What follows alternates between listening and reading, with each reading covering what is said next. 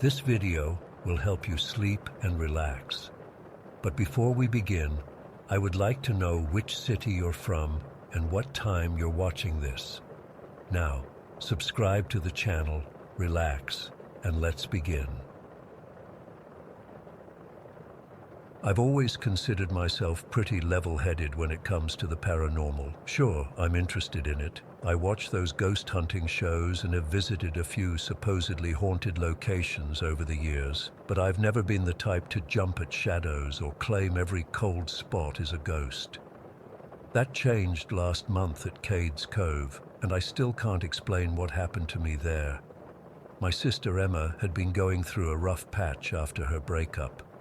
They'd been together 5 years, and when he suddenly decided he needed space, it crushed her.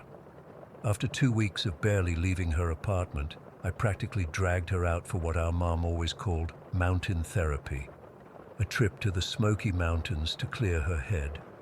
Emma wasn't thrilled about it at first, but I knew once we got to Cades Cove, she'd feel better. It's this beautiful valley surrounded by mountains in Tennessee, with these old homesteads and churches from the 1800s scattered around an 11-mile loop. The place is stunning, all rolling meadows, forest and wildlife, with these preserved buildings that give you a glimpse into what life was like for the settlers who lived there. We arrived around 2 in the afternoon on a Tuesday. I'd purposely chosen a weekday to avoid the weekend crowds. The weather was perfect, sunny but not too hot, with just enough clouds to make the sky interesting. Emma had started to perk up a bit during the drive, and I could tell the mountain air was already working its magic. "See, isn't this better than moping around your apartment?" I asked, as we pulled into the entrance of the loop. Emma rolled her eyes but smiled. "Fine, you were right. It is beautiful." We took our time driving the loop, stopping at each of the historical structures. I'm a bit of a history nerd, so I was in my element reading all the informational signs and imagining what life must have been like for the people who lived there. Emma seemed to be enjoying herself too, taking photos and even laughing when we spotted a family of deer grazing near one of the old churches. It was around 5 in the afternoon when we reached the Cades Cove Visitor Center and the cable mill area. We'd spent longer than expected at some of the earlier stops, and I was a bit worried about finishing the loop before dusk. The ranger at the entrance had warned us they close the gates at sunset. "We should probably pick up the pace," I told Emma as we walked back to the car. "There's still quite a bit of the loop left to see."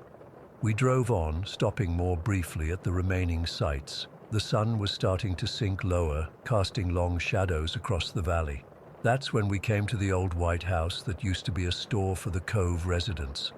Something about it caught my attention more than the other buildings had.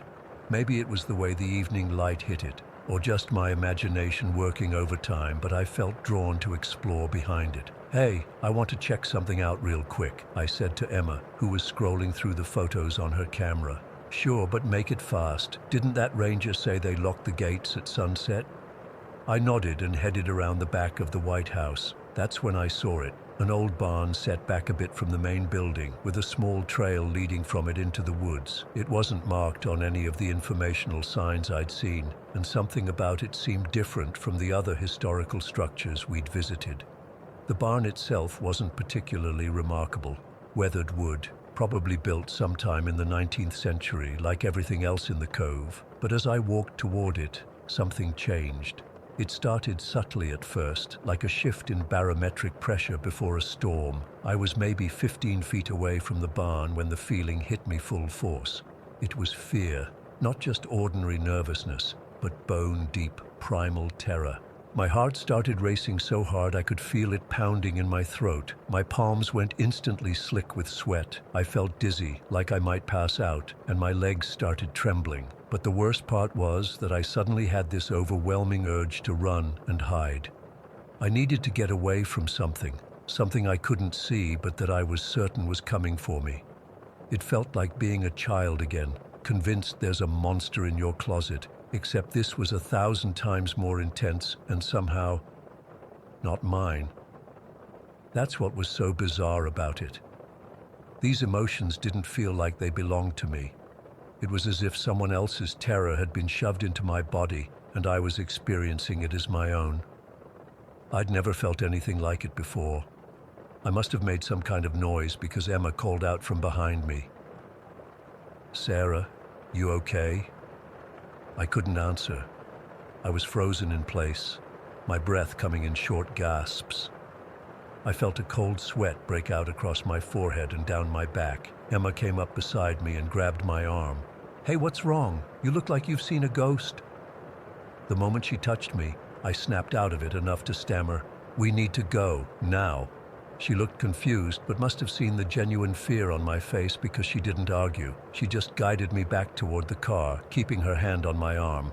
The strangest part was that with each step away from the barn, the feelings began to fade. By the time we reached the car, about 100 yards away, the terror had subsided to a dull uneasiness. My heart rate slowed, and I could breathe normally again.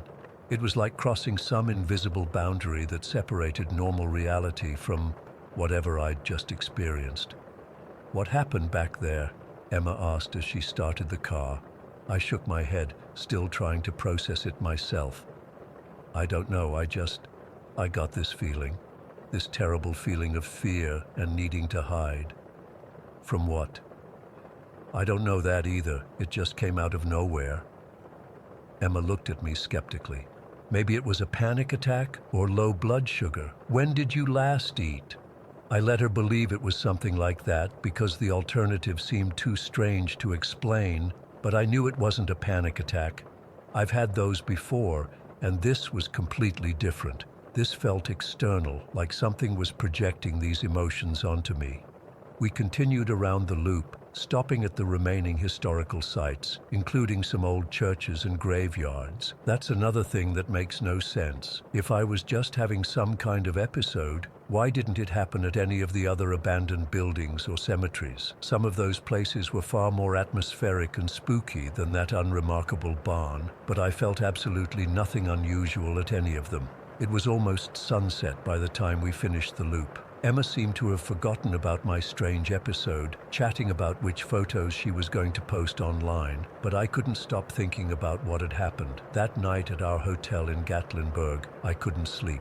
Every time I closed my eyes, I saw that barn and felt echoes of that inexplicable terror. Around 3 in the morning, I gave up on sleep and started researching Cades Cove on my phone.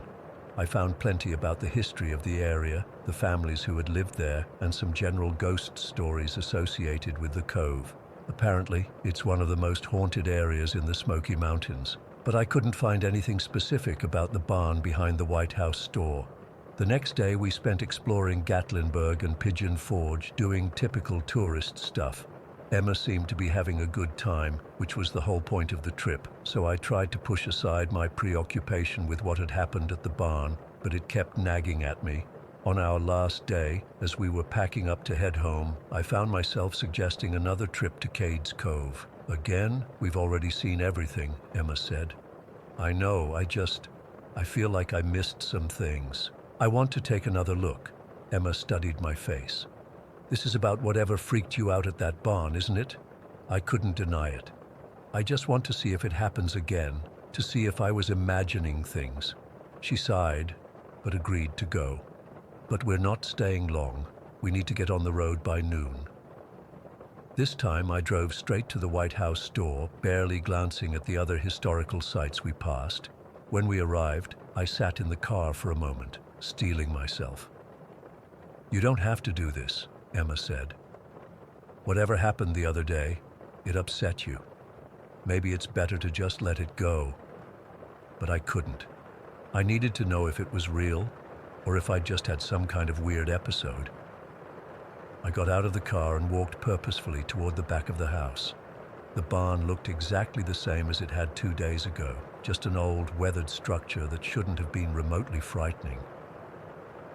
I approached it slowly, waiting for that wave of terror to hit me again, but this time I felt something different. Instead of fear, I felt drawn to it, like there was something or someone there that wanted me to come closer. It wasn't a threatening feeling, more like a pull, a connection. I stopped at about the same spot where the fear had overwhelmed me before. This time I closed my eyes and tried to open myself up to whatever was there. That's when I heard it. Not with my ears, but somehow in my mind. A whisper, like someone trying to tell me something important, but not having enough strength to make the words clear. I stood there for what felt like ages, trying to understand what it was trying to communicate. All I could grasp was a sense of urgency and something about returning. Emma's voice broke the spell. "Sarah, what are you doing? You're creeping me out." I opened my eyes and turned to her. "Don't you feel anything?" She looked around, confused. "Like what?" "It's just an old barn." "No, it's more than that." I tried to explain what I was feeling, but the words sounded crazy even to me. Emma looked genuinely concerned. "Maybe we should go. This place is obviously affecting you in some weird way." I reluctantly agreed, but as we walked back to the car, I couldn't shake the feeling that I was leaving something unfinished, that whatever was in or around that barn had made some kind of connection with me, and it wasn't ready to let go. It's been 3 weeks since we got back from that trip. Emma seems much better. The mountain therapy worked for her at least, but I can't stop thinking about Cades Cove and that barn. I've dreamed about it almost every night. In my dreams, I'm always trying to get back to it, but something keeps getting in my way. And here's the part that really scares me. I feel like I need to go back there, not just want to, need to, like something is calling me. I've already booked another hotel room for next weekend. I haven't told anyone I'm going. I'm not even sure what I expect to find or what will happen when I get there. All I know is that whatever I experienced behind that White House wasn't just in my head. Something there reached out to me, made me feel what it once felt, that terror, that need to hide, and now it's trying to tell me something else. I think it needs my help, though I have no idea how I could possibly help something that might not even be alive anymore. I keep asking myself if I'm losing my mind. Maybe I am, but I know what I felt, and I know it wasn't normal. Something connected with me that day, and it's not letting go. I just hope when I return to Cades Cove, I'll find answers instead of more questions. Or maybe I'll find nothing at all, and that would be even worse, to never know what tried to reach out to me that day, or why it chose me of all people to share its fear. Story 2. I've never shared this with anyone outside my immediate circle because honestly, who would believe me? But I need to get this off my chest, and maybe someone here has experienced something similar. 3 months ago, I was visiting my hometown of Eldridge for fall break. It's a small place where everyone knows each other, with those classic New England vibes, colonial buildings, family-owned shops, and that weird pride in being established before America was even a country. I'm a junior at State University now, studying art history, so when my high school friends suggested we check out the new exhibit at Lawson Gallery, I was all for it. The gallery itself is housed in this Victorian-era building that used to be someone's mansion. It's all creaky wooden floors, high ceilings, and these enormous windows that make the lighting absolutely perfect for viewing art. Mr. Lawson, the owner, is this elderly man with wild silver hair who always wears bow ties and speaks in this theatrical whisper like he's constantly sharing secrets. It was a Friday evening, and rain was coming down in sheets. We were soaked by the time we made it inside, laughing and shaking water from our jackets in the entryway. The gallery was mostly empty, just us and a couple browsing the modern art section. "Welcome, welcome," Mr. Lawson greeted us, his eyes darting between our faces. "Please enjoy the exhibits, but—" He paused dramatically. "I must insist you avoid the East Wing's final room today. Maintenance issues." My friend Tara rolled her eyes when he walked away. He always does that. Creates some forbidden area to make the place seem mysterious. We spent about an hour wandering through the exhibits. The gallery specialized in local artists, with a few rotating pieces from bigger names. Nothing extraordinary, but pleasant enough. As we were about to leave, I needed to use the restroom, which, of course, was located past the supposedly off-limits area. "I'll catch up with you guys outside," I told my friends, heading down the hallway. On my way back, curiosity got the better of me. The maintenance issue room's door was partially open, and I could see a soft light coming from inside. I peeked in, expecting to find a ladder or paint supplies. Instead, I saw a single portrait hanging on the far wall, illuminated by a small spotlight. I still can't explain what drew me into that room. It wasn't conscious decision-making. My feet just moved on their own. Before I knew it, I was standing in front of the most captivating portrait I'd ever seen. It depicted a young woman, maybe 20 or 21, my age, with striking blue eyes that seemed to follow me and long flowing dark hair. She wore a simple white dress, and behind her was a window showing a stormy sky. But it was her expression that held me transfixed, a mixture of profound sadness and quiet determination. The painting style was reminiscent of the American realism movement from the late 19th century, but with an emotional intensity I'd rarely seen from that period. The brass plaque beneath it simply read, "Isabella, 1889. Miss, this area is not open to visitors today." I jumped at Mr. Lawson's voice. He stood in the doorway, his face unusually pale. "I'm sorry, you need to leave, now." His typical theatrical whisper had been replaced with genuine urgency. As he practically herded me out, I couldn't help asking, "What's the story behind that portrait? It's extraordinary." He stopped at the gallery's entrance, glancing around as if afraid someone might overhear. "That painting is cursed, young lady. I keep it covered most days. It's only uncovered now because, well, it's the anniversary." "Anniversary of what?" "Her death." He looked at me with an intensity that made me uncomfortable. "Stay away from Isabella's portrait. Some art isn't meant to be appreciated." I rejoined my friends outside, but couldn't shake the image of those piercing blue eyes from my mind. That night, I dreamed of her. In my dream, Isabella stood before her canvas, but then turned to face me directly. She reached out her hand, her expression pleading, desperate. I woke up gasping at 3 in the morning, my heart racing. I told myself it was just the power of suggestion.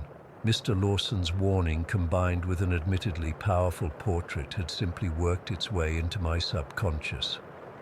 But the dream felt different, more vivid, more real than any I'd had before. The next morning, I made an excuse to my friends about working on a paper and headed back to the gallery alone. I don't know what I expected to find or why I felt so compelled to return. When I arrived, the place was busier than the evening before, a Saturday crowd of tourists and locals milling about. Isabella's portrait had been moved to the main exhibition hall, no maintenance issues in sight. It drew a small crowd, people murmuring about its beauty and emotional impact, but no one seemed affected the way I had been. They'd look, nod appreciatively, and move on to the next piece. I waited until the crowd thinned before approaching Mr. Lawson, who was adjusting the lighting on a landscape painting. "I thought the portrait was cursed," I said quietly. He stiffened but didn't turn around. "So you came back?" I couldn't stop thinking about it, about her. He sighed deeply, his shoulders sagging. "It happens sometimes. Certain people connect with her." "Who was she?" Mr. Lawson finally faced me. "My great-grandfather knew her. Isabella Winters was one of the most promising young artists in the region. Self-taught, brilliant. This was her final self-portrait, completed the night before she..." He trailed off, then continued more softly. "Before she took her own life. Why? A man, of course, isn't it always?" His bitter laugh contained no humor. "Jonathan Gray, son of a wealthy industrialist. He wooed her, promised marriage, used her talents to advance his own standing in the art world, then discarded her when a more advantageous match presented itself." I felt a chill run through me. That's horrible. Indeed. But the true tragedy is what happened after. When they found her body, this portrait was still wet. Those who saw it in the days following reported that it would change. Change how? He lowered his voice. Her expression would alter. Her eyes would seem to move. Some claimed to have seen tears on the canvas. Others insisted they heard weeping coming from the frame at night. Under normal circumstances, I would have dismissed this as small-town superstition or a gallery owner's attempt to create mystique around a valuable piece. But after my dream, "My family has owned this painting for generations," he continued. "We've tried destroying it, selling it, even burying it once. It always finds its way back. I've come to believe that Isabella's spirit is somehow bound to it, unable to move on." I studied the portrait again. In the daylight, surrounded by people, it seemed less haunting, but no less captivating. "What do you think she wants? Justice, perhaps? Truth? I don't know." He straightened his bow tie nervously. "But I do know that those who become fixated on the portrait often report strange occurrences, dreams, visions, a compulsion to learn more about her. Like me, I thought, but didn't say." I spent the rest of that day in the local library, digging through archives and historical records. Isabella Winters had indeed been a real person. Born in 1868 to a middle-class family, showed artistic promise from a young age, and died by suicide in 1889. I found mentions of her in local papers, mostly in relation to small exhibitions or commissions. Jonathan Gray was real too, the son of Edward Gray, who owned several textile mills in the region. After Isabella's death, he married Catherine Lowell, daughter of a banking family, and went on to become a state senator. There was no public connection between him and Isabella in any of the records I found. As the library was closing, I came across a small notice in an 1889 newspaper. J. Gray Exhibition receives acclaim. Showing of works acquired from various local talents demonstrates region's artistic merits. The date was just 2 weeks before Isabella's death. That night, I dreamed of her again. This time, Isabella was writing frantically at a desk, tears streaming down her face. She looked up at me and spoke. I couldn't hear her words, but somehow understood her meaning. She was asking for help. She was asking for the truth to be known. I woke up with a start, my face wet with tears I didn't remember crying.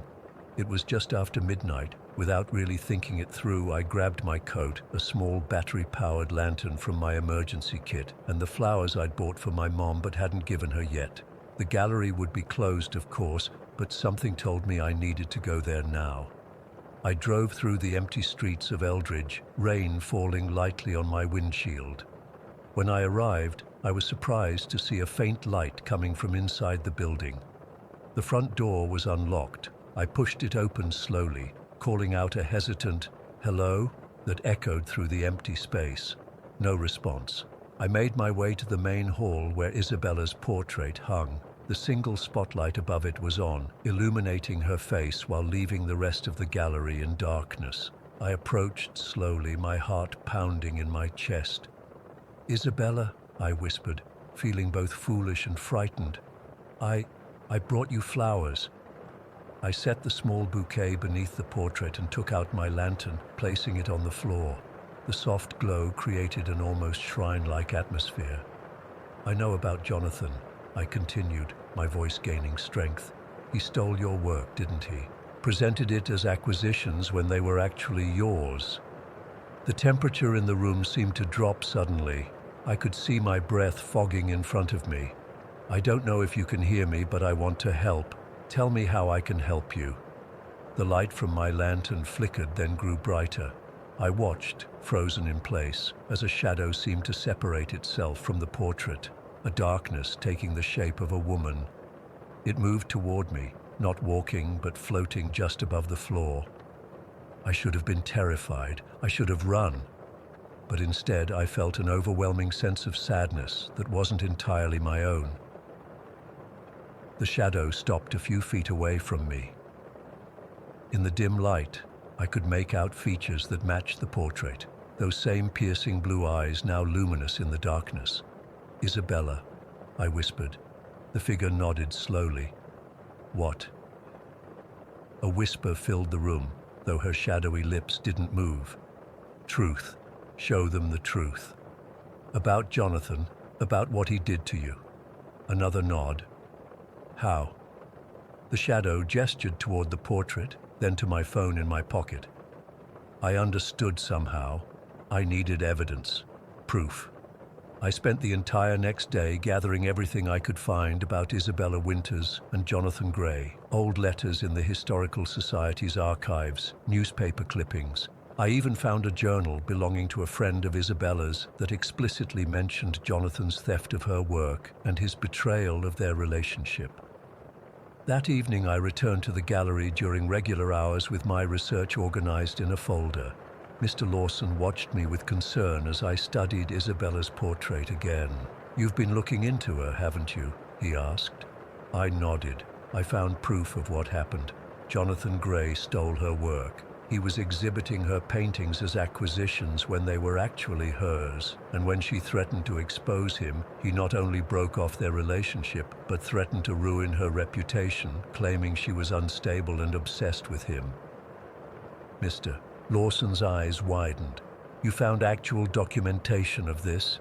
I handed him the folder. "It's all here. Her friend's journal entries, letters, gallery notices that match the timing of paintings she was known to be working on." He leafed through the pages slowly.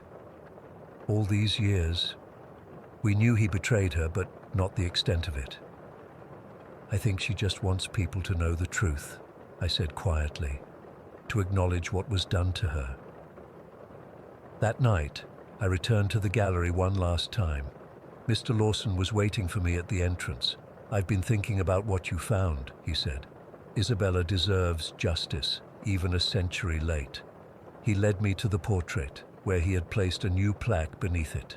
It now read, "Self-Portrait of Isabella Winters, 1868 to 1889, a brilliant artist whose work was wrongfully appropriated by Jonathan Gray. May the truth set her free."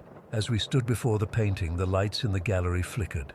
The same cold sensation from the night before washed over us, and Mr. Lawson gasped as the shadow figure formed once again, more distinct this time, almost solid. Isabella's apparition moved toward her portrait, then turned to face us. For the first time, I saw her smile, a small, grateful expression that transformed her features. She reached out one hand toward me, not in the pleading gesture from my dream, but in what appeared to be gratitude. The gallery filled with a soft, radiant light that seemed to emanate from Isabella herself. Her shadowy form became increasingly luminous until I had to shield my eyes. When I looked again, she was gone. The portrait had changed. The sadness in Isabella's painted eyes had diminished, replaced by a serene expression I hadn't noticed before. The storm in the window behind her had cleared, showing a dawn sky instead. Mr. Lawson and I stood in stunned silence for several minutes before he finally spoke. "I've owned this gallery for 30 years, he whispered. "I've never experienced anything like that." In the days that followed, the portrait became the gallery's most popular piece. Visitors commented on its beauty and emotional resonance, but no one reported strange dreams or sensations. Whatever presence had been bound to the painting seemed to have moved on.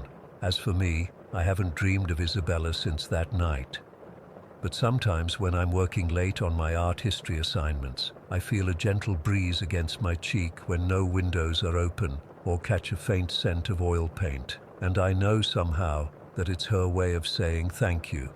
I can't explain what happened in any rational way. All I know is that sometimes the past needs our help to find peace, and sometimes art is more than just paint on canvas. It's a window to something beyond our understanding. Story 3. I've worked at the Green Door Cafe in downtown Oakwood for almost 3 years now. Our coffee shop sits in this gorgeous red brick building from the 1800s with creaky wooden floors and these amazing tin ceiling tiles. Most days I love my job. The regulars are sweet, my co-workers are like family, and I've gotten pretty damn good at latte art if I do say so myself. But there's something about our cafe that I don't usually tell people right away. We share our workspace with someone else, someone who doesn't actually work here or, well, someone who doesn't actually live. We call him Walter. I know how this sounds. Trust me, I wasn't a believer in this kind of stuff before. I rolled my eyes at ghost hunting shows and thought people who claimed to see spirits were either attention-seeking or needed serious help. But that was before I started working here, before I experienced things I still can't explain. It started with little things, missing items that would show up in weird places, the radio changing stations when nobody was near it, the bell above the door jingling when nobody came in.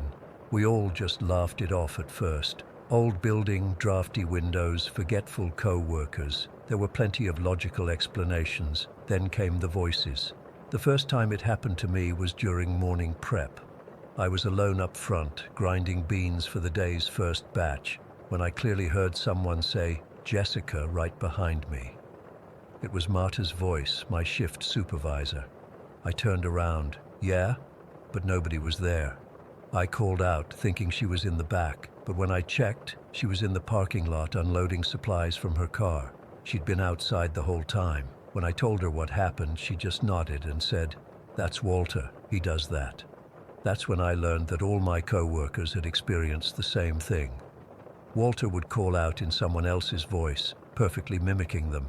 It was never anything scary, just our names, sometimes a hello or excuse me, but always using a voice we recognized. After a while, we all just got used to it. New hires would get freaked out the first time, but eventually it became part of the job.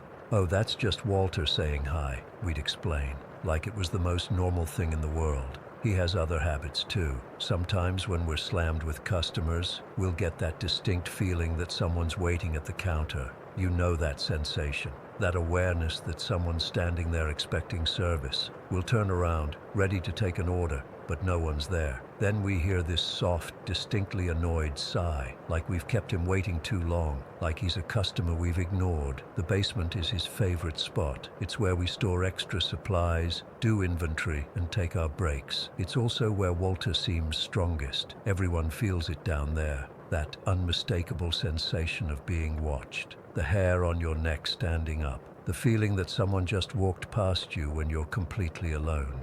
New employees get it the worst. Walter seems to enjoy testing them, seeing if they'll stick around. Marta calls it Walter's hazing ritual. He'll make the temperature drop suddenly. He'll create that feeling of someone standing right behind you. He'll make noises, shuffling feet, a throat clearing, a whispered word you can't quite make out. I remember when we hired Dylan last summer. Poor kid barely lasted a week.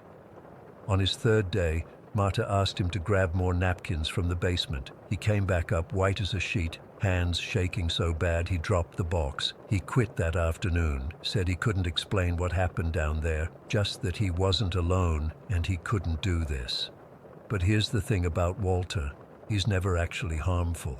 Mischievous, sure, a little sassy when we ignore him, definitely, but dangerous? Never. Once you've been here a while, the scary feelings fade and it becomes almost comforting. Like having an extra coworker who never asks for shifts off or complains about the early mornings. Most of us have never actually seen Walter. We feel him, hear him, sense him, but not see him, except for me. It happened about 7 months ago. I was having lunch in the basement during a slow afternoon shift. I'd brought leftover pasta and was scrolling through my phone, half paying attention to a podcast. The basement has this small break area with a little table, a microwave, and a mini fridge. It's not exactly cozy, but it's quiet. I was mid-bite when I saw something move in my peripheral vision, a shadow passing by the storage shelves. I assumed it was Ben coming down for inventory, so I called out, "Hey, I've got 15 minutes left on my break if you need the table." No answer. I went back to my pasta, but something felt off. I hadn't heard the basement door open or close. The stairs are old and creaky. You always hear when someone comes down. I sat there for a few more minutes, increasingly aware that whoever had come down hadn't said anything to me. "Hello?" I called again. Nothing. Just the hum of the mini fridge and the faint sounds of coffee grinders from upstairs. I stood up and peered around the shelves. Ben, Marta. No one was there.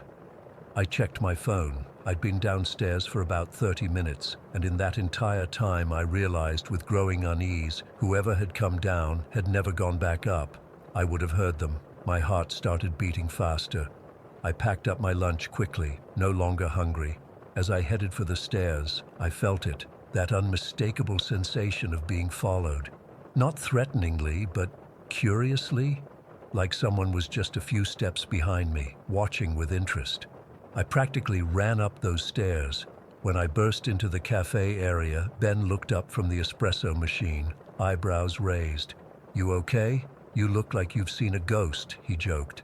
"Has anyone been downstairs in the last half hour?" I asked, trying to keep my voice steady. Ben shook his head. "Nope, just you. Why?" "I think I saw Walter," I whispered. Word spread quickly among the staff. Apparently, in the 3 decades the cafe had been operating, no one had ever actually seen Walter, just felt or heard him. I became a minor celebrity among my co-workers. They all wanted details. Was he tall, short, young, old? Did he look angry, friendly? The truth was disappointing. I hadn't seen a full apparition or anything dramatic like that. Just a shadow, a movement, a presence. But it was distinct enough, solid enough, that I'd mistaken it for a living person. And the feeling that followed, that I wasn't alone, that I was being observed, was undeniable. A few weeks after my experience, Layla, one of our newer baristas who'd finally gotten comfortable with Walter's presence, had her own encounter. She was doing inventory in the basement after closing, something she'd been nervous about but had finally worked up the courage to do alone. She was halfway through counting syrups when the lights went out, complete darkness. She froze, her phone in her pocket, fear gripping her. Before she could move, she heard what she described as a soft chuckle, then the lights flickered back on. When she told us the next day, she wasn't scared anymore. She was laughing. "I think he was testing me," she said, and I passed. That's when our relationship with Walter shifted. Instead of being the spooky presence we tolerated, he became almost like a colleague, a strange, invisible colleague who never took shifts but was always there. We started talking to him, not in a seance way or anything weird like that, just casual conversation, especially in the basement. If we had a particularly difficult customer, we'd go downstairs and vent about it, knowing Walter was listening. "Can you believe that guy ordered a bone-dry cappuccino and then complained it didn't have enough milk?" Or, "The woman who yelled at me because we were out of pumpkin spice in April. Walter, I wish you'd haunt her instead." Sometimes, after these vent sessions, good things would happen. The difficult customer wouldn't come back, or they'd return and be unexpectedly pleasant. We joke that Walter puts hexes on the rude ones, though I don't think any of us actually believe he's out there terrorizing bad tippers. I've asked our boss, Marion, who's owned the cafe for 15 years, if she knows anything about Walter's history. She's heard rumors that he might have been a shopkeeper in the late 1800s when the building was a general store. Others say he was a young man who died in a fire in the 1920s when the place was a bookshop. No one knows for sure. Marion did tell me something interesting, though. Years ago, before I started, they renovated the basement. The workers kept complaining about tools going missing, strange noises, and feelings of being watched. One of them refused to go back down after claiming something unseen had tugged on his shirt. The renovation took weeks longer than planned because workers kept quitting. The day the renovation finished, the first pot of coffee brewed upstairs mysteriously tipped over, spilling everywhere. No one was near it. Marion took it as a sign and placed a fresh cup of coffee at the top of the basement stairs with a note that said, "Peace offering, sorry for the disruption." The cup was empty the next morning. Ever since then, on the anniversary of the renovation's completion, Marion leaves a cup of our best brew at the basement door. It's always empty by morning. Some people think we're crazy for staying, for treating this supernatural presence like it's normal. But Walter feels like part of the green door now. He's woven into the fabric of our daily lives, as much a fixture as the antique espresso machine or the creaky floorboards. Just last week, I was closing alone. It was storming outside, one of those violent spring thunderstorms that makes you grateful to be indoors. As I was counting the register, the power flickered, then went out completely. I froze, suddenly aware of how dark and empty the cafe felt. Then I felt it, a presence beside me, not threatening, just there. And even though I couldn't see anything, I knew it was Walter. I wasn't afraid. In the strangest way, I felt protected. "Thanks for keeping me company," I said into the darkness. The lights came back on a moment later. I still can't explain what Walter is or why he's here. I don't know if he's tied to this building, to some traumatic past event, or if he just likes the coffee. All I know is that he's as much a part of our team as any of us. And honestly, I'd miss him if he left. So if you ever visit the Green Door Cafe in Oakwood and you feel someone watching you, or hear your name called when no one's around, or get that strange shiver down your spine, don't be alarmed. It's just Walter, our resident ghost barista, checking to see if you're worth haunting. Story 4. I've never told this story to anyone except my closest friends because, well, who would believe me? I'm not even sure I believe it myself, but I swear on everything I hold dear that what I'm about to share actually happened to me when I was a kid. This happened when I was around 5 or 6 years old, living in Pineville with my mom in this typical suburban house. Nothing fancy, just a regular 2-story home with beige carpeting and that 90s wallpaper border with little flowers that everyone seemed to have back then. It was summer break, one of those hot, sticky afternoons where the air conditioning was working overtime. Mom was taking a nap upstairs. She worked nights at the hospital and often slept during the day. I remember this vividly because the house had that peculiar quiet that only happens when you're completely alone, but know someone else is in the building. I was sitting on our living room couch watching some cartoon, probably Rugrats or something similar, with the volume turned low so I wouldn't wake Mom. The living room had this big picture window that let in streams of sunlight, making dust particles visible in the air. I was just sitting there, legs not even reaching the floor yet, eating Cheerios straight from the box and feeling pretty content. That's when it happened. I looked up from the TV, maybe to grab another handful of cereal, and there it was. Standing in the archway between our living room and dining room was something I still struggle to describe accurately almost 30 years later. It was a praying mantis, but not like any praying mantis you'd normally see. This thing was massive. I'm not exaggerating when I say it was at least 8 feet tall. Its body was that familiar mantis green-brown color, but with an almost translucent quality. The thing literally filled the entire doorway, its angular head nearly touching our ceiling, those front limbs folded in that classic prayer position. I froze. The Cheerio box slipped from my hands, spilling cereal all over the carpet, but I didn't even notice. My entire body went cold, like all the blood had suddenly drained away. I couldn't scream, I couldn't move, I couldn't even blink. The mantis didn't move either, at least not its body. But its head, oh God, its head made this slow, deliberate turn toward me. The movement was so mechanical, so unnaturally precise. Those huge, bulbous eyes fixed on me, and I swear I could feel its gaze physically touching my skin. I remember thinking something really weird in that moment. I thought, don't look directly at its eyes. This wasn't something I'd learned anywhere. It was pure instinct. Something deep inside me knew that making eye contact with this thing would be dangerous. So I stared at its chest instead, this massive segmented thorax that seemed to pulse slightly. Time stretched in a way I've never experienced since. What was probably only minutes felt like hours. The living room TV continued playing in the background, the cheerful cartoon sounds creating this surreal contrast to the absolute terror I was experiencing. I don't know if it's possible for a kindergartner to have a panic attack, but that's basically what happened. My chest felt tight, my breathing became shallow, and I started feeling lightheaded. But through it all, I remained completely motionless. Again, it wasn't a conscious decision.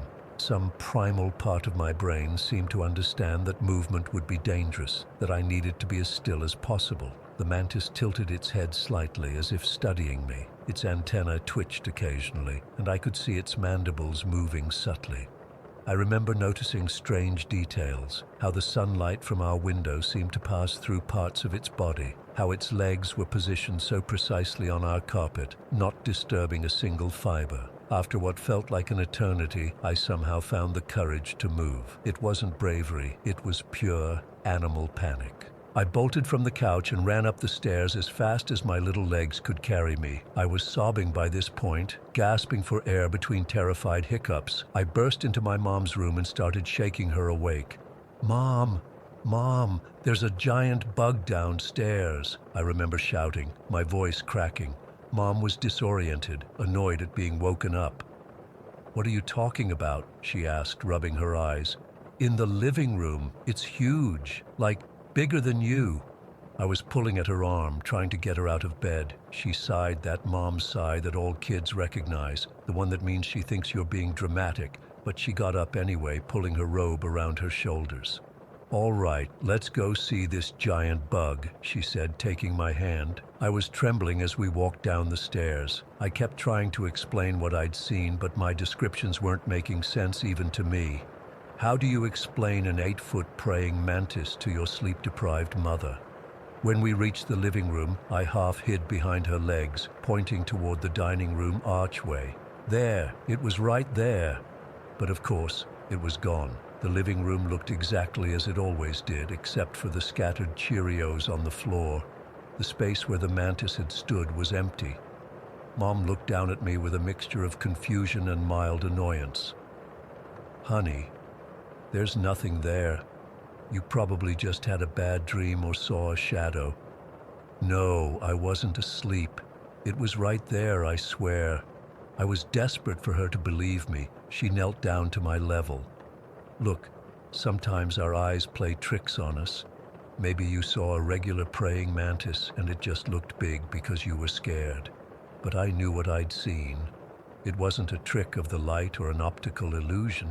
This thing had presence, weight. It had filled the room not just physically, but with some kind of energy.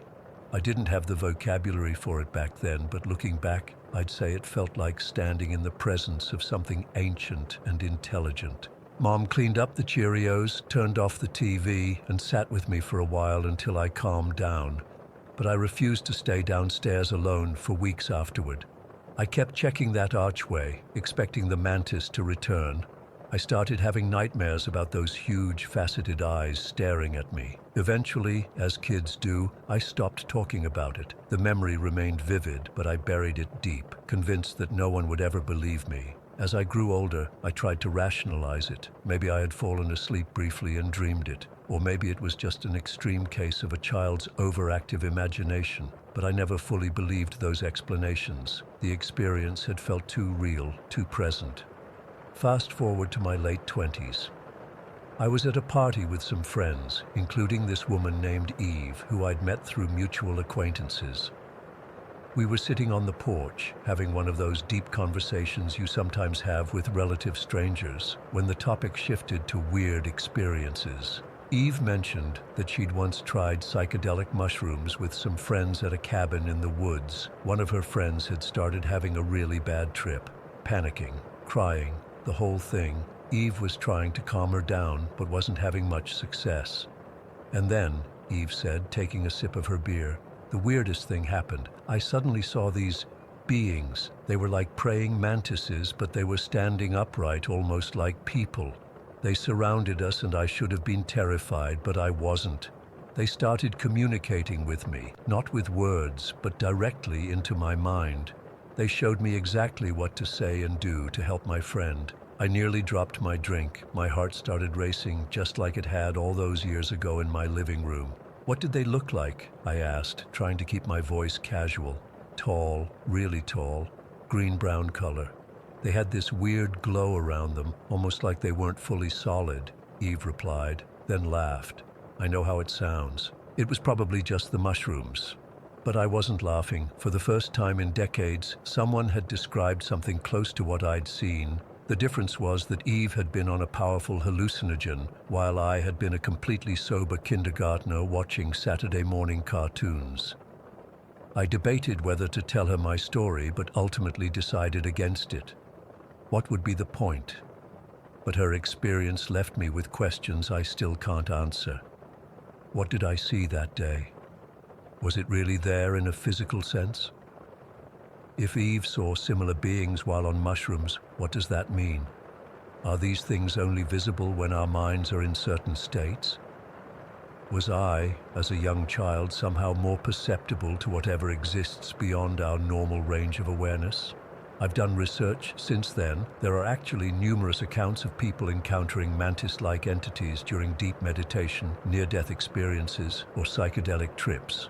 Some cultures even have ancient myths about insect gods or messengers, but none of that explains what happened in my suburban living room on a perfectly ordinary summer day. I'm 34 now, and I still sleep with my bedroom door closed and locked. I still get an immediate chill whenever I see a regular-sized praying mantis in my garden.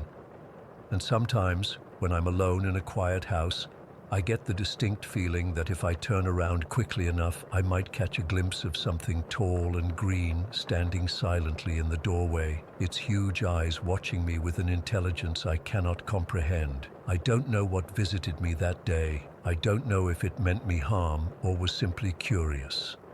All I know is that for a few minutes in my childhood, something impossible entered my world, and nothing has felt completely solid or certain since.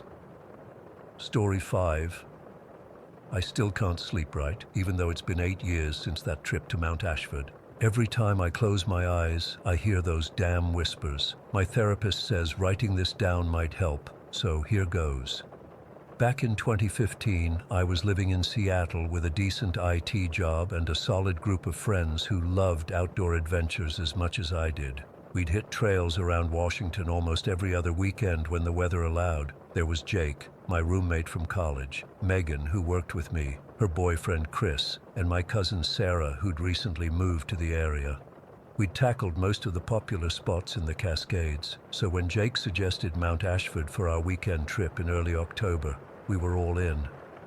It wasn't as well known as Rainier or Baker, which meant fewer tourists and more wilderness to ourselves. The day started like any other hiking trip. We met at my apartment around 9 in the morning, loaded our gear into Jake's SUV, and stopped for breakfast burritos at our favorite spot. The drive took about 3 hours, with the last 45 minutes on a rough Forest Service road that had Chris complaining about his coffee spilling all over his new hiking pants. We were all laughing and planning our route as we pulled into the small gravel lot at the trailhead around noon. The weather was perfect, crisp fall air with patches of sunlight breaking through the clouds. The trail looked steeper than the guidebook had described, but nothing we couldn't handle. We shouldered our packs, checked our supplies one last time, and started up the path. The first hour was completely normal. The trail wound through tall Douglas firs and western hemlocks, with occasional views of the valley below. Sarah was taking photos of some late-blooming wildflowers while Megan and Chris walked ahead, holding hands. Jake kept pointing out different bird calls. I remember feeling really content, thinking this was exactly what I needed after a stressful month at work. Around 2 miles in, though, something shifted. The forest changed in a way I can't fully explain. The trees seemed to grow denser, their branches more twisted and gnarled. What struck me most was the silence. The birds stopped singing, and even the sound of our footsteps seemed muffled, as if the forest was absorbing all noise. I mentioned it to Jake, who just shrugged and said something about elevation changes affecting wildlife. About an hour later, we came to a fork in the trail. The main path continued upward, but there was a wooden sign pointing to the right that read, "Danger, area closed." The sign looked weathered and old, with no explanation of the danger. Chris joked about it being a Blair Witch situation, and we all laughed it off. The map showed the left path would take us to the summit, so we ignored the warning and continued on our planned route. I wish every day that we'd turned back. As we climbed higher, the trail became increasingly difficult to follow. What had been a clear path was now overgrown in spots, forcing us to push through thick underbrush. The temperature dropped noticeably, and a strange mist clung to the ground. We reached a clearing around 3 in the afternoon that offered an incredible panoramic view of the surrounding mountains. We stopped for water and trail mix, but I couldn't shake this growing feeling that something was off. "Does this place feel weird to anyone else?" I asked, trying to keep my voice casual. "It's just getting colder because we're higher up," Megan said, pulling on her jacket. But Sarah looked uneasy too. "The air feels heavy," she said quietly. Jake and Chris brushed off our concerns, and we continued upward. The trail became steeper and rockier, with sections where we had to use our hands to scramble up. That's when I saw something glinting in the dirt near a large boulder. I bent down and picked up a small rusted pendant in the shape of a crescent moon. It was clearly old, with strange markings etched into the metal that I couldn't identify.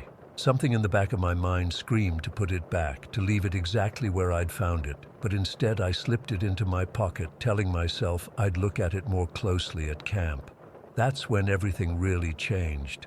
Within minutes, the group's mood shifted dramatically.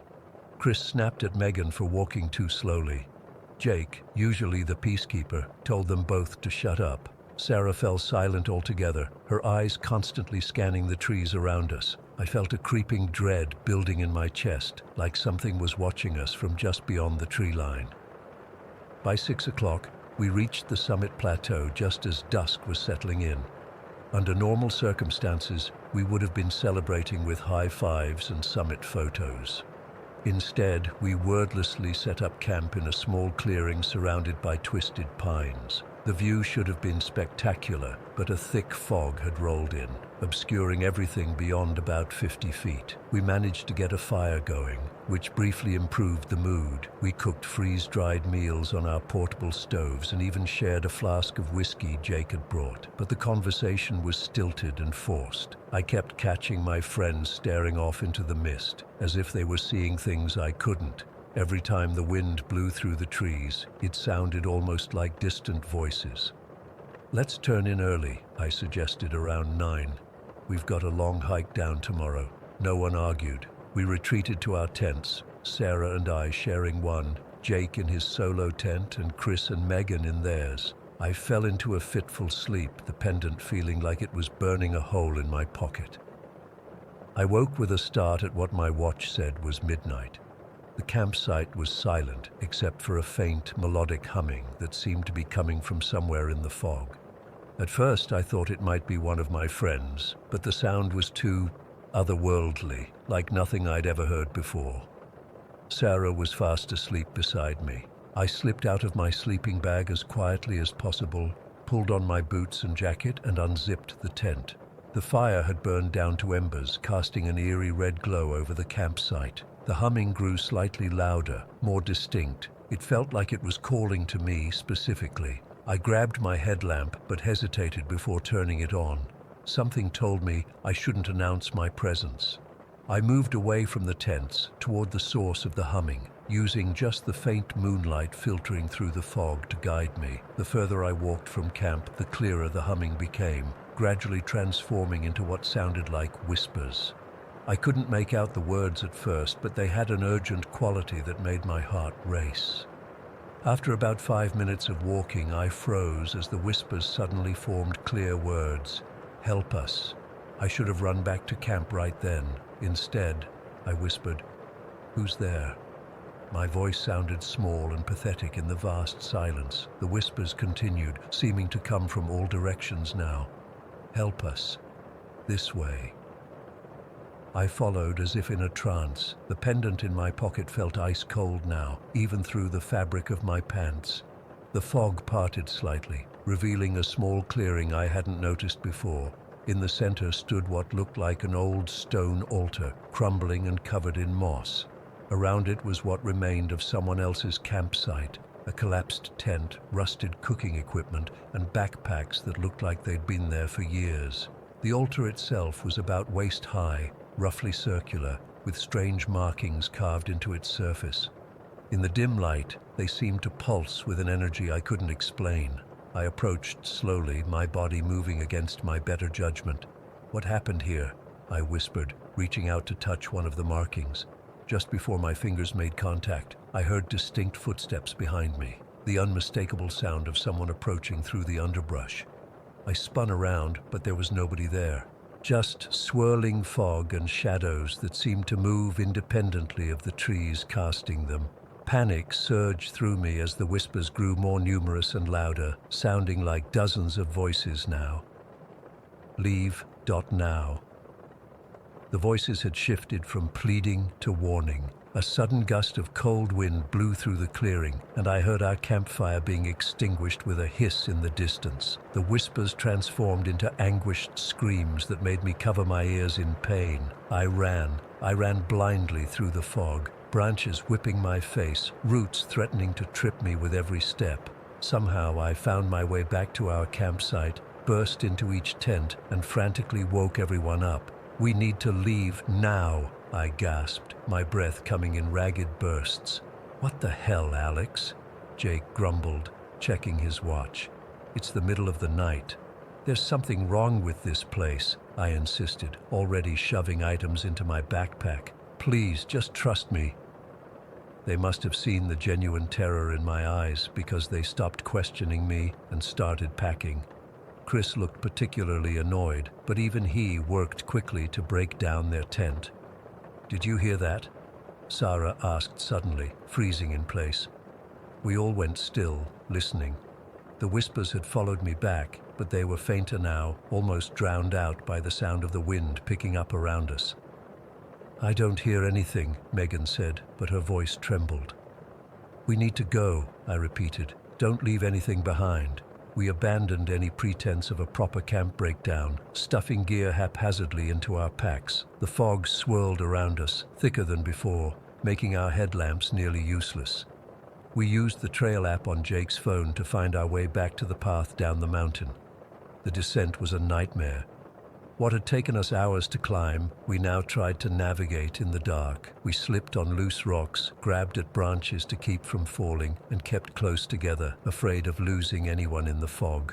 The whole time I could hear the whispers just at the edge of my hearing, sometimes pleading, sometimes threatening. By dawn, we reached the trailhead, physically and mentally exhausted. No one spoke much on the drive back to Seattle. When anyone asked what I'd seen or heard, I couldn't find the words to explain it properly. They'd heard the whispers too at the end, but hadn't experienced what I had at the altar. In the weeks that followed, I researched Mount Ashford obsessively. I found a few old newspaper articles about hikers going missing there in the 1970s, but nothing conclusive. I never looked at the pendant again. I sealed it in a small wooden box and buried it in a state park far from my home. I haven't been back to the mountains since that day. Sometimes when I'm falling asleep, I still hear those whispers. My friends have tried to get me to go hiking again, insisting that we just had a case of group hysteria brought on by exhaustion and altitude. But they don't know what I know. I've never told anyone about the dreams that started after our trip. Dreams where I'm back at that altar, completing whatever ritual the previous campers had started. Dreams where the whispers tell me they're still waiting for me to return and help them. Dreams where the markings on the stone altar appear on my skin when I wake up, only to fade by morning. I don't know what we disturbed on Mount Ashford that day, but I know it's still there, waiting. And sometimes I feel like part of me is still there too. Story 6. I still wake up in the middle of the night sometimes, thinking I hear footsteps on my porch.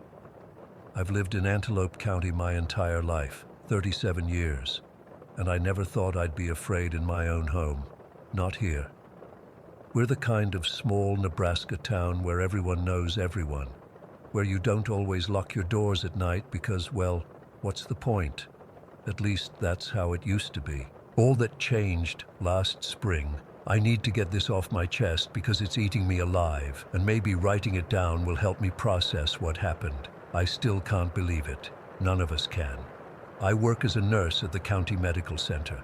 Nothing fancy, just our little hospital that serves the whole area.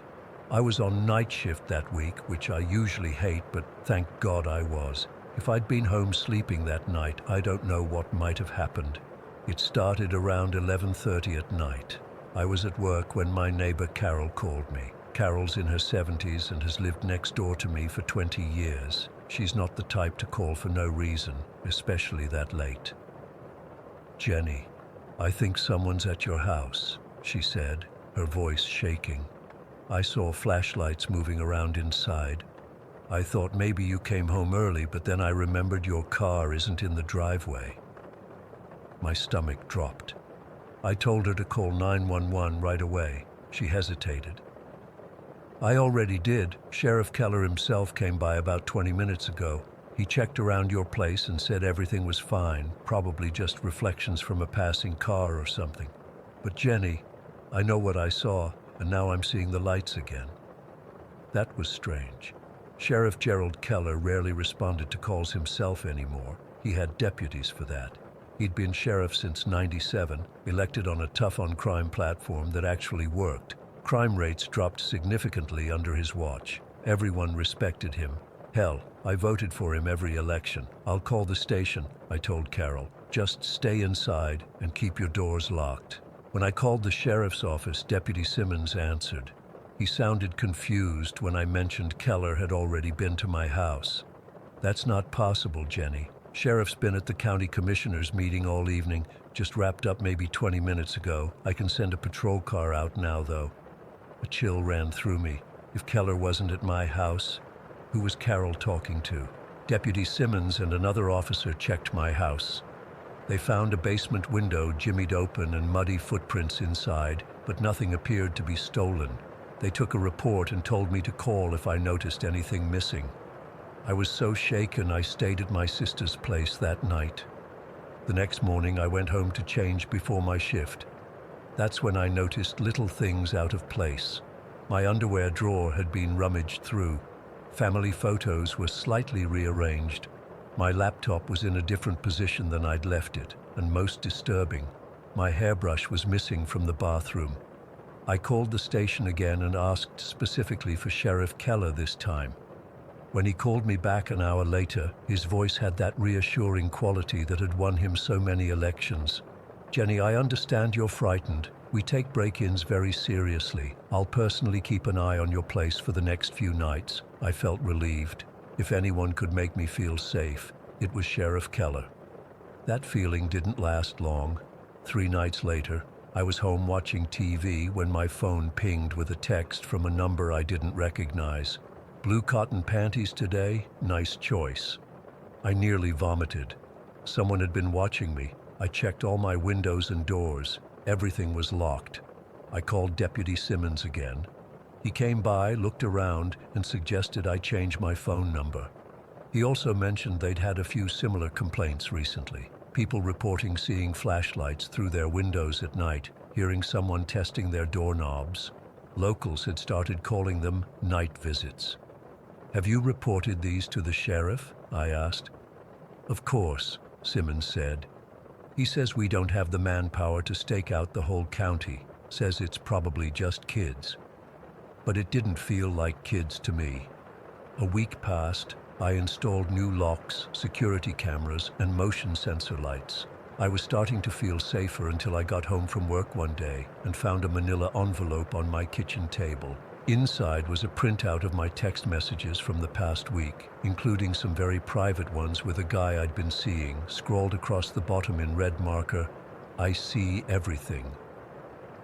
Someone had been in my house. Again, while I was at work. But how? The new locks weren't tampered with. The cameras hadn't picked up anything. I called the station in a panic, and Sheriff Keller himself showed up this time. He walked through my house, reviewed my security footage, which showed nothing, and took the envelope as evidence. "Jenny," he said, his hand on my shoulder feeling heavier than it should, "I want you to know we're taking this very seriously, but I need to ask. Are you sure you didn't leave this envelope out yourself and forgot about it? Stress can do funny things to memory." I stared at him in disbelief. "Are you suggesting I'm making this up?"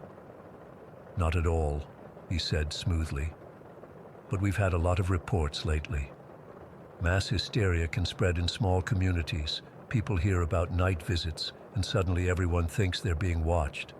As he was leaving, he turned back. "By the way, I like those new blue curtains in your bedroom. Really brightens the place up."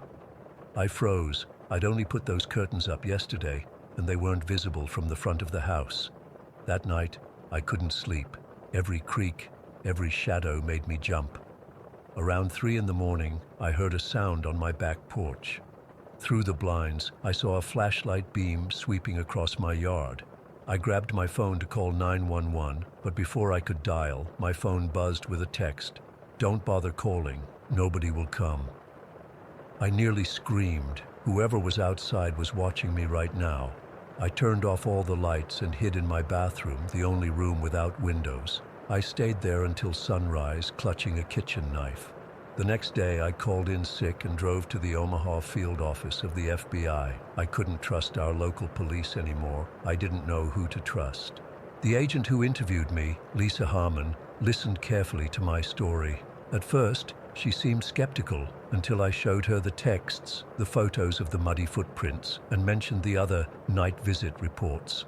When I told her about Sheriff Keller's comment about my bedroom curtains, something changed in her expression. "Ms. Davis, you're not the first person from Antelope County to contact us," she said quietly. "We've received an anonymous tip with some disturbing allegations about Sheriff Keller. Would you be willing to help us?" For the next 2 weeks, I lived in fear, but also with purpose. Agent Harmon had me install special cameras in my house, ones that couldn't be detected or disabled easily. I kept to my routine, pretending nothing was wrong. The night visits continued. Twice I saw a figure on my security footage, but the face was always just out of view or obscured. Then came the night that still gives me nightmares. I woke up around 2 in the morning to find someone standing in my bedroom doorway. I couldn't see their face in the darkness, but I could make out the outline, tall, broad-shouldered. I lay perfectly still, pretending to be asleep, my heart pounding so hard I thought it might burst. The figure stood there for what felt like hours, but was probably only minutes, just watching me. Then they turned and left. I heard my front door close softly. The FBI cameras caught everything. The next morning, Agent Harmon called me. "We got him," she said. "Clear footage. It's Keller." The FBI moved quickly after that. They found a hidden safe in Keller's hunting cabin containing items stolen from homes across the county, including my missing hairbrush. But the most disturbing discovery was his journal. He'd been keeping detailed records of his night rounds, as he called them, including a scoring system for causing fear without being identified. He wrote about how he got a rush, knowing people were reporting their terrifying experiences to him, the very person causing them. There were recordings of him discussing how he had staged what everyone thought was a hit-and-run accident that killed Deputy Martinez 5 years ago. A deputy who, it turns out, had threatened to expose some of Keller's misconduct. When they went to arrest him, Keller barricaded himself in his rural home. The standoff lasted 14 hours before he finally surrendered to Pastor Wilson from the local church. The aftermath was devastating for our community. The investigation revealed Keller was behind 3 unsolved murders, dozens of burglaries, and a systematic campaign of intimidation against anyone who crossed him. The widow whose husband had died in that tragic accident last year, she had rejected Keller's romantic advances. The businessman whose warehouse mysteriously caught fire, he'd opposed Keller in a land deal. The teenager who got arrested on drug charges, he'd witnessed Keller breaking into a house. But the most horrifying discovery was yet to come. The FBI found that Keller had installed hidden cameras in various locations around town, including inside private homes. My home. He'd been watching me for months, maybe years. The cameras were professionally installed, hidden in smoke detectors, light fixtures, even inside my bathroom vent.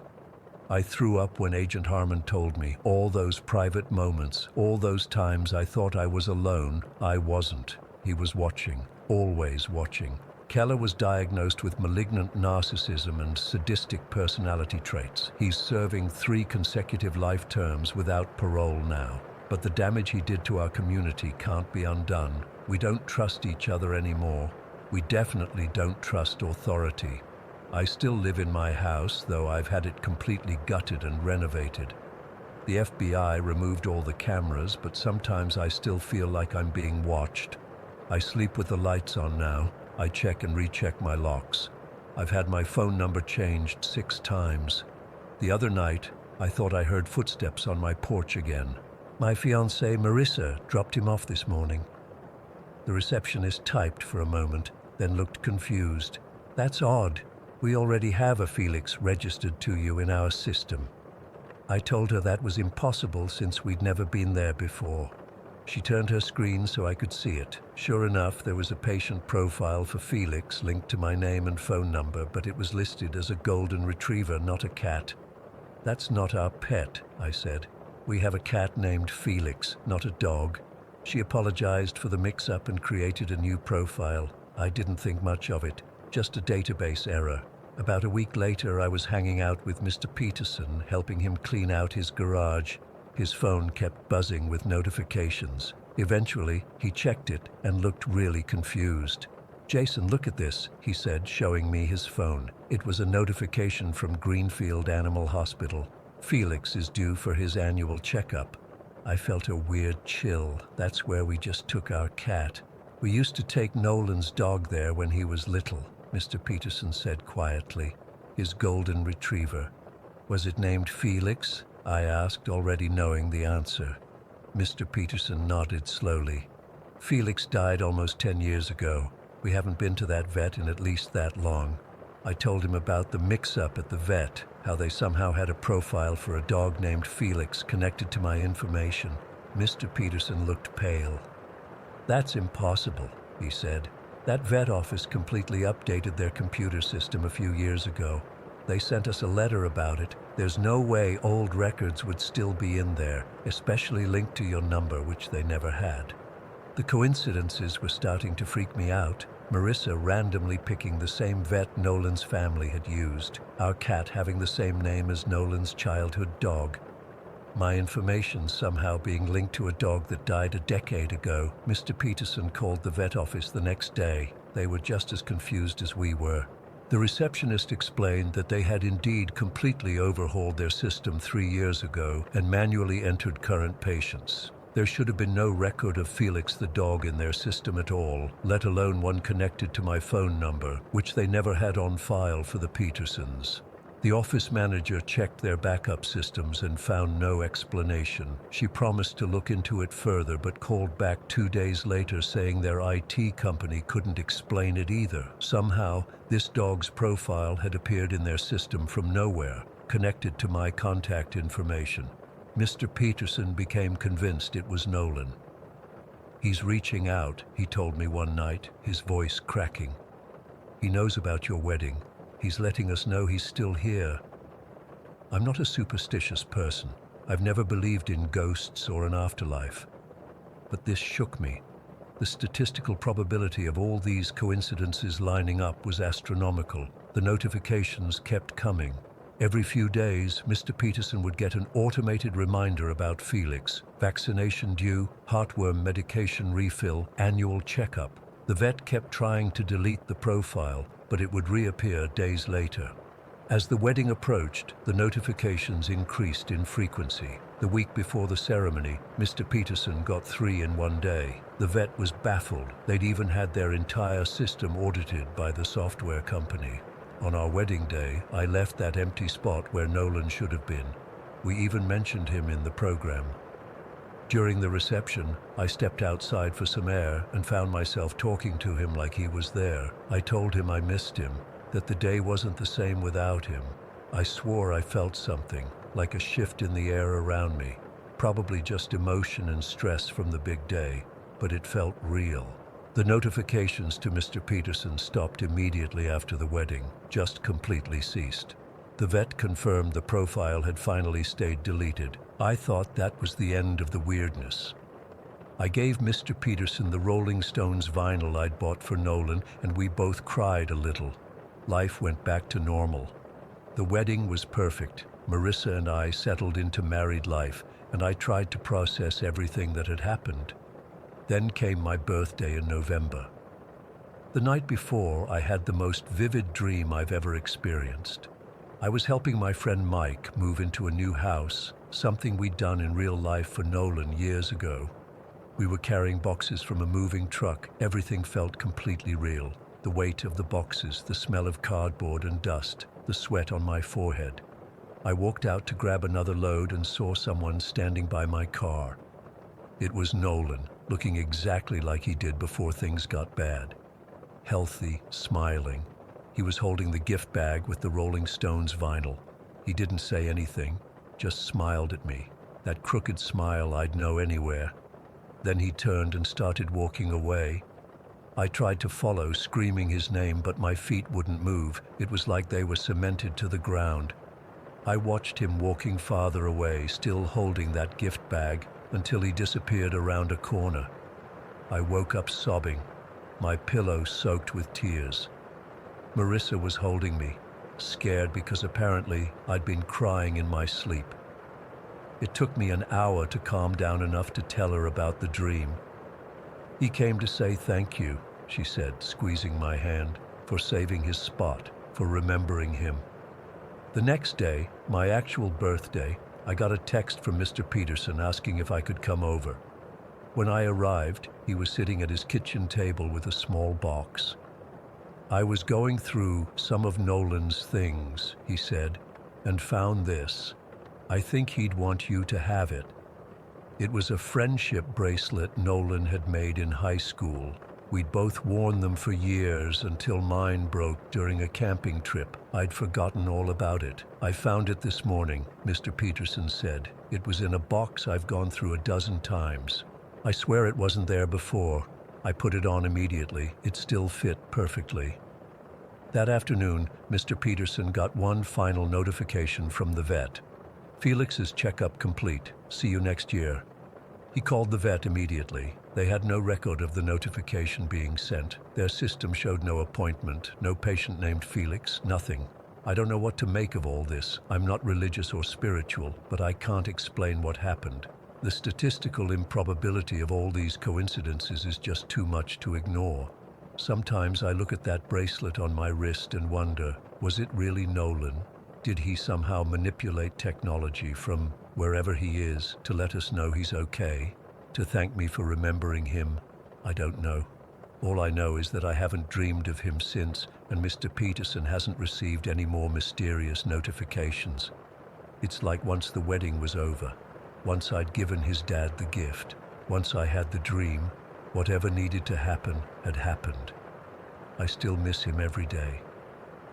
But now when I think of Nolan, along with the sadness, there's this strange comfort, like maybe, somehow, he's still out there, still my best friend, still looking out for me. Story 8. I never expected my research into wildlife migration patterns to turn into a living nightmare. I'm still processing what happened in that hidden town, still questioning if I can trust my own memories. It's been 3 months, and I still wake up screaming, clawing at my skin, checking for tendrils that aren't there. Maybe writing this down will help me make sense of it. Maybe someone will believe me. I'm a wildlife biologist specializing in migration patterns. For the past 5 years, I've been tracking unusual animal behavior in northern Idaho, specifically the convergence of multiple species toward a single geographical point every November. The data made no ecological sense. Predator and prey, nocturnal and diurnal species, all abandoning natural behaviors to travel in the same direction. My department had assigned me to plant additional tracking devices and gather more conclusive evidence. I'd been working alone in the field for 3 weeks when I noticed something odd about my maps. There was a valley that appeared on my GPS but wasn't marked on any official maps, just blank space where satellite imagery showed what looked like a small settlement.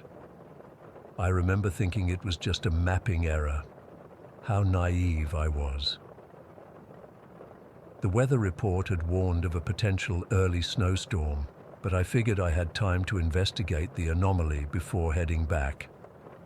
I drove my Jeep down an unmarked Forest Service road, following coordinates rather than any actual path. The road deteriorated quickly, forcing me to park and continue on foot through increasingly dense forest. After hiking for about 2 hours, the trees suddenly opened into a valley that seemed impossibly picturesque, like something from another century. A collection of Victorian-era buildings surrounded by newer structures, all arranged in concentric circles around what appeared to be a community center or town hall. A wooden sign at the valley entrance read, "Stillwater, established 1891. What struck me immediately was how quiet it was. No cars, no power lines, yet there were lights in windows and smoke from chimneys. People moved about unhurriedly, but something about their movements seemed coordinated, deliberate, like they were all following some unspoken rhythm. I approached cautiously, my research credentials ready. The first person I encountered was an elderly man tending a garden despite the approaching winter. His hands moved with unusual dexterity, fingers slightly longer than they should be. I introduced myself as Dr. Chen, explained I was researching wildlife patterns. "Ah, the migration season brings all sorts to Stillwater," he said, smiling with teeth that seemed just a bit too sharp. "You should speak with Mayor Huxley. She handles outsiders." He pointed toward the town hall, and I noticed a patch of what looked like fine fur at his wrist as his sleeve rode up. I convinced myself it was just an unusual birthmark. The town felt wrong in ways I couldn't articulate. Children played in yards, but their laughter sounded rehearsed. Residents nodded politely as I passed, but their eyes tracked me with unnerving focus. I spotted a woman whose ears seemed slightly pointed, a man whose gait had an animal-like grace. At the town hall, I met Diana Huxley, a striking woman with auburn hair and eyes that seemed to shift between brown and amber depending on the light. She welcomed me with practiced charm, explaining that Stillwater was a private ecological community founded by forward-thinking naturalists. "We maintain a certain separation from the outside world," she explained. "Our ecological practices require consistency, but we welcome researchers who respect our privacy." She offered me lodging at the town's only inn, as the expected snowstorm would make travel impossible.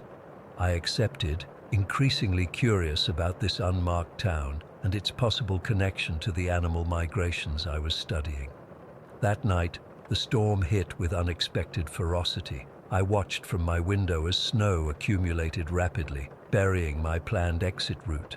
But something else caught my attention. Animals were emerging from the forest edge.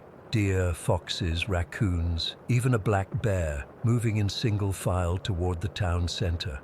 Not running or hunting, but walking with the same deliberate pace I'd noticed in the townsfolk. I grabbed my research equipment and followed at a distance. The procession led to the community building, where residents were now gathering as well. I noticed more unusual features.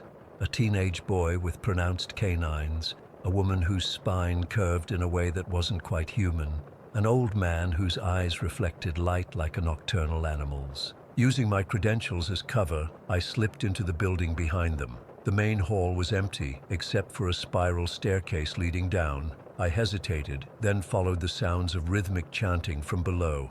The basement level opened into a cavernous space that defied the building's exterior dimensions. The walls pulsed with a bioluminescent glow, covered in what looked like living tissue, not applied decoration, but something grown in place. The air was thick with humidity and smelled of ozone and musk.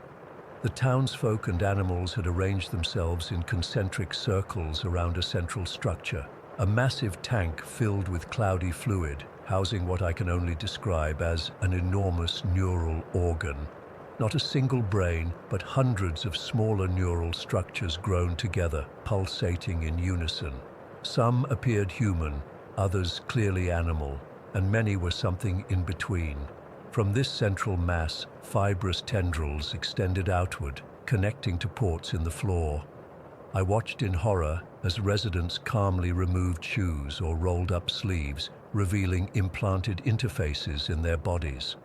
One by one, they connected themselves to the tendrils, which squirmed with apparent sentience to find their hosts. The animals followed suit, approaching specific tendrils that attached to similar ports visible through their fur.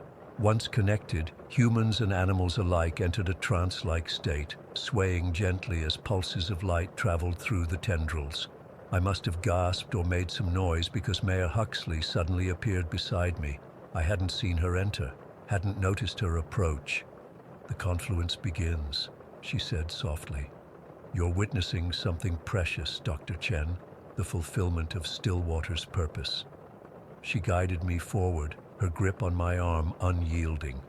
Up close, I could see the changes in the connected townsfolk more clearly. An elderly woman's fingers had elongated into claw-like appendages. A middle-aged man's spine had altered, giving him a hunched posture reminiscent of a bear. A young girl's eyes had the vertical pupils of a fox.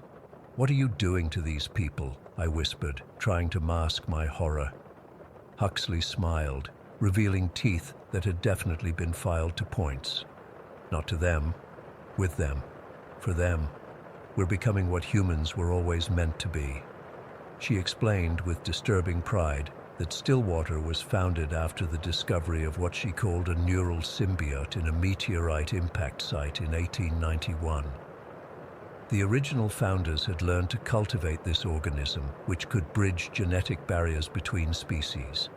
"Each November, when the alignment is right, we join with the collective," she continued. "The oldest members transfer their consciousness permanently, while younger generations incorporate adaptive advantages, increased sensory perception, enhanced strength, specialized biological functions." She gestured to the neural mass. "That's not just a brain, it's hundreds of minds, human and animal, preserved and unified. Our ancestors, our elders, our knowledge, and once a year, we reconnect to share experiences and continue the evolution." I must have looked as terrified as I felt because her expression softened. "We're not monsters, Dr. Chen. We're pioneers. Nature takes millions of years to adapt species through random mutation. We found a shortcut." "And the animals?" I asked, stalling while my mind raced for escape options. "They benefit as well. Enhanced intelligence, longer lifespans, freedom from predator-prey cycles. The migrations you've been tracking are the call of the collective, bringing suitable candidates to us." A tendril slithered toward me and I backed away. I can't. "Few outsiders are invited to join," Huxley said, "but your research brought you here for a reason. The collective recognized your potential before you even knew we existed." I reached for the emergency beacon in my pocket, a satellite-linked device designed for researchers in remote areas. Huxley's eyes narrowed as she recognized the movement. "That won't be necessary," she said, her voice hardening. "And it won't work anyway. The neural collective generates an electromagnetic field that blocks such signals." Desperate, I activated it anyway. To my surprise, a confirmation light blinked. Something was getting through. Huxley's expression changed from confidence to alarm. "You've jeopardized everything," she hissed, suddenly looking more predator than human. "But it doesn't matter. We have contingency protocols for discovery." She revealed their plan with chilling calm. 5 satellite communities already established along wildlife corridors, ready to continue their work if Stillwater was compromised. The migration would simply adapt. I lunged away as she reached for me, running toward what looked like a control console near the neural tank. My research into neural networks gave me just enough insight to recognize patterns in the displays. This was some kind of interface for the collective. With Huxley closing in, I did the only thing I could think of.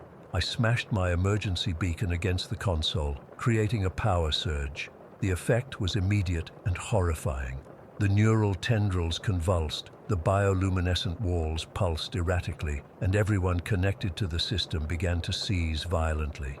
The next few minutes are fragmented in my memory. Alarms, screams, both human and animal, the wet sounds of tendrils whipping through air. I remember running, fighting through disoriented residents whose bodies seemed to flicker between human and animal forms as the neural connections failed. I made it to the forest somehow, trudging through snow, following my GPS back toward my vehicle. The storm had intensified, but I kept moving, terrified that Stillwater's residents would recover and pursue me. My rescue team found me 3 days later, hypothermic and delirious. They said I was talking about people with animal features, about a living building with a brain. They assumed I was hallucinating from exposure. The search party they sent to find Stillwater, based on my GPS coordinates, found nothing but an abandoned logging camp, long overgrown. No town, no inhabitants, no evidence of the horror I'd witnessed. But I know what I saw, and worse, I know what Huxley told me before I escaped. that fragments of the collective would survive, scattered but determined to reunite. The doctors say the odd sensations I've been experiencing, heightened smell, sensitivity to light, strange cravings, are psychosomatic, a result of trauma. But yesterday, I found a patch of fine fur growing on my wrist, exactly where that first townsperson had his, and sometimes, when I close my eyes, I feel it, a distant pulse calling me northward. The true annual migration has only just begun. Story 9.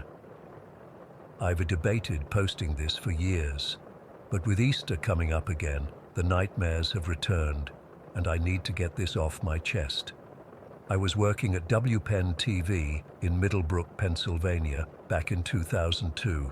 Small station, tight-knit community, the kind of place where nothing really happens.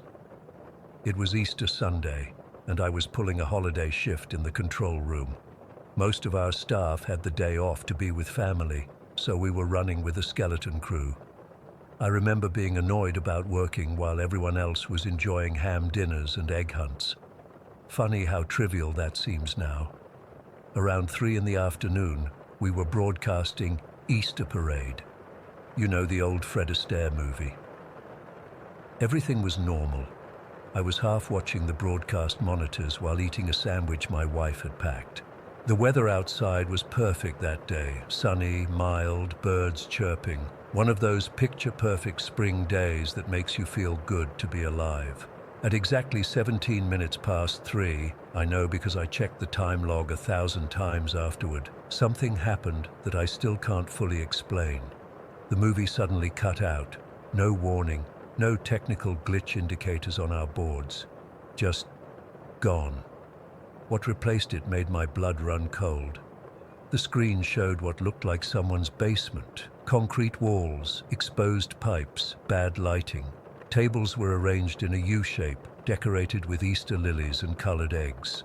The footage was grainy, like it was shot on an old camcorder. My first thought was that we'd somehow picked up someone's home video feed, but that's technically impossible through our systems. I jumped up and started checking connections, hitting buttons, trying to figure out what the hell was happening. Our phone lines immediately lit up with viewers calling in. My co-worker Mike started answering, his face getting paler with each call. Then it got worse. A figure walked into the frame. I'll never forget it as long as I live. Someone wearing what looked like a homemade rabbit mask, not one of those cute bunny masks you'd buy for kids. This was clearly handmade, with mismatched button eyes and dirty matted fur. The head was too large, too misshapen to look anything but wrong. The way it moved was unnatural. Slow, deliberate steps, the arms hung too still at its sides. It approached the camera with this jerky, stop-motion quality that made my skin crawl. When it reached the center of the frame, it held up a sign, handwritten in thick black marker. They are looking in all the wrong places. I was frantically trying everything to cut the feed, but nothing worked. Our system showed we were still broadcasting Easter Parade, but this thing was what was actually going out to thousands of homes. The worst part came next. The footage suddenly cut to what was clearly surveillance video of a family's Easter celebration. A backyard with plastic eggs scattered across the lawn, adults chatting on a patio, kids running around. The camera zoomed in on a little girl in a yellow dress, maybe 8 years old. It followed her for several seconds as she collected eggs in her basket. Mike dropped the phone he was holding. "That's the Keller's place," he whispered, "on Oakwood Drive. My wife and I were just there this morning." I felt sick. This wasn't some random video. This was footage of a local family, filmed that very day. Someone had been watching them, recording them without their knowledge. The feed cut back to the basement room with the rabbit figure, who now held up another sign. "I've been watching. Happy Easter, Middlebrook." After maybe 30 seconds of the figure just standing there, motionless, our regular programming suddenly returned. The whole incident lasted less than 2 minutes, but it felt like an eternity. The station manager arrived 20 minutes later, followed by police. By evening, the FBI had taken over our building. They interviewed everyone, took our equipment, reviewed our logs. They confirmed what I already knew was impossible. The footage had somehow been inserted directly into our broadcast queue from within our own systems, not hacked from outside, not intercepted. Someone with access to our equipment had done this. The FBI agents showed us photos of the backyard. It belonged to the Keller family on Oakwood Drive, just like Mike had recognized. Their Easter gathering had taken place just hours before the broadcast. Someone had been there, filming them, without anyone noticing. 3 days later, we received a package at the station. Inside was a VHS tape. The police took it, but I later heard it contained extended footage showing surveillance of multiple Middlebrook families. The masked figure arranging eggs around photographs of children, close-ups of house keys, windows, doors. It was methodical, meticulous, like someone documenting targets. Everyone who worked at the station was questioned repeatedly. They focused on a junior technician named Thomas Reichman. He'd only been with us for about 6 months, kept to himself, but seemed normal enough. I didn't know him well. He mainly worked weekends and overnight shifts. The FBI interviewed him multiple times. 2 weeks after Easter, Thomas disappeared. Just didn't show up for work one day. His apartment was empty. No signs of struggle, but his toothbrush and some clothes were still there. His car was found at the bus station. The security cameras showed he never entered the building. The only clue was his wallet, left on the seat of his car. Inside was a note written on a piece of notebook paper. "Not me, look at the 1985 files." The FBI dug deeper into WPEN's archives. What they found shook me to my core. A similar broadcast interruption had occurred on Easter 1967, 35 years earlier. It had been largely forgotten, documented only in station logs and a few newspaper clippings. The descriptions matched almost exactly: a rabbit-masked figure, a basement room, cryptic messages. The investigation expanded. They connected the case to 13 unsolved disappearances around Easter holidays since 1985, all people who had seemingly vanished without explanation. No bodies ever found. The ages varied, but the timing was always the same. Within 2 weeks after Easter, I couldn't sleep for months. I installed security cameras at home, bought a gun, checked my kids' rooms multiple times each night. My marriage nearly fell apart from the stress. I finally quit WPEN 6 months later. Couldn't bear to walk into that building anymore. The case went cold, but it never really ended. In 2013, 11 years later, a family renovating an old house on Maple Street, less than a mile from the station, uncovered a hidden room behind a false wall in the basement. Inside was a rabbit mask matching witness descriptions from the broadcast. Inside the mask, written in permanent marker, were 14 names. Thomas Reichman's name was on the list, so were 12 others that corresponded to the unsolved disappearances. The 14th name belonged to someone still living in Middlebrook. I won't write the name here. The person was placed under protection, though as far as I know, nothing ever happened to them. The house had changed owners multiple times since the 80s. The room couldn't be connected to any specific previous owner. The Easter broadcast permanently changed Middlebrook. Even now, 21 years later, residents deliberately change their Easter celebration times yearly. People draw their curtains during family gatherings. Parents don't let their kids hunt for Easter eggs alone, even in fenced backyards. What still haunts me isn't just the broadcast itself, but the knowledge that whoever did this is probably still out there. They were sophisticated enough to hijack a television station's broadcast from the inside, patient enough to plan for months or years, and methodical enough to record their targets without ever being seen. Sometimes I wonder if they're reading this right now, if they're still watching. The FBI never figured out how they got access to WPEN's systems or how they filmed all those families without anyone noticing. The Easter Bunny case file remains open. The rabbit mask from the Maple Street house is in an evidence locker somewhere, and every year when Easter approaches, I close my blinds, check my locks, and remember that unnatural figure holding up its sign. I've been watching, because someone is always watching in Middlebrook, especially on Easter Sunday. Story 10. I've never told this story online before, but I need to get this off my chest. When I was 8, my family moved to this old Victorian house in Vail, Oregon. It was this ugly avocado green color that my mom thought was charming, but I thought looked like puke. The minute we pulled into the driveway, I got this sinking feeling in my stomach. I already knew what was coming. See, this wasn't my first rodeo with ghosts. Back in North Carolina, I had this, well, I guess you could call him a ghost friend named Wyatt. My parents thought he was just my imagination, but he wasn't. He would move my toys, and sometimes I'd hear him in the walls. It wasn't scary, though. Wyatt was nice. But this house in Vail, nothing nice about it. From day one, that place felt wrong. It was a 2-story house with this dark, damp basement that smelled like dirt and something else I couldn't place, like old metal and sadness, if that makes any sense. My brothers, Mike and Jason, got rooms on the 2nd floor, and I did too. My room was at the end of the hallway, painted this pale yellow color that looked dirty, even though it was fresh paint. The first night, I couldn't sleep. The house made these settling noises that weren't normal house noises. I kept my lamp on and stared at my closet door because I swear it kept opening a tiny bit whenever I looked away. I pulled my blanket up to my chin and just waited for morning. By the 3rd night, I knew for sure we weren't alone. I woke up around midnight to the sound of something heavy being dragged across the floor. At first, I thought maybe Dad was moving furniture, but then I realized everyone was asleep. The dragging sound started in the basement. I could hear it coming up the basement stairs, step by step. Then it moved across the 1st floor and then up the main staircase. Clink, drag, clink, drag.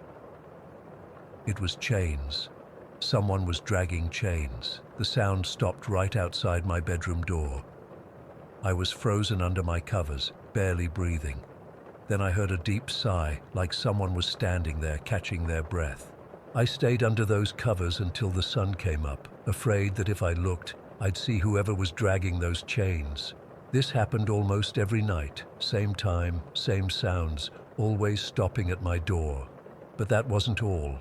There was a little girl who lived in my closet. I never saw her fully, just glimpses of a white dress or her hand reaching out from behind my hanging clothes. She would giggle sometimes, this high-pitched sound that made my skin crawl. In the corner of my room, sometimes when I woke up in the middle of the night, I'd see them.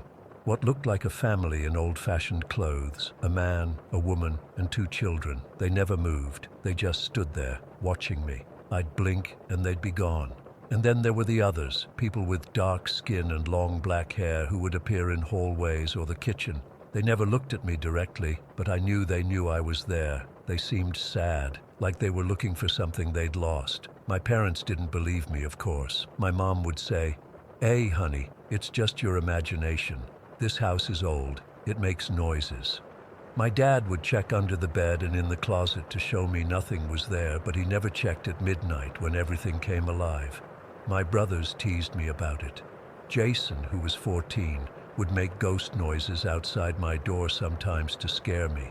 Mike, who was 12, wasn't as mean about it, but he still thought I was being a baby. I wasn't afraid of the dark. I wasn't.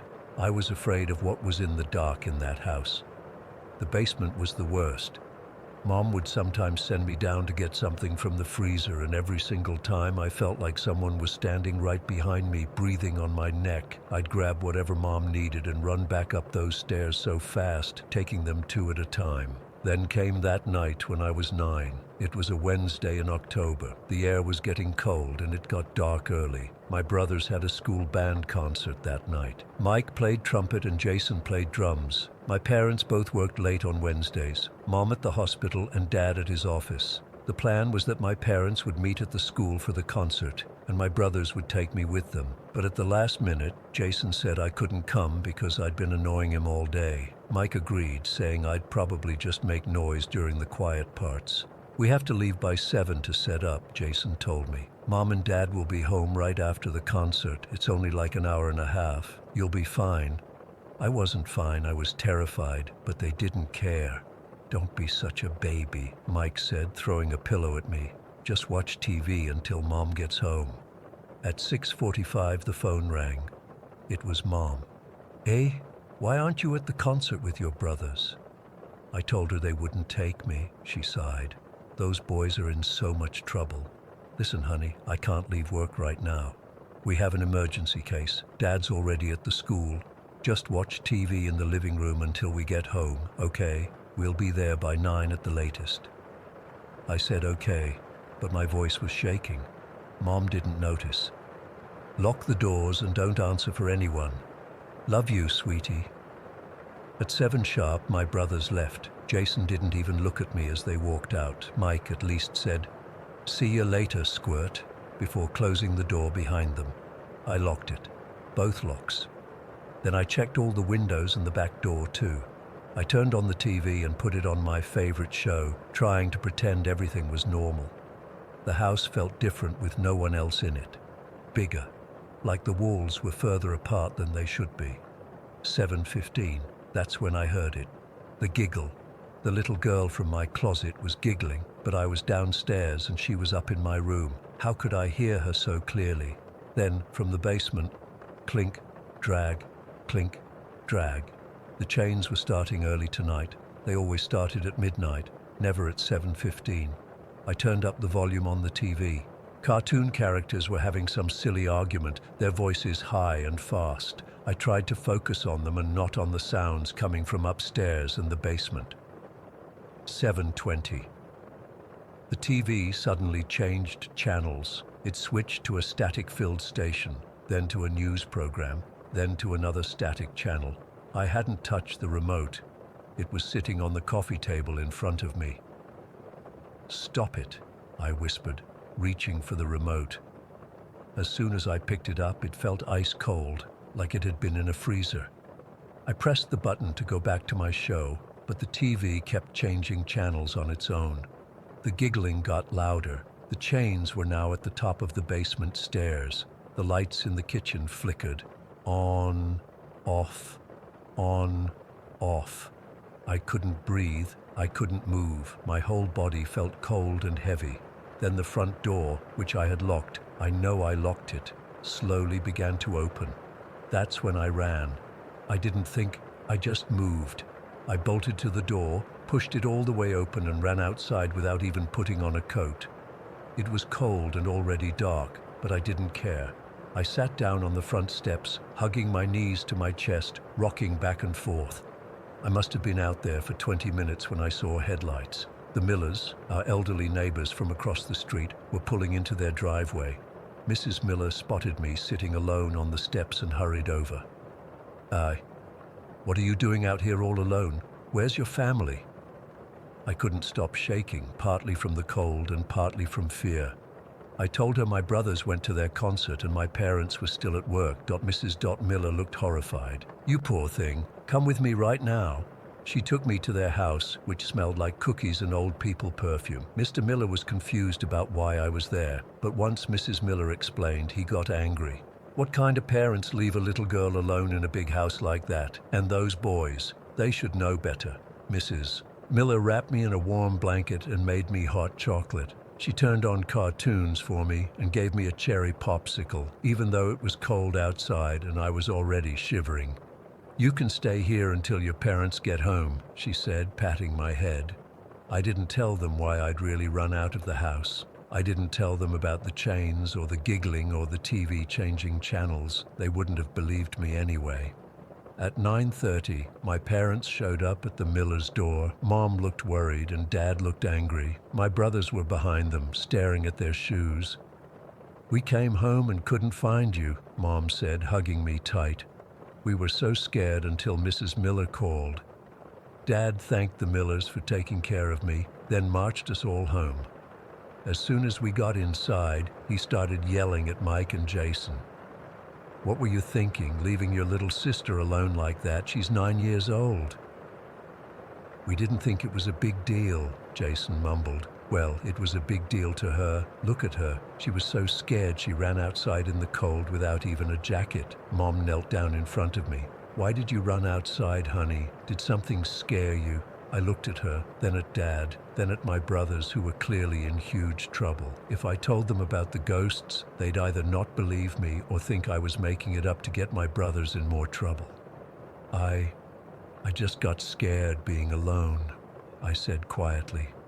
Mom hugged me again. I'm so sorry, sweetheart.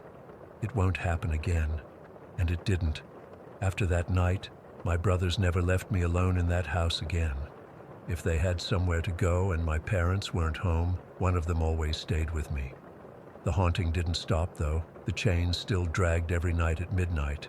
The little girl still giggled in my closet. The family still appeared in the corner of my room. The indigenous people still wandered the halls. I just got better at living with them. I learned which rooms they visited less often. I figured out that they were more active on certain days of the month. I discovered that if I left a small toy or a piece of candy out, sometimes the little girl would leave me alone for a night. We lived in that house for 3 more years before moving to Seattle for Dad's new job. I never told my family everything I experienced there.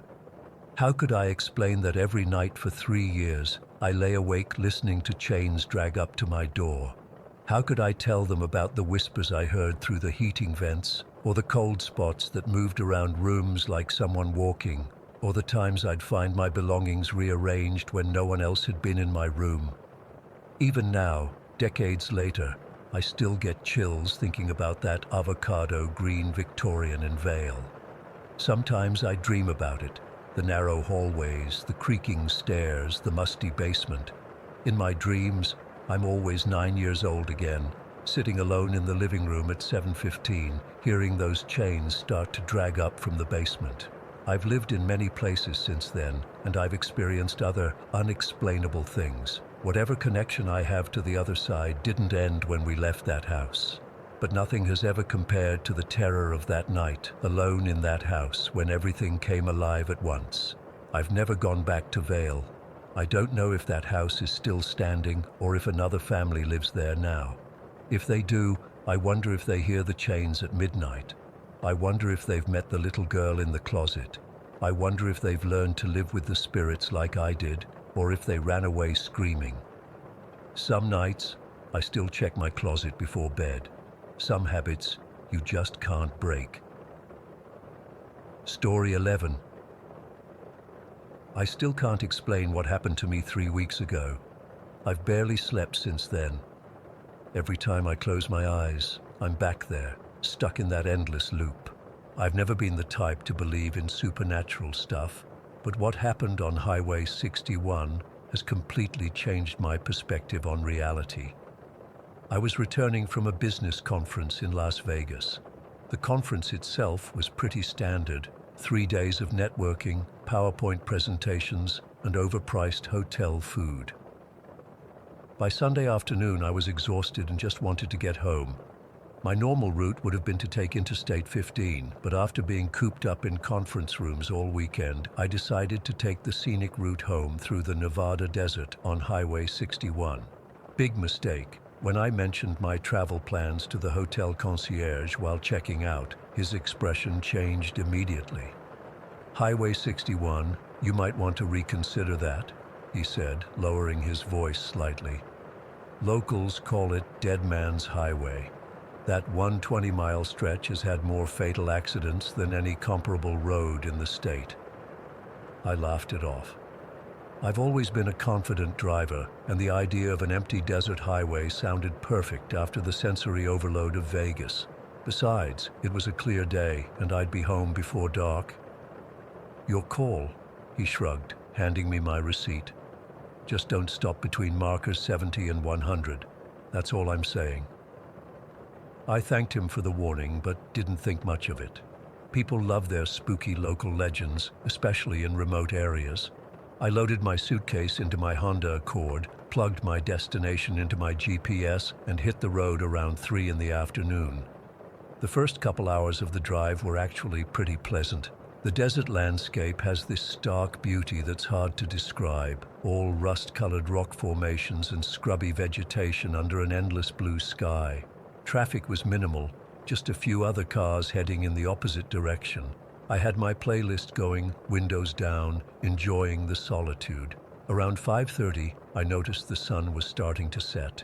The temperature was dropping faster than I expected, and the sky had taken on that purple-orange glow that happens right before dusk in the desert. I was making good time, and according to my GPS, I should reach the main highway intersection in about an hour and a half. That's when I passed mile marker 87. I didn't think anything of it at first, just another green sign on the side of the road. I glanced at my odometer, noting I'd already covered about half the distance of Highway 61. The landscape was becoming more desolate as the light faded. Fewer rock formations, more flat emptiness stretching out to the horizon. 15 minutes later, I noticed another mile marker coming up. As I passed it, a chill ran through me. It was mile marker 87 again. I frowned, thinking I must have misread the previous sign. Maybe it had been 77 or 67, and my mind had played tricks on me. I continued driving, paying closer attention to the road now. The sky was darkening rapidly, and I switched on my headlights. 10 minutes passed. Another mile marker appeared in my headlights. Mile marker 87. I felt the first flutter of real unease.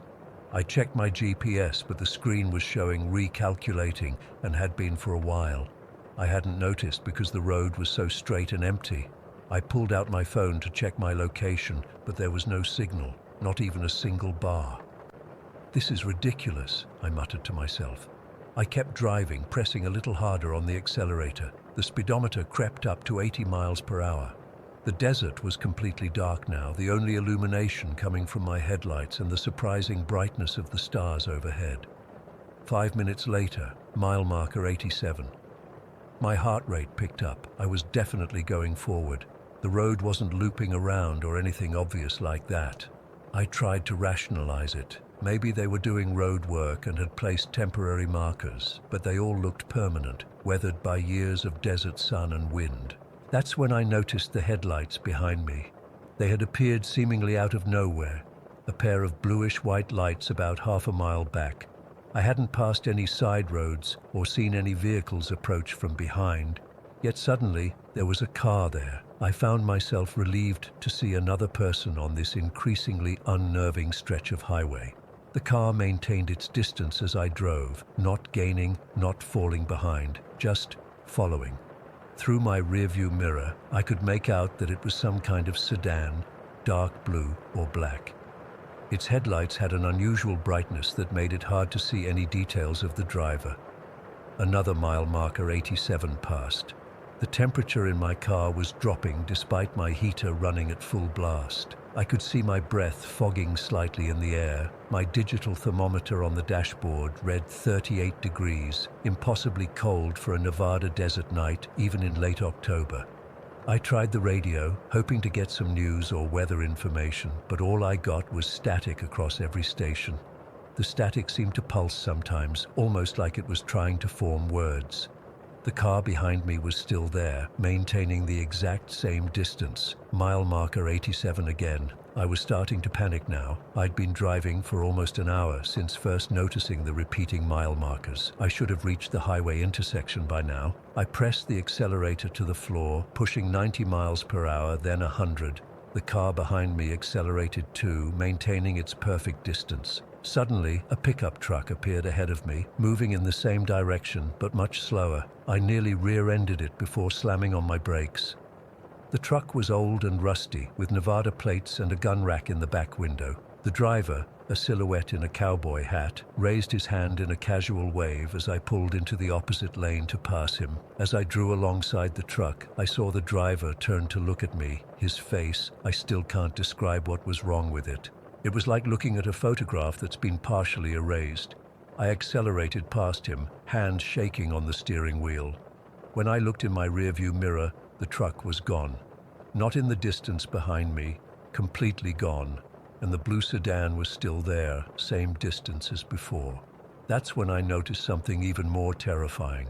From my angle, with the sedan's high beams pointing directly at my mirror, I could see into the car.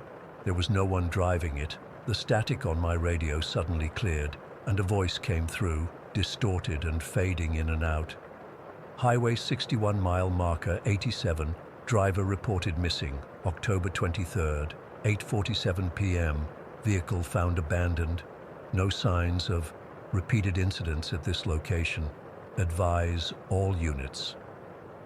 The transmission cut off, returning to static. I checked the clock on my dashboard. 8:32 p.m. mile marker 87 again. I was hyperventilating now, gripping the steering wheel so hard my knuckles were white. The blue sedan was still behind me, unwavering. I decided my only option was to stop and confront whatever this was. Maybe I was hallucinating from exhaustion or having some kind of mental breakdown. I began to slow down, pulling toward the shoulder. The blue sedan slowed too, maintaining its distance. Just as my speed dropped below 40 miles per hour, a figure appeared in the road directly in front of me. I swerved violently, the car fishtailing on the loose gravel at the road's edge. I came to a stop perpendicular to the highway, my headlights illuminating nothing but empty desert. The blue sedan was nowhere to be seen. My hands were shaking so badly I could barely turn the key in the ignition when I tried to restart the car. It took 3 attempts before the engine turned over. As I sat there trying to collect myself, something on the passenger seat caught my eye. A piece of paper that hadn't been there before. It was a police report. The heading read Nevada Highway Patrol and was dated October 23rd, 3 years earlier. The report detailed the disappearance of a driver on Highway 61 at mile marker 87. The vehicle had been found abandoned, engine running, driver's door open. No signs of foul play, no body ever recovered. Attached to the report was a photograph of the missing driver. It was me. I dropped the paper like it had burned me. The dashboard clock now read 8:46 p.m., 1 minute before the time of death mentioned in the radio transmission. Something made me look up, out the passenger window toward the desert.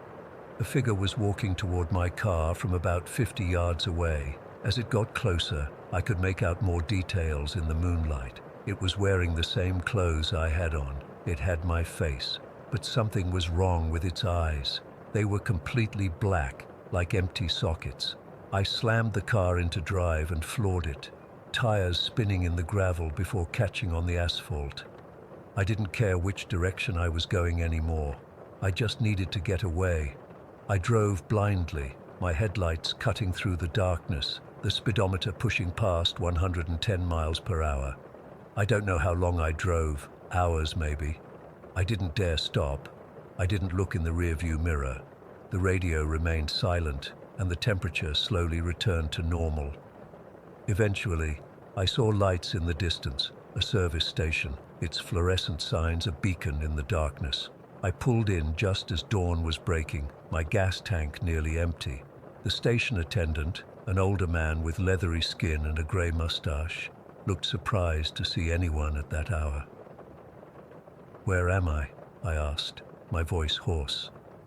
"Junction of Highway 61 and Interstate 20, he replied, eyeing me curiously. "You okay, buddy?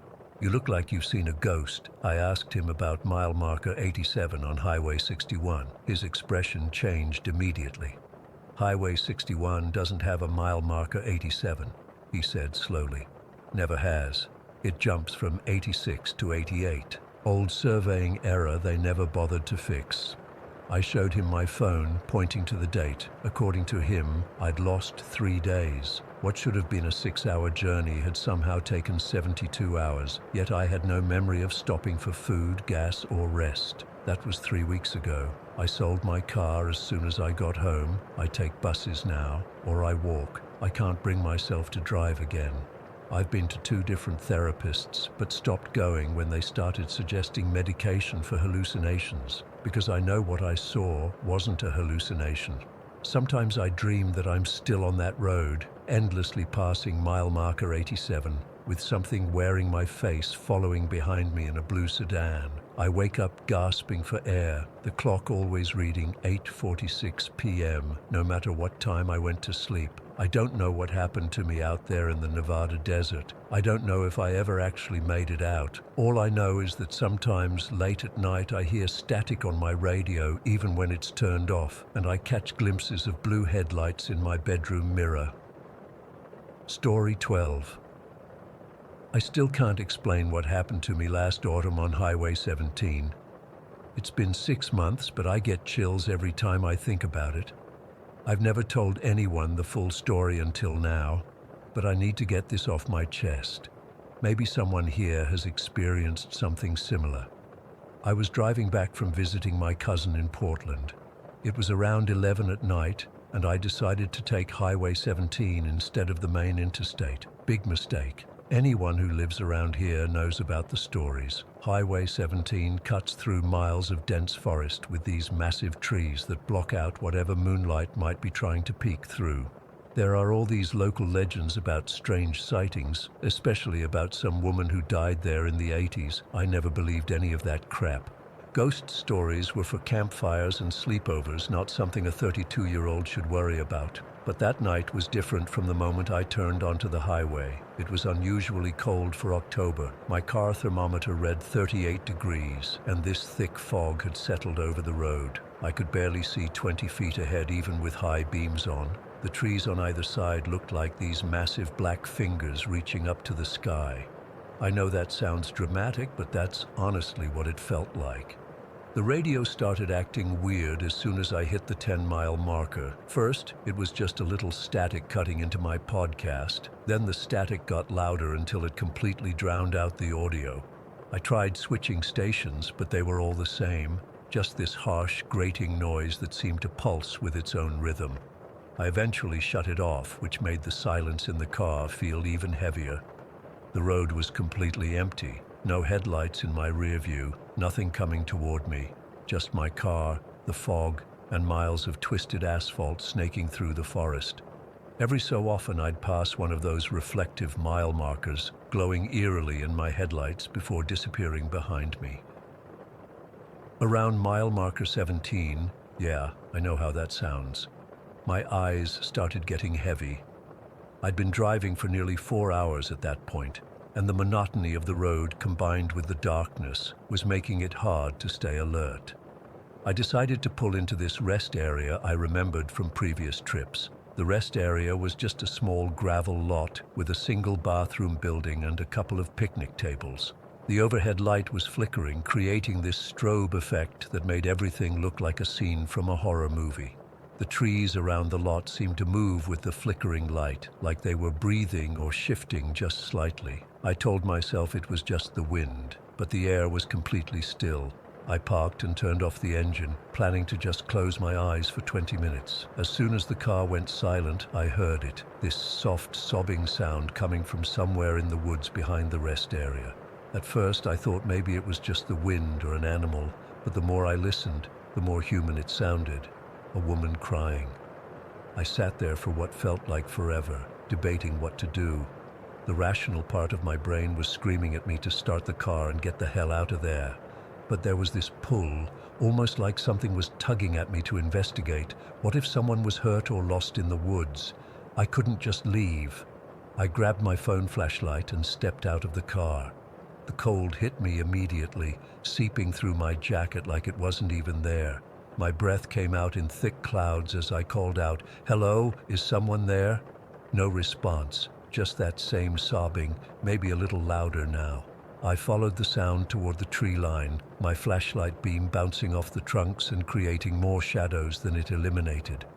The gravel crunched under my feet, sounding way too loud in the silence. As I reached the edge of the woods, the crying suddenly stopped. I stood there, listening, the only sound being my own breathing and the distant hoot of an owl. I was about to turn back when I heard it, a whisper, so faint I almost missed it. James.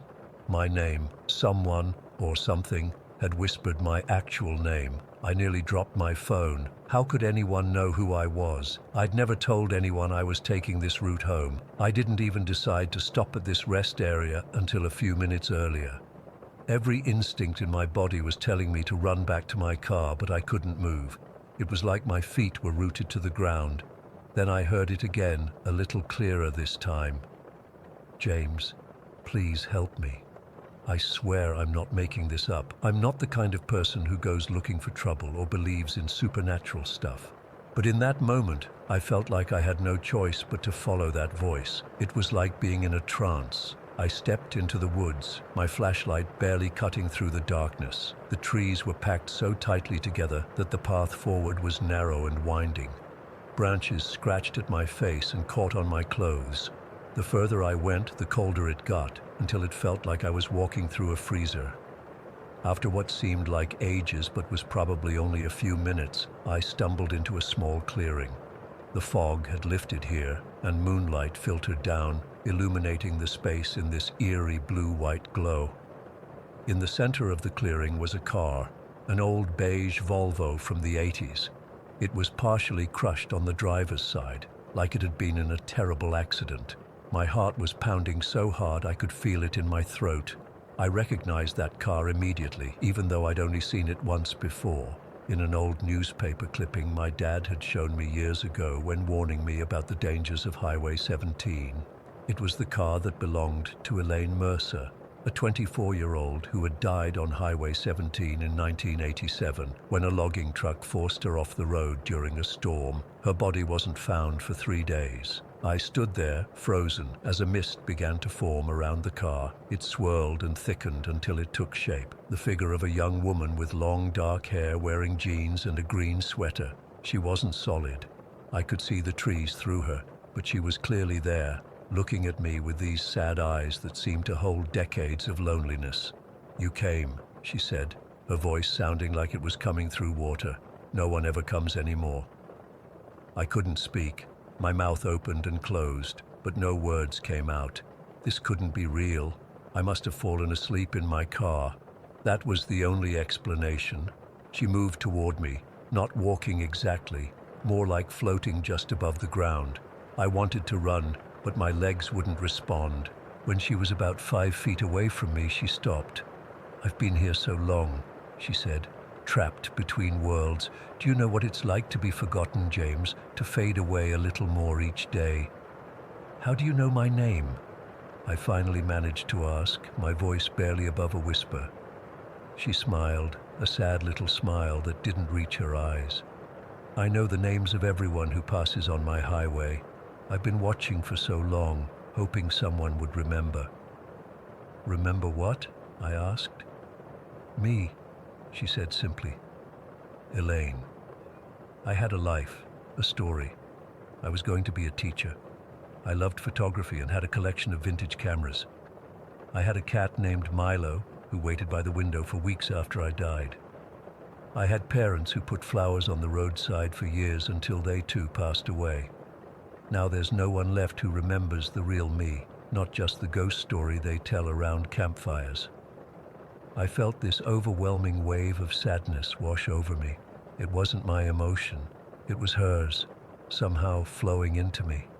I could feel her loneliness, her desperation to be remembered as more than just the hitchhiker of Highway 17. "What do you want from me?" I asked, my voice steadier now. "Tell my story," she said. "Not as a ghost story, but as a person who lived. Make them remember I was real." I don't know what made me do it, but I found myself nodding. "I will," I promised. "I'll make sure people remember Elaine Mercer, not just the hitchhiker." The moment I said those words, the air around us seemed to lighten. The oppressive cold that had surrounded me began to lift. Elaine's form grew brighter, more defined for just a moment, and I saw her clearly. A young woman with kind eyes and a face that looked peaceful for the first time. "Thank you," she whispered, and then she started to dissolve, breaking apart like mist in the morning sun. As she faded, I heard her voice one last time, "I can rest now." Then she was gone, and I was standing alone in the clearing.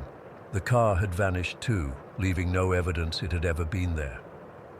The only proof I hadn't imagined the whole thing was a small tarnished locket lying on the ground where she had stood. Inside was a tiny photograph of a young woman holding a cat with Elaine and Milo, 1986, written on the back in faded ink. I made my way back to my car in a daze. When I got inside, I noticed two things immediately. The clock showed only 20 minutes had passed since I'd parked, and the radio had turned itself on. Instead of static, It was playing a soft melody I'd never heard before, something that sounded like it belonged in another era. I drove the rest of the way home in a state of shock, the locket sitting heavy in my pocket. When I got back, I immediately started researching Elaine Mercer. I found old newspaper articles about her death, contacted the local historical society, even tracked down a distant cousin of hers who still lived in the area. I pieced together her story bit by bit, how she'd graduated with honors, how she volunteered at an animal shelter, how she'd been driving home from a job interview the night she died. I created a website dedicated to her memory and shared her story on social media. Slowly, people began to remember. The local newspaper ran a feature on the 30th anniversary of her death. A small memorial was erected at the rest area where I'd stopped that night.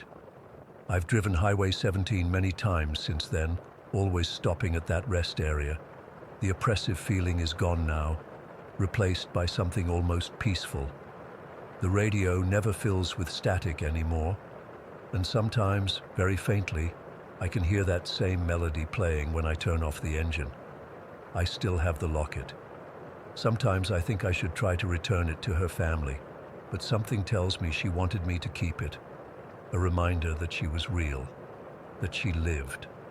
I don't expect anyone to believe me. I'm not sure I would believe it myself if I hadn't lived through it. But I know what happened that night on Highway 17, and I know that somewhere Elaine Mercer is finally at peace because someone remembered her as more than just a ghost story. But here's the thing that still keeps me up at night. How did she know my name, and why me? Sometimes I wonder if there was a reason she chose me specifically, if our stories are connected in some way I don't understand yet.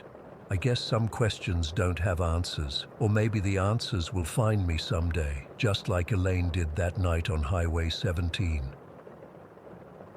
Story 13. I still can't explain what happened that night. It's been 3 years, but every time I drive down that stretch of FM 1696, I break out in cold sweats. I'm a mechanic in Grimes County, Texas. Have been for 15 years. Nothing special about me. I fix cars, drink beer on weekends, and mind my own business. That night changed everything. It was a Tuesday in late October, around 9 at night. I was driving back from a side job in Navasota, feeling pretty good about the extra cash. The sky was pitch black, no moon, just stars and my headlights cutting through the darkness. My old Ford F-150 was running smooth, radio playing some country station that kept fading in and out. FM 1696 is one of those rural Texas roads that seems to go on forever. Nothing but pine trees, occasional farmhouses, and emptiness. The kind of road where you can drive for miles without seeing another car. I was about 20 minutes from home when I saw her. At first I thought it was just a weird shadow, maybe a deer. But as I got closer, my headlights caught the white of her dress. She was just standing there on the shoulder, thumb out, this young woman in a flowing white dress that looked way too thin for the October chill. I slowed down, thinking she must be in trouble. Nobody hitchhikes on FM 1696 at night unless something's wrong. I pulled over, rolled down my passenger window. "You all right, miss?" She looked about 25, with long dark hair and these intense eyes that seemed to catch the light weird. "Can I get a ride to Plantersville?" Her voice was soft but urgent. Now, I'm not in the habit of picking up strangers, especially at night on empty roads, but something about her seemed desperate, and Plantersville was on my way home anyway. "Hop in," I said, reaching over to unlock the door. "I'm Mark." "Rachel," she said as she climbed in. Her dress made this rustling sound, like dry leaves. I noticed she wasn't carrying anything. No purse, no phone, nothing. Her hands were trembling. I pulled back onto the road. "You sure you're okay? It's pretty cold to be out here in just that dress." Rachel wrapped her arms around herself. "I'm fine. Thank you for stopping." She kept looking in the side mirror, like she was watching for something behind us. We drove in silence for a few minutes. The radio started to static out completely, so I switched it off. That's when she spoke again. "I saw something back there." Her voice was barely above a whisper. A man, standing just off the road, watching. I glanced at her. Someone bothering you? She shook her head. He just didn't seem right. Something about him was wrong. I've lived in rural Texas my whole life. We get our share of weirdos, but usually they're just passing through. Wrong how? I don't know how to explain it, she said. He was just standing there, completely still, like he wasn't even breathing, and his eyes. She trailed off, shivering again. I turned up the heater. Well, you're safe now. I'll get you to Plantersville. There's a shortcut I sometimes take, cuts about 10 minutes off the drive. It's an old county road, barely maintained, but I know it like the back of my hand. I'm going to take County Road 118, I told her. It's quicker. She just nodded, still watching the mirror. CR 118 is even darker than the main road. No streetlights at all, just thick woods on both sides. The trees seemed to press in close to the road that night, branches reaching over like fingers. My headlights caught the reflection of animal eyes in the brush every so often. We'd been on CR 118 for maybe 5 minutes when I saw him, right in the middle of the road, standing perfectly still. A tall figure, unnaturally thin, wearing what looked like an old suit, just standing there, facing us. I slammed on the brakes. The truck skidded a bit on the gravel. Rachel gasped. "It's him," she whispered. "That's him." The figure didn't move, didn't react to our headlights at all. He was maybe 50 feet ahead, just standing there like he was waiting for us. "Stay in the truck," I said to Rachel. I'm not sure why I got out, maybe to tell the guy to get out of the road. Maybe curiosity. I wish to God I'd just turned around. I stepped out of the truck, leaving it running. "Hey," I called out. "You need to get out of the road, man." He didn't respond, didn't move. In the headlights, I could see his face now.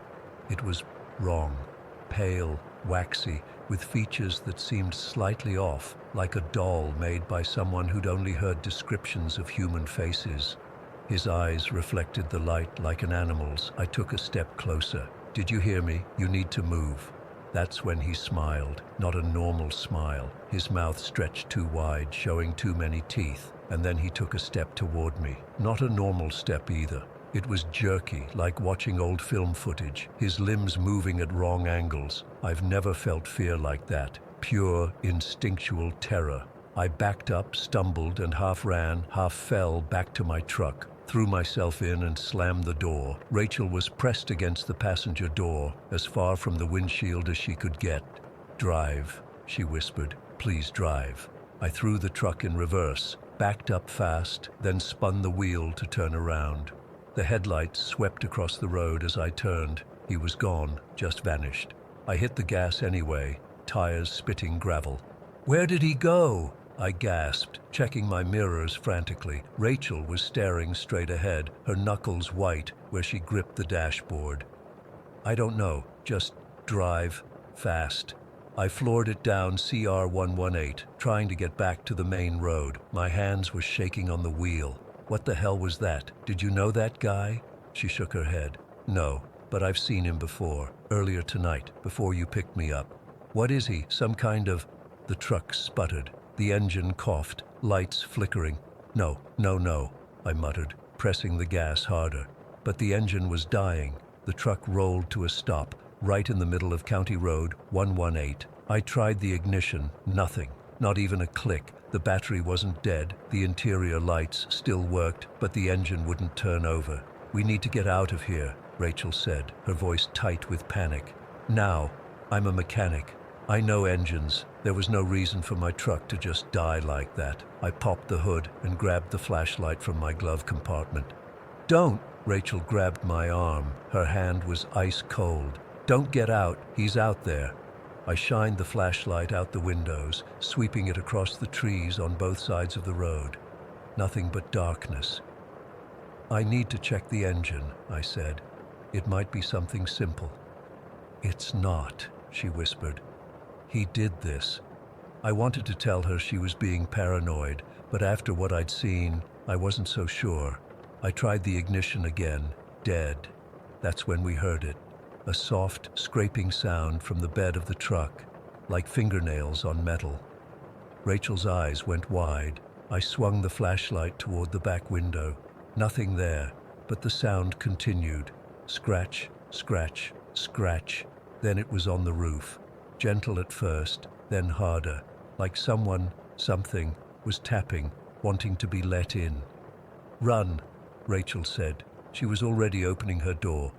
"Into the woods. Now." I didn't argue. We both bolted from the truck at the same time, her white dress glowing in the darkness as we sprinted for the tree line. I heard something hit the ground behind us, something landing from the roof of the truck. I didn't look back. The woods were pitch black. I still had my flashlight, but I was afraid to use it, afraid it would lead whatever was behind us right to us. Rachel seemed to know where she was going, moving through the trees with strange confidence. I followed her, branches whipping my face, roots trying to trip me. "Where are we going?" I gasped. "Away," was all she said. We ran for what felt like forever. The sounds of pursuit faded, but the feeling of being watched didn't.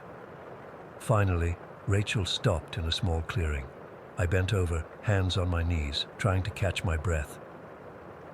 "I think we lost it," I panted. Rachel was looking around, alert. "Not for long. He always finds me." "What do you mean? Who is he?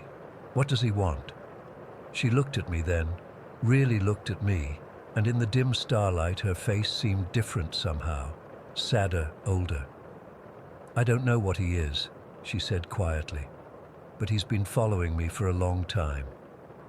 Something rustled in the underbrush nearby. Rachel's head snapped toward the sound. "We need to keep moving," she said. "There's an old church about a mile east. We might be safe there."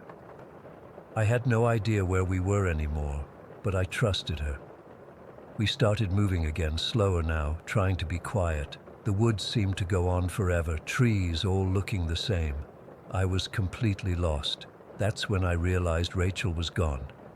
1 second she was right in front of me, her white dress visible in the darkness. The next, nothing. I spun around, panic rising. "Rachel," I whispered urgently, then louder. "Rachel!" No answer, just the sounds of the night woods, insects, the wind in the leaves, and something else, something moving through the trees, coming closer. I ran, no direction, no plan, just blind panic. Branches tore at my clothes, roots caught my feet. I fell hard, scrambled up, kept running. My lungs burned, my flashlight beam bounced wildly, catching glimpses of trees, undergrowth, nothing useful. I don't know how long I ran. Eventually, I collapsed against a tree, physically unable to go any further. I sat there, gasping for breath, listening for pursuit. Nothing. Just silence. I must have passed out from exhaustion. When I opened my eyes, it was dawn. Gray light filtered through the trees. I was still propped against the same tree, stiff and cold. No sign of Rachel, no sign of the man in the suit, just me, alone in the woods. It took me hours to find my way back to the road. I followed creek beds, trying to keep going downhill, hoping to hit a road eventually. When I finally broke through the tree line, I was stunned to see my truck. It was right where I'd left it, but something was wrong. It looked normal. No scratch marks on the roof or bed. When I cautiously approached and tried the ignition, it started right up, like nothing had ever been wrong with it. I sat there for a long time, engine idling, trying to make sense of what had happened. Had I imagined it all? A hallucination brought on by exhaustion, maybe? But my clothes were torn, my hands and face scratched from my run through the woods. That had been real. I drove straight to the nearest gas station, a little place on the outskirts of Plantersville. I needed coffee, food, and to clean up before anyone saw me looking like I'd been mauled by a bear. The old man behind the counter gave me a strange look as I paid for my coffee and a sad-looking breakfast sandwich. "You all right, son? Look like you've had a rough night." I hesitated, then decided to take a chance. "I picked up a hitchhiker last night, young woman named Rachel, white dress. You know anyone like that around here?" The color drained from the old man's face. He stared at me for a long moment, then reached under the counter, pulled out an old newspaper clipping, yellowed with age, handed it to me without a word. It was from the Navasota Examiner, dated October 27, 1992. The headline read, "Local woman still missing, search continues." The photo showed a young woman with long dark hair and intense eyes. "Rachel, you shouldn't have picked her up," the old man said quietly. "Nobody should. I felt sick. This is from 30 years ago." He nodded. "Every October, someone sees her. Sometimes they pick her up, sometimes they don't. But those who do, they come back here just like you, looking for answers." I pushed the clipping back across the counter, my hands shaking. "What happened to her?" "Nobody knows for sure. She disappeared walking home one night. They never found a body." He leaned closer. "But there are stories about a man who follows her, a man who's not really a man." I left that gas station in a daze, driving way too fast, just wanting to get home. As I passed the spot where I'd first seen Rachel, I glanced in my rearview mirror. She was standing there in her white dress, watching me go. Every October since then, I feel drawn back to that stretch of FM 1696. I don't want to go. I fight it, but something pulls me there, like a promise I made but don't remember making. Sometimes I see her watching from the trees. Sometimes I catch glimpses of him too, the man who isn't a man, standing unnaturally still among the pines. I don't pick up hitchhikers anymore, not ever, but I know someday I'll drive down that road again and she'll be waiting, and this time I don't think I'll be coming back. Story 14. I still can't sleep properly after what happened 3 nights ago.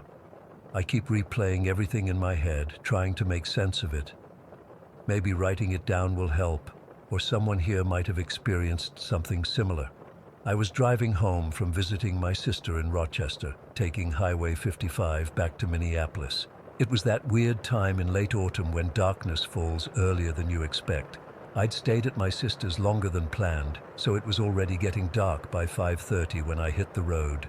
Anyone familiar with that stretch of Highway 55 knows how desolate it gets, especially once you're past those small towns. The road winds through farmland and patches of forest, and cell reception comes and goes. I never liked driving it at night, but I needed to get back for work the next morning. About an hour into my drive, the sun had completely set.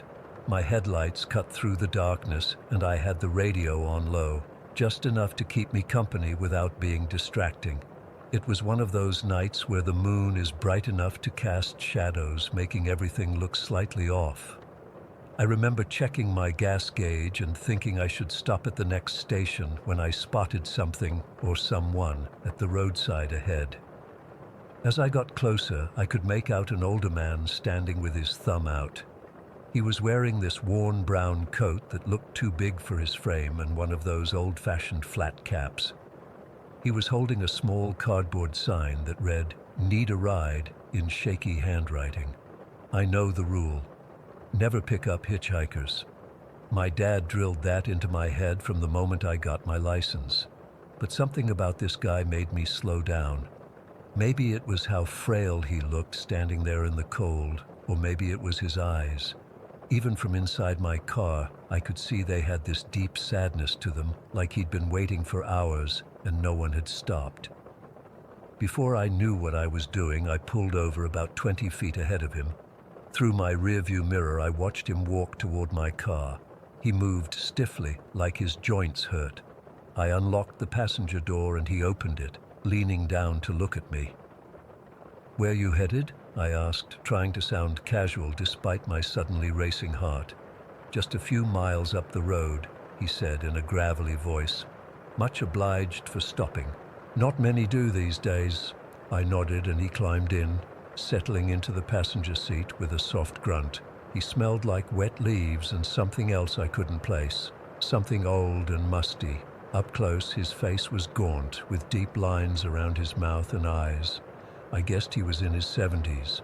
"I'm heading to Minneapolis," I said, pulling back onto the empty highway. "I can take you as far as you need if it's on the way." He didn't answer right away, just nodded and looked out the window. I glanced at him in the rearview mirror to check if he'd heard me, and that's when I noticed something strange.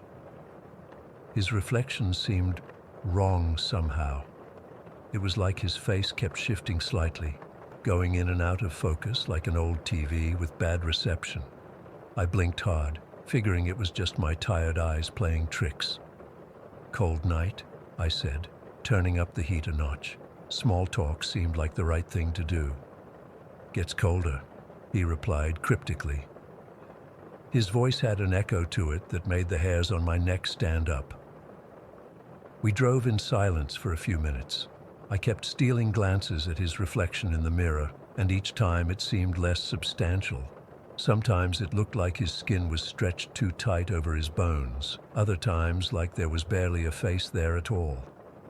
About 15 minutes later, we passed an old gas station, one of those run-down places with ancient pumps and a flickering sign. Half the letters were burned out, so it just read Gia Statien. "Mind if we stop?" I asked, suddenly wanting other people around. "I need to fill up." His reaction was immediate and startling. "No," he said sharply, then softened his tone. "No need to stop. Not there. Not safe after dark." That should have been my first real warning, but I brushed it off. "Okay, no problem. There's probably another one ahead anyway." He settled back into his seat, his bony hands clutching his knees. "I'm trying to get home," he said after a moment. "Been trying for a long time now. It's a place I can't seem to find anymore." "You don't know where your home is?" I asked, confused. He turned to look at me directly, and I felt a chill that had nothing to do with the temperature. "I know where it should be," he said, "but everything keeps changing. Roads that weren't there before, buildings gone that should be standing. It's like the world shifted while I wasn't looking." I didn't know how to respond to that. In the rearview mirror, his reflection flickered again, and for a split second, I swear his face looked like a skull with wisps of skin clinging to it. I gripped the steering wheel tighter, my knuckles turning white. "How long have you been looking?" I asked, my mouth dry. He stared out at the darkness. "What year is it?" That question made my stomach drop. "It's 2023, I said, my voice barely above a whisper. He made a sound that might have been a laugh, but it sounded more like dry leaves rustling. "Lost track," he murmured. "Time doesn't move right out here." The car's temperature gauge showed 70 degrees, but I felt cold to my core. I turned the heat up higher, but it didn't seem to make a difference. That's when I saw her. My headlights suddenly illuminated a figure standing in the middle of the road, a young girl in a white dress. She couldn't have been more than 10 years old, with long dark hair hanging around her pale face. She wasn't moving, just staring directly at our approaching car with wide, unblinking eyes. I slammed on the brakes instinctively, the car skidding slightly on the asphalt. "Jesus Christ," I yelled. "Did you see her? There's a little girl on the road." The old man's hand shot out and gripped my arm. His fingers felt like ice through my sleeve. "Drive!" he hissed, his face contorted with what looked like fear. "Don't stop. Never stop for them." "But there's a child." "Drive!" he shouted, and something in his voice made me obey. I pressed the gas pedal, moving forward slowly. The girl didn't move, just watched as we approached. When we were about 10 feet away, I could see her eyes were completely black, like empty holes in her face. I swerved around her, heart pounding so hard I thought it would burst from my chest. As we passed, she turned her head to follow our movement, her body staying perfectly still. I looked in the rearview mirror to see if she was still there, but the road behind us was empty. "What the hell was that?" I gasped, cold sweat breaking out across my forehead. The old man was breathing heavily, his chest rising and falling rapidly. "One of them," he said. "They wait for lost souls. Take them." "Take them where?" I asked, though I wasn't sure I wanted to know the answer. He just shook his head. "Nowhere good, nowhere anyone should go."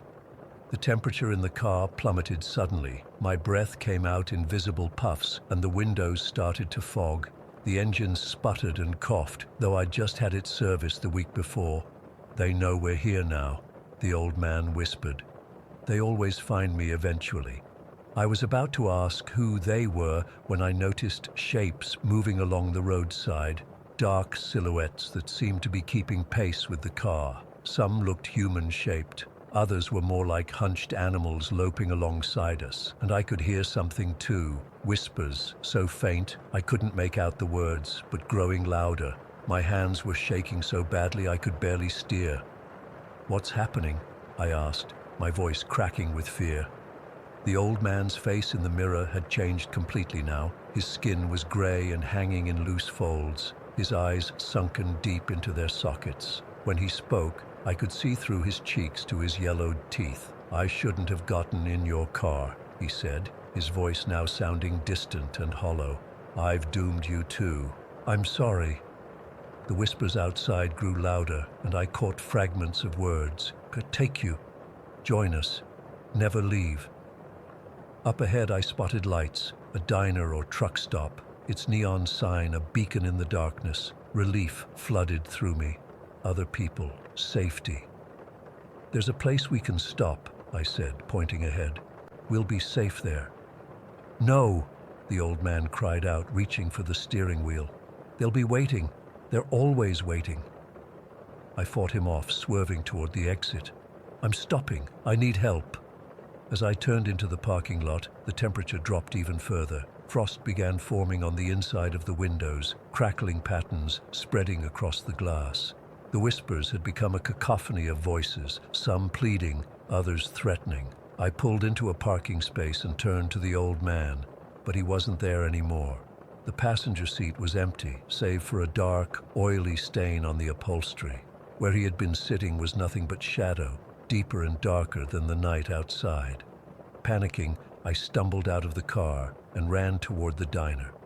Through the windows, I could see it was busy. People eating, waitresses moving between tables, normal life happening just yards away. I yanked open the door and rushed inside.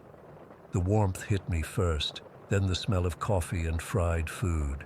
I stood there, shaking and gasping for breath, waiting for someone to notice the terrified person who'd just burst in. But no one looked up. Not one person turned their head or paused their conversation.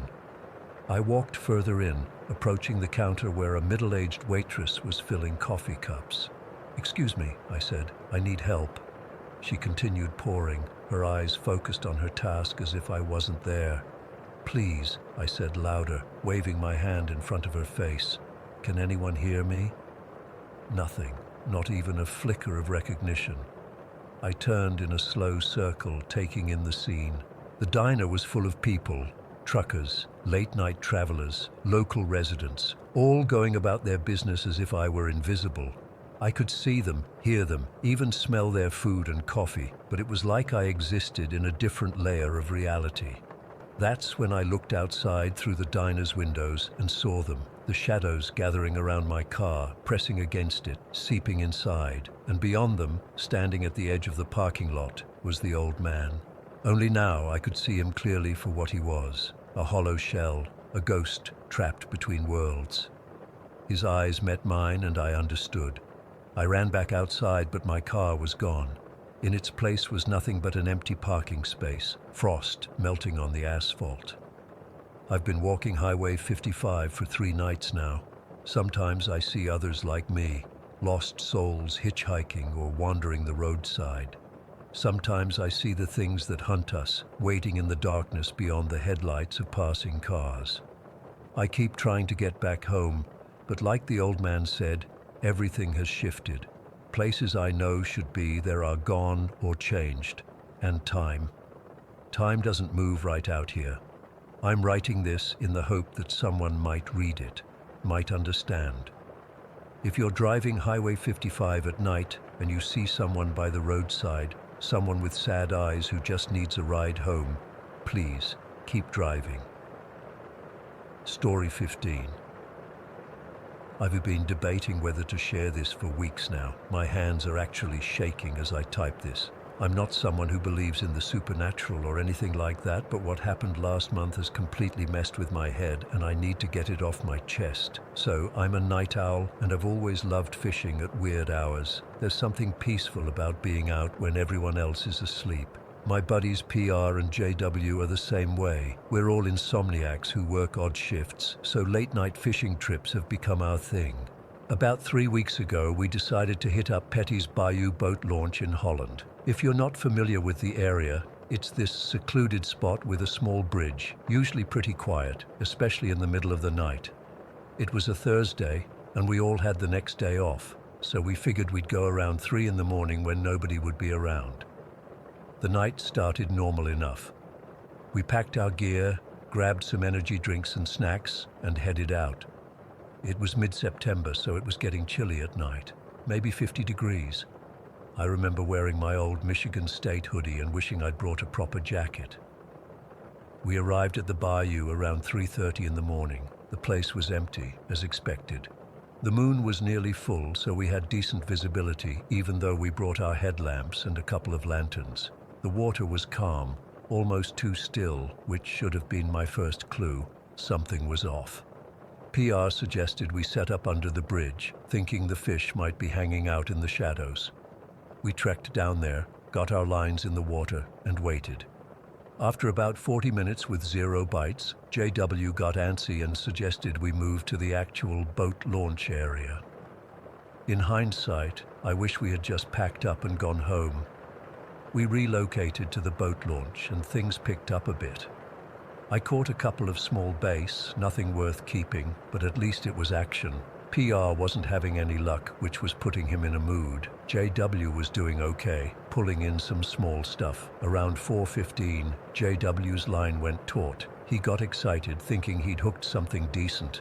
"Got one," he said, starting to reel it in. We could tell right away something was off because there wasn't much fight in it. As he pulled it closer to shore, we realized it wasn't a fish at all. It was fabric. At first, I thought it was just some trash. Wouldn't be the first time we'd caught someone's discarded junk. But as JW brought it to the surface, we all went quiet.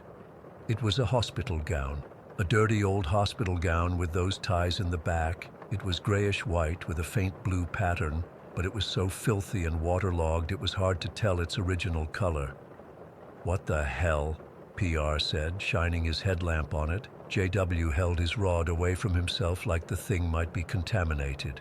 "I'm not touching that." I remember feeling this weird sense of dread. It wasn't just that it was creepy, and it definitely was, but something about it felt wrong, like we weren't supposed to see it. "Just cut the line," I suggested. "Not worth salvaging the hook." JW nodded and took out his pocket knife. He severed the line about a foot from where it connected to the gown, and we watched as it drifted away. That's when I noticed something strange. The gown didn't sink. It should have been waterlogged and heavy, but instead it slowly drifted toward the shoreline about 20 yards from where we were standing. I pointed it out, but PR just shrugged. "Probably air trapped in it or something," he said. I tried to shake off the uneasy feeling and went back to fishing. I was in the process of baiting my hook when I got this intense sensation of being watched. You know that feeling when the hairs on the back of your neck stand up? It was like that, but 100 times stronger. I slowly turned around, expecting to see another group of night fishermen or maybe some teenagers messing around. What I saw instead made my blood turn to ice. Standing about 30 feet away at the edge of where our lights reached was a figure, not a normal person. This thing was tall, way too tall, maybe 7 feet or more. It was unnaturally thin, like someone had stretched a person vertically. Its skin was so pale it seemed to glow faintly in the moonlight. The head was all wrong, elongated and pointed at the top, almost cone-shaped. But the worst part was its face. It didn't really have one. Just these deep, dark hollows where eyes should be. I couldn't see a mouth or nose, just those black voids staring directly at me. And below this thing, crumpled on the ground, was the hospital gown JW had just cut from his line. I froze completely. My brain kept trying to rationalize what I was seeing. Maybe I was more tired than I thought. Maybe it was just a weird-shaped tree I hadn't noticed before. Maybe my eyes were playing tricks on me. I turned back to my friends, trying to act normal. My hands were shaking so badly I dropped my bait. I was about to say something casual like, "I need more coffee," to cover up my fear when JW leaned in close to me. "Jordan," he whispered, his voice barely audible. "Someone's watching us." My stomach dropped. If JW saw it too, then I wasn't hallucinating. Where? I asked, keeping my voice low. Behind us, by the tree line, tall white thing. PR was still focused on fixing his tangled line, completely oblivious to what was happening. I didn't want to alarm him, but we needed to get out of there. Let's pack up, I said, trying to sound casual. Fish aren't biting much anyway. PR looked annoyed. We just got here, man. I'm getting a bad feeling, JW cut in. Let's try another spot. I was grateful for JW backing me up. As we started gathering our gear, I risked another glance toward where the figure had been. It was still there, but it had moved closer. Not walking, not that I could tell. It was just nearer than before. The hospital gown was still at its feet. We hurriedly packed our stuff, not even bothering to properly organize it. PR finally caught on that something was wrong and stopped arguing. We practically jogged back to my car, throwing everything in the trunk. I kept feeling like something was right behind me, but I refused to look back again. Once we were in the car with the doors locked, I started the engine and pulled away faster than I should have, tires kicking up gravel. Nobody spoke until we were on the main road. What the hell was that about? PR finally asked. JW and I exchanged a look in the rearview mirror. I could tell he was deciding whether to say anything. You didn't see it? JW finally asked. See what? There was someone watching us, I said, my voice sounding steadier than I felt. PR scoffed. Probably just some homeless guy or another fisherman. JW shook his head. It wasn't a person, man, at least not a normal one. We drove in silence for a few minutes. I kept checking the rearview mirror, half expecting to see that thing standing in the middle of the road behind us. What exactly did you see? PR finally asked, sounding less skeptical. JW described exactly what I had seen. The unnaturally tall, thin white figure with the elongated head and those black voids for eyes. The only difference was that he said it had been walking toward us, while I had only seen it standing still. You're both messing with me, PR insisted, but I could hear the uncertainty in his voice. I wish we were, I said quietly. When I dropped them off, we agreed to talk about it the next day. I couldn't sleep at all when I got home, just kept seeing those empty eye sockets staring at me. The next morning I Googled Petty's Bayou Supernatural and similar searches. All I found was an article about a man who drowned there in 2016. Nothing about hospital gowns or tall white figures. I called JW around noon. He sounded as tired as I felt. We talked about what we'd seen, trying to find some rational explanation. The fact that we both saw the same thing, described it the same way, made it impossible to dismiss as imagination. PR texted later saying he believed us. He said he'd gone back to Petty's Bayou in the daylight to prove we were overreacting. He found nothing unusual except for one thing, a small piece of wet fabric caught on a branch near the water's edge. He didn't touch it, just took a picture and sent it to us. It was blue and white, patterned like a hospital gown. It's been 3 weeks, and I still can't explain what we saw that night. I haven't been fishing since then, especially not at night. JW says he keeps having dreams about that figure standing at the foot of his bed, still wearing that hospital gown. I don't know if it was a ghost, a hallucination, or something else entirely. All I know is that 2 people saw the exact same thing, and there's a part of me that feels like whatever it was is still there, standing by the water at Petty's Bayou, watching and waiting for someone else to fish up that hospital gown. Story 16. I've never been the type to pick up hitchhikers. Growing up, my parents drilled it into my head. Strangers are dangerous and all that, but sometimes you find yourself doing things you never thought you would. I'm still trying to make sense of what happened 2 weeks ago, and I don't think I ever will. It was around 11:30 at night, and I was driving back from my cousin's wedding in Lakewood. It's about a 3-hour trip back to my place, mostly through rural highways and back roads. I don't mind the drive usually. I put on some music, roll the windows down a bit, and just zone out. But that night was different. It started raining about an hour into my drive home.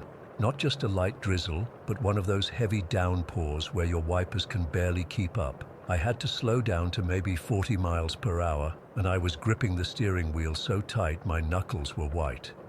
The headlights barely cut through the darkness, and there weren't any streetlights on that stretch of road. I was passing through a heavily wooded area when I first saw her. At first, I thought my eyes were playing tricks on me. There was a woman standing on the side of the road, completely soaked, wearing what looked like a white dress. No coat, no umbrella, nothing. Just standing there in the pouring rain. I drove past her at first. I mean, who stops for a stranger in the middle of nowhere at midnight?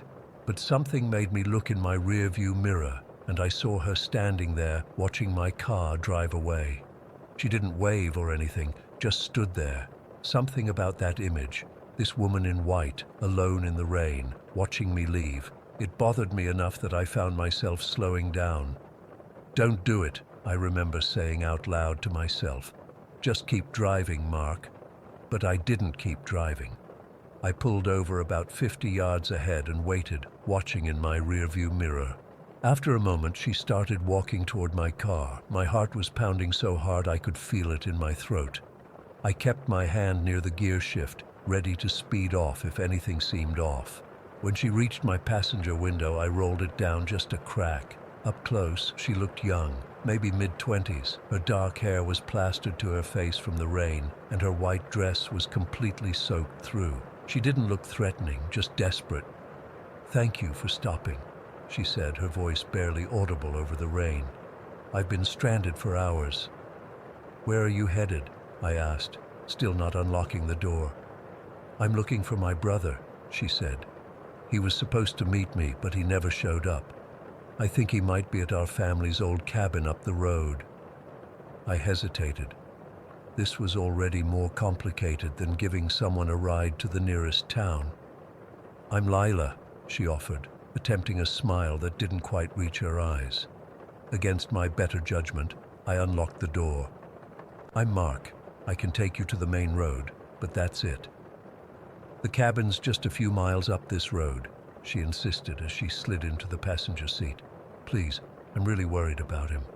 The moment she got in, the temperature in the car seemed to drop.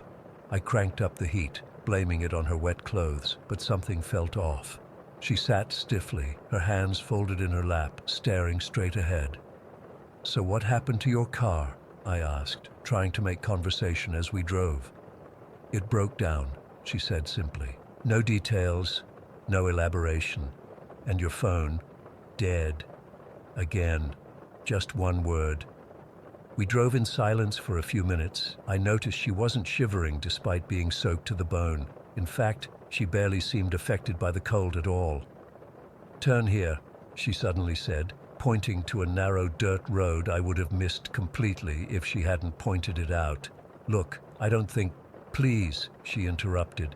"It's just up this road. My brother could be hurt."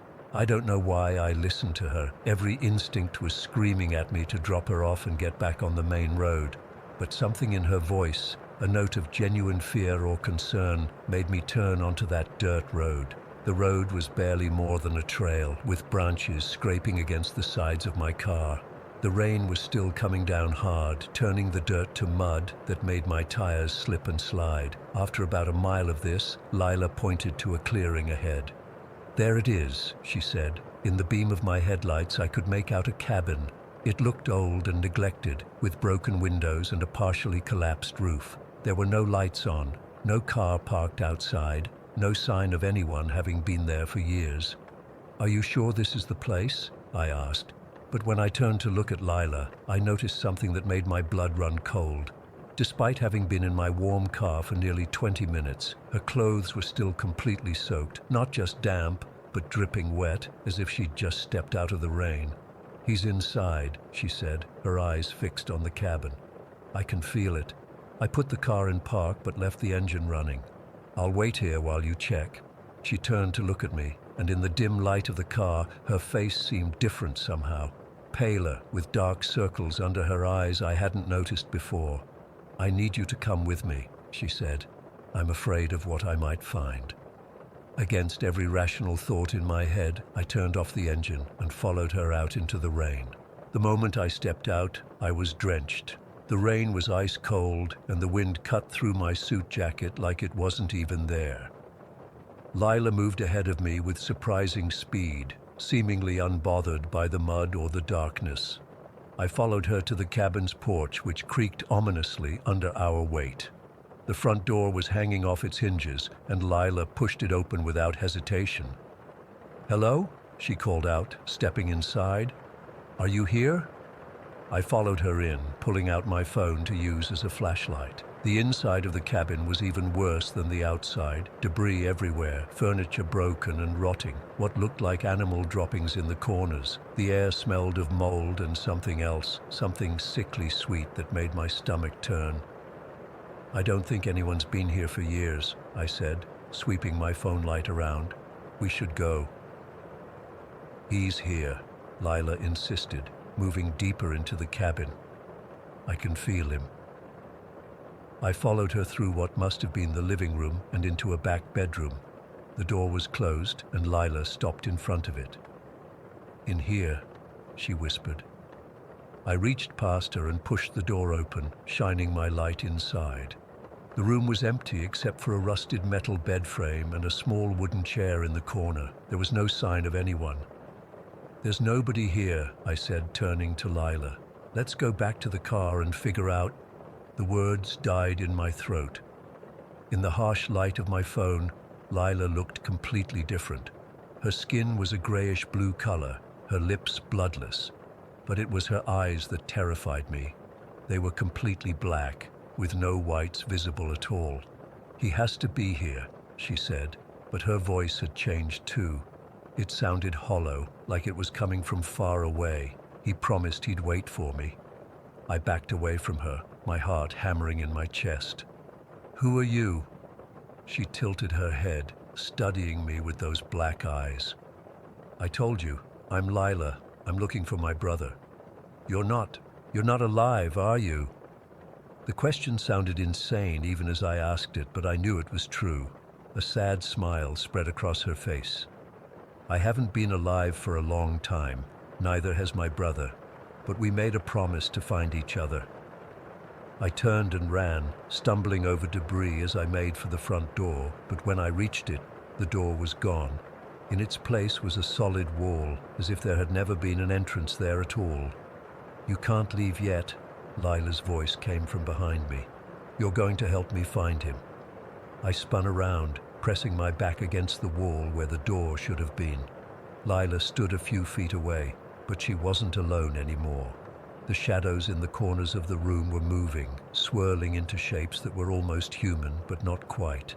They slithered along the walls and floor, whispering in voices too quiet to understand. "What do you want from me?" I asked, my voice shaking. "We need a way home," Lila said, taking a step toward me. "We've been lost for so long. You can help us find our way back." One of the shadow figures detached itself from the wall and moved closer. As it approached, it began to take on more definition, the suggestion of a face, arms reaching toward me. I could hear it whispering now, a desperate, pleading sound that made my skin crawl. I scrambled away, moving sideways along the wall until I felt a window behind me. Without thinking, I turned and smashed my elbow into the glass. It shattered easily, the rotted wood frame giving way. Cold air and rain rushed in, and I didn't hesitate. I dove through the opening, feeling glass scrape against my arms and back. I hit the muddy ground outside hard, the impact knocking the wind out of me, but fear kept me moving. I scrambled to my feet and ran toward my car, not daring to look back. I could hear them behind me. Not footsteps, but a sort of slithering sound, like something being dragged through the mud, and the whispering, louder now, almost clear enough to understand. I reached my car and fumbled with the keys, my hands shaking so badly I could barely get them into the ignition. The engine roared to life, and I threw the car into reverse, backing up so fast I nearly hit a tree. As I shifted into drive, I finally looked back at the cabin. What I saw still haunts me. Lila stood in the broken window I'd escaped through, but she was different now. Her white dress was tattered and grey, her skin mottled with what looked like decay. Behind her, the shadows swirled and reached, some extending out of the window toward my car. And her face, God, her face had changed into something barely human, with a mouth stretched too wide in a silent scream. I floored the gas pedal, the car fishtailing in the mud as I sped back down the dirt road. I didn't slow down until I reached the highway, and even then I drove well above the speed limit all the way home. When I finally made it back to my apartment, I locked every door and window and sat in my bathroom with the lights on until morning. I was covered in cuts from the broken glass, and my clothes were caked with mud, but I was alive. The next day, after a few hours of fitful sleep, I convinced myself to drive back. In the daylight, with other cars on the road, I felt braver. I needed to know if what I'd experienced was real, or if I'd somehow hallucinated the whole thing. I found the turnoff where the dirt road should have been, but there was nothing there, just an unbroken line of trees and undergrowth. I drove up and down that stretch of highway 3 times, but the road to the cabin was gone, as if it had never existed. I've spent the last 2 weeks trying to research the area, looking for any record of a cabin or stories about a woman named Lila and her brother. I found an old newspaper article from 1973 about 2 siblings who went missing in those woods, Lila and Thomas Reeves. Their car was found abandoned on the highway, but they were never seen again. I still can't sleep through the night. Every time I close my eyes, I see Lila's face changing, the shadows moving behind her. Sometimes I think I hear whispering, even in my own apartment. And when I drive at night, I can't help scanning the roadside, terrified of seeing a woman in a white dress, waiting for someone to stop. I don't know what would have happened if I hadn't escaped that cabin. But I think about those shadows reaching for me, and Lila's words, "We need a way home." I think they wanted to take something from me. Maybe my life, maybe my soul.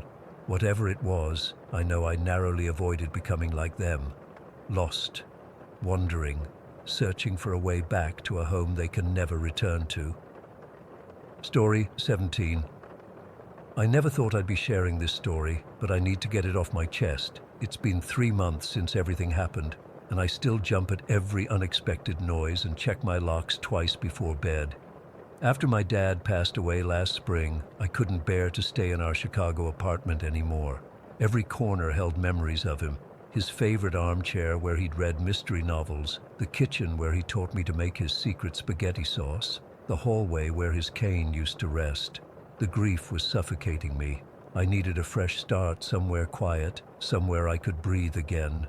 That's how I ended up in Pine Hill, a town so small it barely registered on Google Maps. Population just under 5,000, one main street with shops that closed by 8, and surrounded by forests that turned brilliant colors in the fall. It seemed perfect. I found a little cottage on the outskirts of town, backing up to a wooded area with a small stream nearby. The rent was surprisingly affordable, and I could work remotely as a graphic designer, so it all made sense. The first few weeks were exactly what I needed. My cottage was cozy, nothing fancy, just a living room with a fireplace, a small kitchen, 1 bedroom, and a bathroom with a clawfoot tub. The windows were my favorite part, especially the big bay window in the living room that looked out toward the woods. I set up my desk there, thinking I'd found my own little slice of paradise. I started settling into a routine. Mornings with coffee on the porch, work during the day, and evening walks into town. The locals were friendly in that small town way, curious about the newcomer but not intrusive. I joined a book club that met at Claire's house every Thursday night. Claire was about my age, 32, and quickly became the closest thing I had to a friend in Pine Hill. She ran the local bakery and had this warmth about her that made you feel instantly comfortable. Everything changed on a Tuesday night in September. It was around 11:30, and I was getting ready for bed when my phone rang. I didn't recognize the number, but answered anyway, thinking it might be a client. "Hello?" I said. Nothing, just silence. "Hello? Is anyone there?" Still nothing. I hung up, figuring it was a wrong number or a glitch. But the next night, same thing. A call around 11:30, the same number, and silence on the other end. By the fourth night, I was annoyed enough to block the number. That should have been the end of it. But then the calls started coming from different numbers, always around the same time, always silent. I mentioned it to Claire at book club, and she frowned.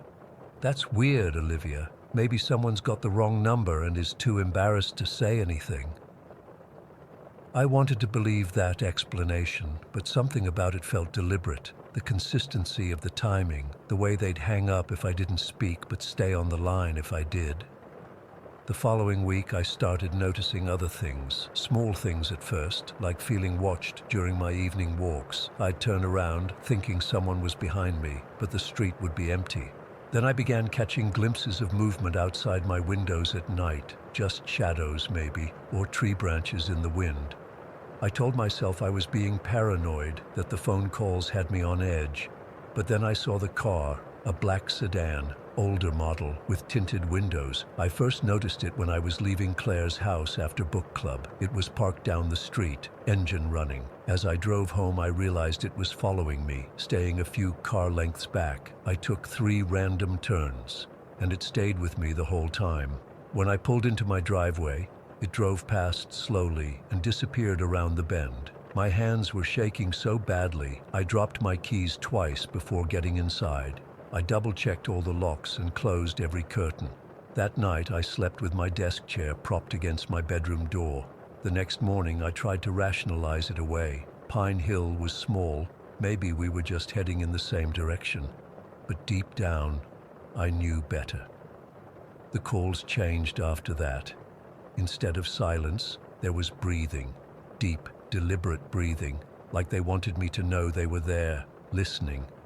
I reported everything to the local police the next day. Officer Brennan took my statement, a middle-aged man with kind eyes who promised they'd increase patrols in my area. Probably just kids playing pranks, he said, but I could tell he didn't fully believe that. For a few days, seeing the occasional police car drive by made me feel safer. But then came the night that still gives me nightmares.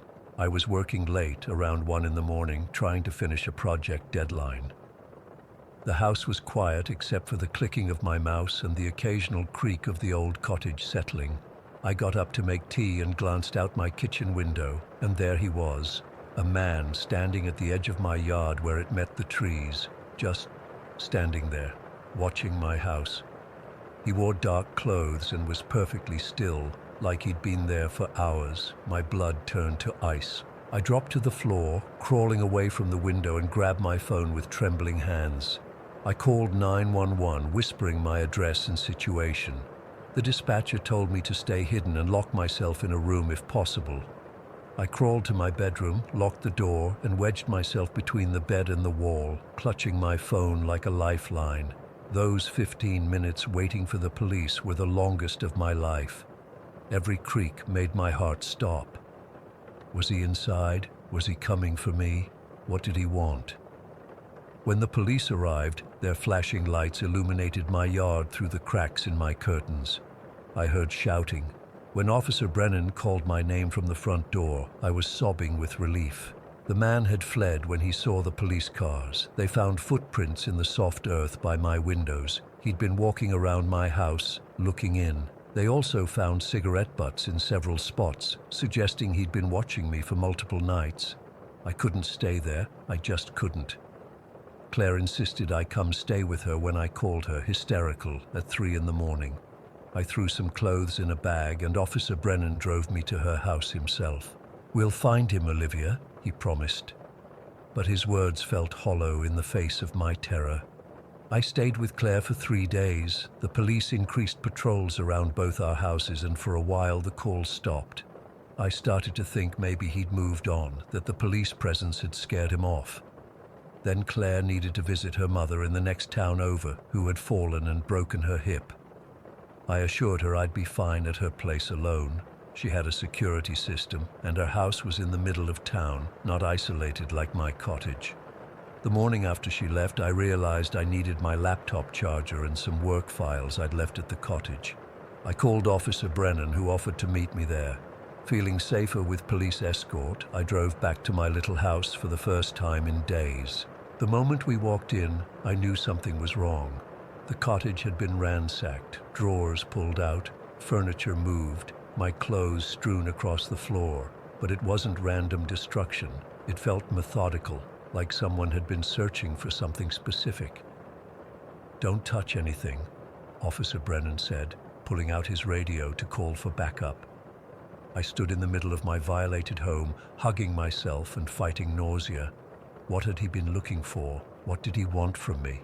The police took fingerprints and photographs. They found where he'd jimmied a back window to get in. Officer Brennan insisted on driving me back to Claire's house himself, following me while I packed more of my belongings. I couldn't imagine ever feeling safe in my cottage again. 2 days later, a package arrived at Claire's house for me. No return address. I called Officer Brennan before opening it, and he came right over. Inside was a small velvet box containing an antique silver locket. When I opened it with shaking hands, there was a photograph inside, a woman I'd never seen before, maybe from the 1950s, based on her hairstyle. A note tucked into the box read, "You remind me of her." I threw up in Claire's bathroom afterward. The police took the package for evidence. The next day, the breathing on the phone calls changed to whispers. "Beautiful Olivia," he'd say, "I'm watching over you." I stopped answering unknown numbers, but he'd leave voicemails. The police tried tracing the calls, but he was using burner phones, disposing of them after each call. I barely slept. I lost weight. I jumped at shadows and couldn't work. Claire was amazing. She took time off from the bakery to stay with me and insisted I not be alone.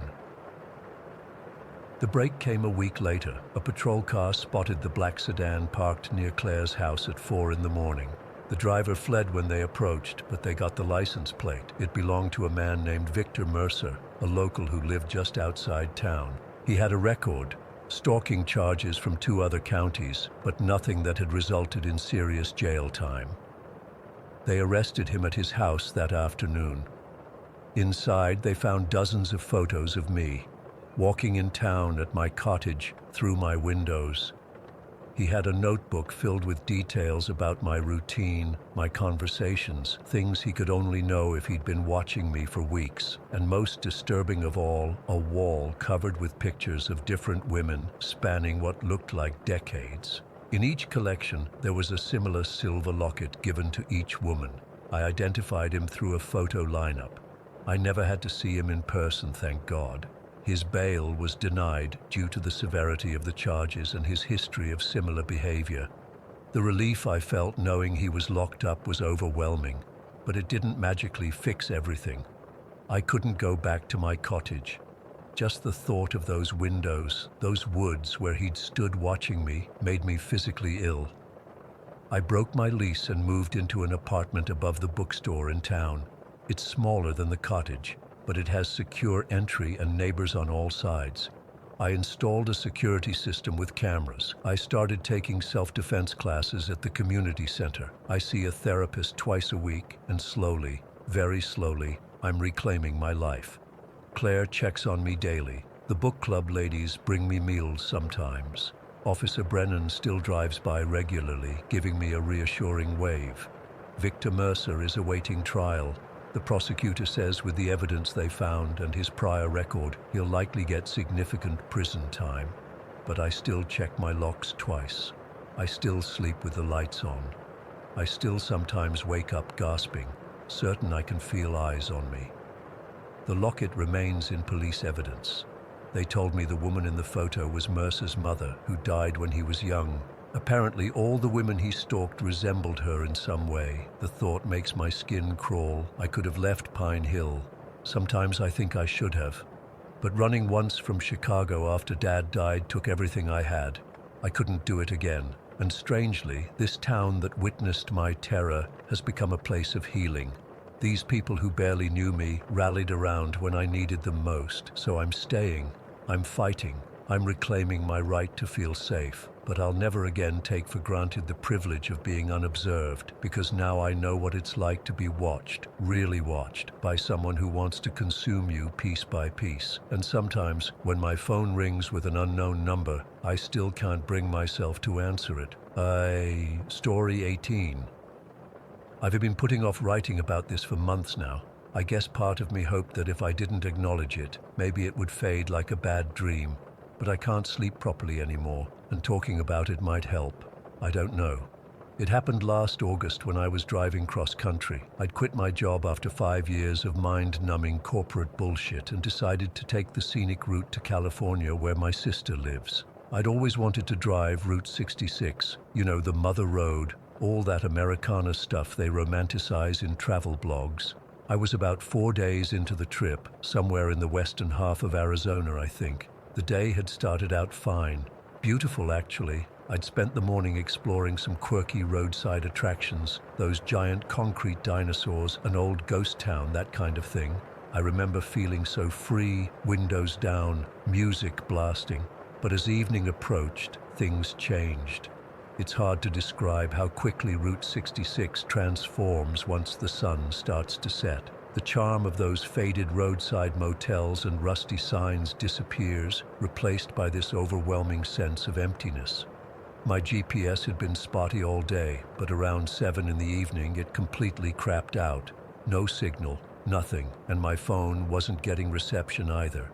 My stomach was growling. I hadn't eaten since a quick lunch at some greasy spoon diner hours earlier. According to my map, yes, I actually had a paper map because my dad always insisted on backup navigation. The next town was still about 40 miles away. I was starting to worry about my gas gauge too, not critically low, but low enough to make me anxious on such a deserted stretch of road. When I spotted a small rest area ahead, I felt relieved. It wasn't much. Just a gravel turnout with a couple of weather-beaten picnic tables, a vending machine, and what looked like a bathroom building that had seen better days. No other cars around. I pulled in, hoping the vending machine at least worked. The place had this weird vibe right away. You know how some places just feel wrong, like they're holding their breath or something? The sun was nearly gone, painting everything in deep purple and red. The bathroom building was this sad cinder block thing with graffiti all over it. There was trash scattered around, not a lot, but enough to show that whoever was supposed to maintain the place hadn't been by in a while. I walked over to the vending machine, which was tucked under this sad little metal awning. The fluorescent light above it was flickering, making this annoying buzzing sound. Of course, half the selection buttons were broken, but I managed to get a bag of chips and a warm soda. Better than nothing. While I was standing there trying to decide if I should use the bathroom, which looked absolutely disgusting through the half-open door, I noticed dark clouds rolling in fast. Great, a storm was the last thing I needed on an unfamiliar road with no cell service. I was about to head back to my car when I noticed him. There was a man standing at the edge of the trees that bordered the rest area.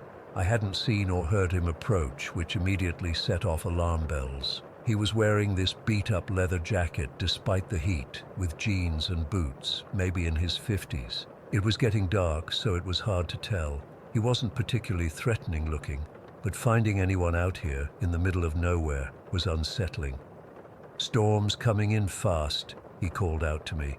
His voice was rough, like someone who'd smoked for decades. "You shouldn't be here when it hits." I mumbled something about just leaving, trying to be polite while calculating how quickly I could get to my car if needed. "This isn't a good place after dark," he continued, taking a few steps closer. I tensed up, but he stopped a respectful distance away, especially not tonight. "Why's that?" I asked, immediately regretting engaging with him. He looked up at the sky, then back at me. "Some places along this road, they got history, bad history." He gestured vaguely toward the woods behind him. "About 15 years ago, a group of college kids pulled in here for the night, 5 of them. Their car was found right about where yours is parked now. They weren't." A chill ran down my spine despite the warm evening air. "What happened to them?" "Official story is they wandered off drunk, got lost in those woods. Search parties found nothing not a single trace. He shook his head. But folks around here, we know better. They saw something they weren't supposed to see. I'm not usually one for ghost stories or local legends, but something in his tone made me uneasy. The first few drops of rain started to fall, fat and heavy. What were they not supposed to see? I asked, my curiosity getting the better of me. The man looked at me with this intense stare. The road calls to things that ain't from here, opens doors that should stay closed, especially at certain times. He glanced at the darkening woods. You should get going. Now. Thunder rumbled in the distance, and the rain started coming down harder. I was about to thank him for the warning, even though I thought he was probably just some local messing with a tourist, when I saw movement from the tree line. A woman burst out of the woods running toward the rest area. At first I thought she was jogging, but as she got closer, I could see the panic on her face. She was maybe in her 20s, wearing hiking clothes that were dirty and torn in places. Her dark hair was wild, with leaves and twigs caught in it, and her eyes were wide with fear. "Help!" she screamed, looking over her shoulder as she ran. "They're coming! We need to go!" The man in the leather jacket muttered something under his breath and started backing away toward the road. The woman reached me, grabbing my arm with surprising strength. "Please," she gasped, trying to catch her breath. "We need to leave. Now." "What's happening? Who's coming?" I asked, looking between her and the man who was now hurrying away down the shoulder of the road. That's when I heard it, a low, rumbling growl from the darkened woods. Not an animal sound, not a bear or a mountain lion or anything I could identify. It was deeper somehow, wrong, like something large vibrating the air itself. The woman's fingers dug into my arm. "Please," she whispered. "Your car. We need to go." I'm not sure if it was her genuine terror or the sound from the woods, but my fight-or-flight response kicked in hard. We ran to my car as the rain started coming down in sheets. I fumbled with my keys, hands shaking so badly I could barely hit the unlock button. As we dove into the car, I caught movement at the edge of the woods. The rain and growing darkness made it hard to see clearly, but something was there. Multiple somethings, moving in a way that didn't seem right. Not like people or animals, more like shifting shadows with substance, tall and thin and fast. I started the engine, threw the car into reverse, and peeled out of that rest area so fast I nearly fishtailed onto the main road. In my rearview mirror, I swear I saw eyes reflecting in the darkness, not two eyes, but many, at varying heights, watching as we fled. We drove in silence for several minutes, the woman beside me shaking uncontrollably. The rain was coming down so hard I could barely see the road, even with my wipers on full speed. "What the hell was that?" I finally asked, my voice sounding strange even to my own ears. She wrapped her arms around herself, still trembling. "I don't know. Not really." She took a deep breath. "I was just passing through, hiking part of the area. I'd parked at a trailhead about a mile back and was heading to my car when I saw them." "Saw what exactly?" "At first I thought they were people standing among the trees, but they were too still, too tall." Her voice cracked. "When I got closer, I realized they weren't solid, like shadows, but three-dimensional, and they had eyes, so many eyes." I gripped the steering wheel tighter, trying to keep my car steady on the increasingly slick road. That sound, that growl. "That's when I ran," she said. "They started moving toward me and the air felt heavy, like it was hard to breathe. And that sound," she shuddered. "It was inside my head as much as outside." We drove for what felt like forever, though it was probably only about 40 minutes. Eventually the storm lightened and I saw the glow of neon ahead, a small town with a gas station, its lights flickering through the rain. I pulled in, both of us still too shaken to speak much. The station was open, with a middle-aged woman behind the counter looking bored. The normalcy of it, the fluorescent lighting, the snack aisles, the coolers humming with drinks, felt surreal after what we'd experienced. The woman, her name was Ellie, cleaned up in the bathroom while I bought us both coffee. When she came out, we sat in my car trying to make sense of what had happened. "That man," I said. "The one in the leather jacket. He knew something. He warned me to leave. Ellie nodded, warming her hands on her coffee cup. There are stories all along Route 66. Most are just tourist traps, but... She looked out the window toward the dark road we'd come from. My grandfather used to say that some roads cut through places they shouldn't, that they can wear thin the boundaries between places. Places? You mean like what? Dimensions?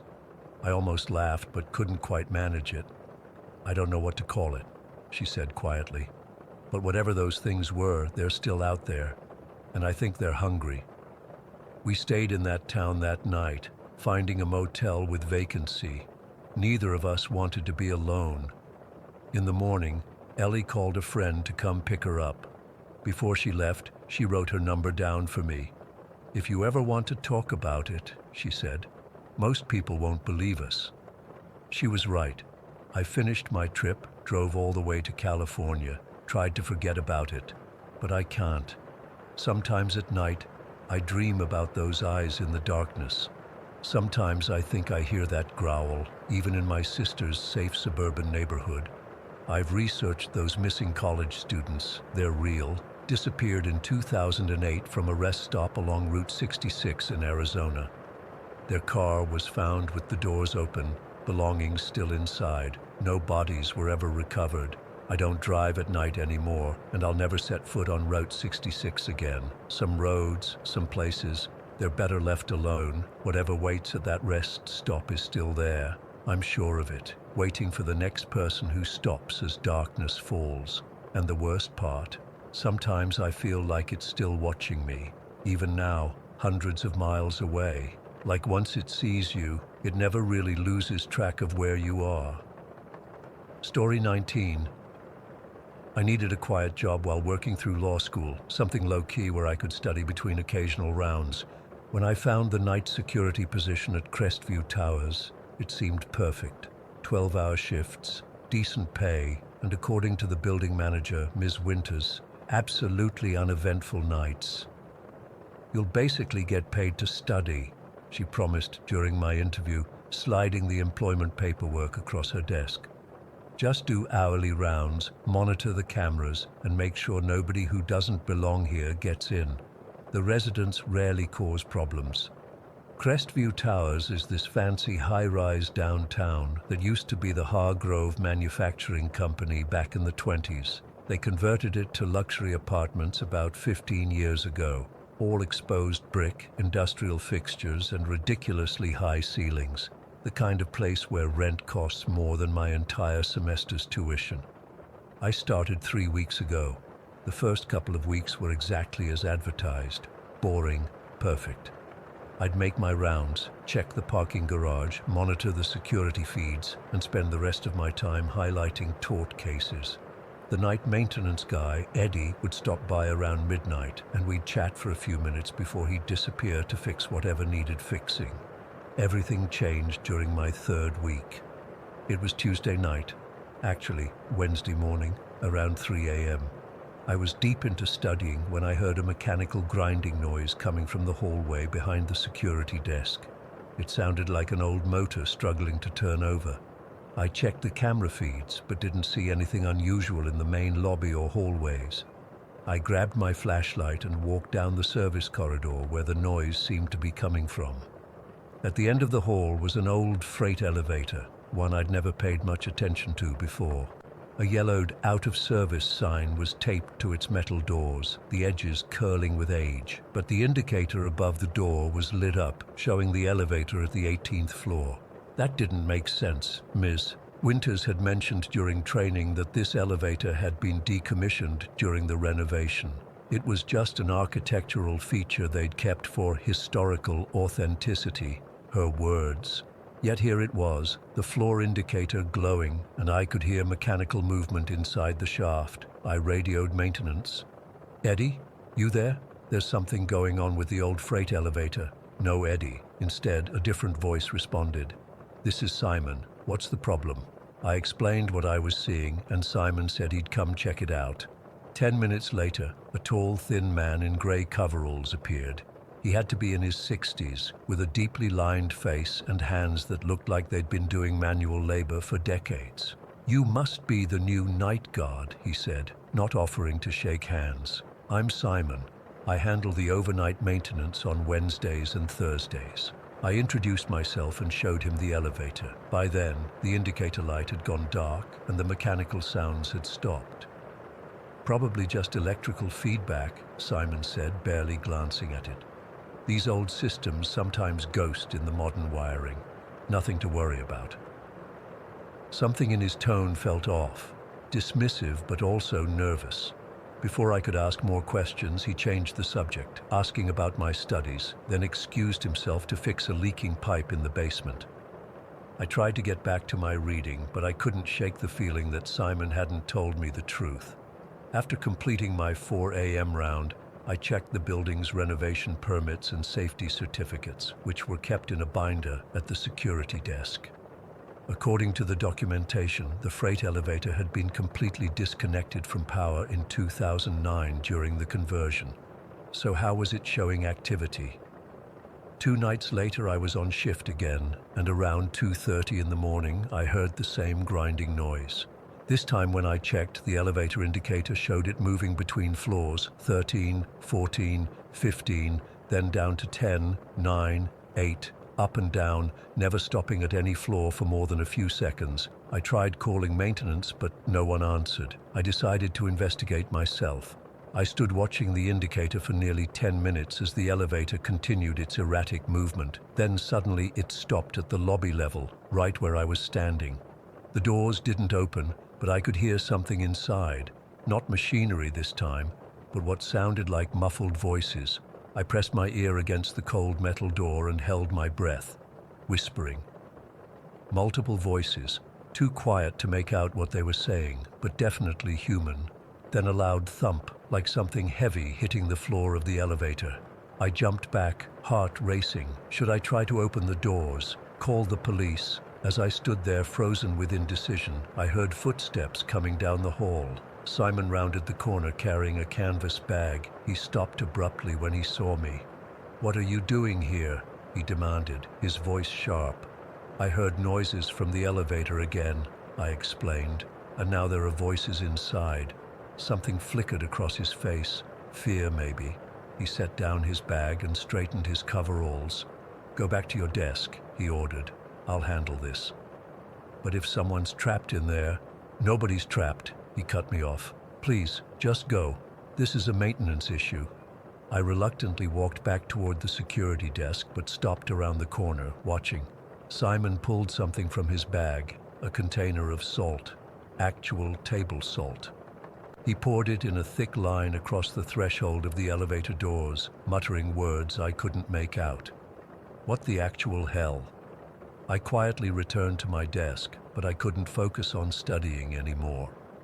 When my shift ended at 7 a.m., I went straight to the public library instead of home. Something wasn't right, and I needed to know what I'd gotten myself into. I spent hours researching the building's history. The Hargrove Manufacturing Company had operated from 1922 to 1996, producing industrial equipment.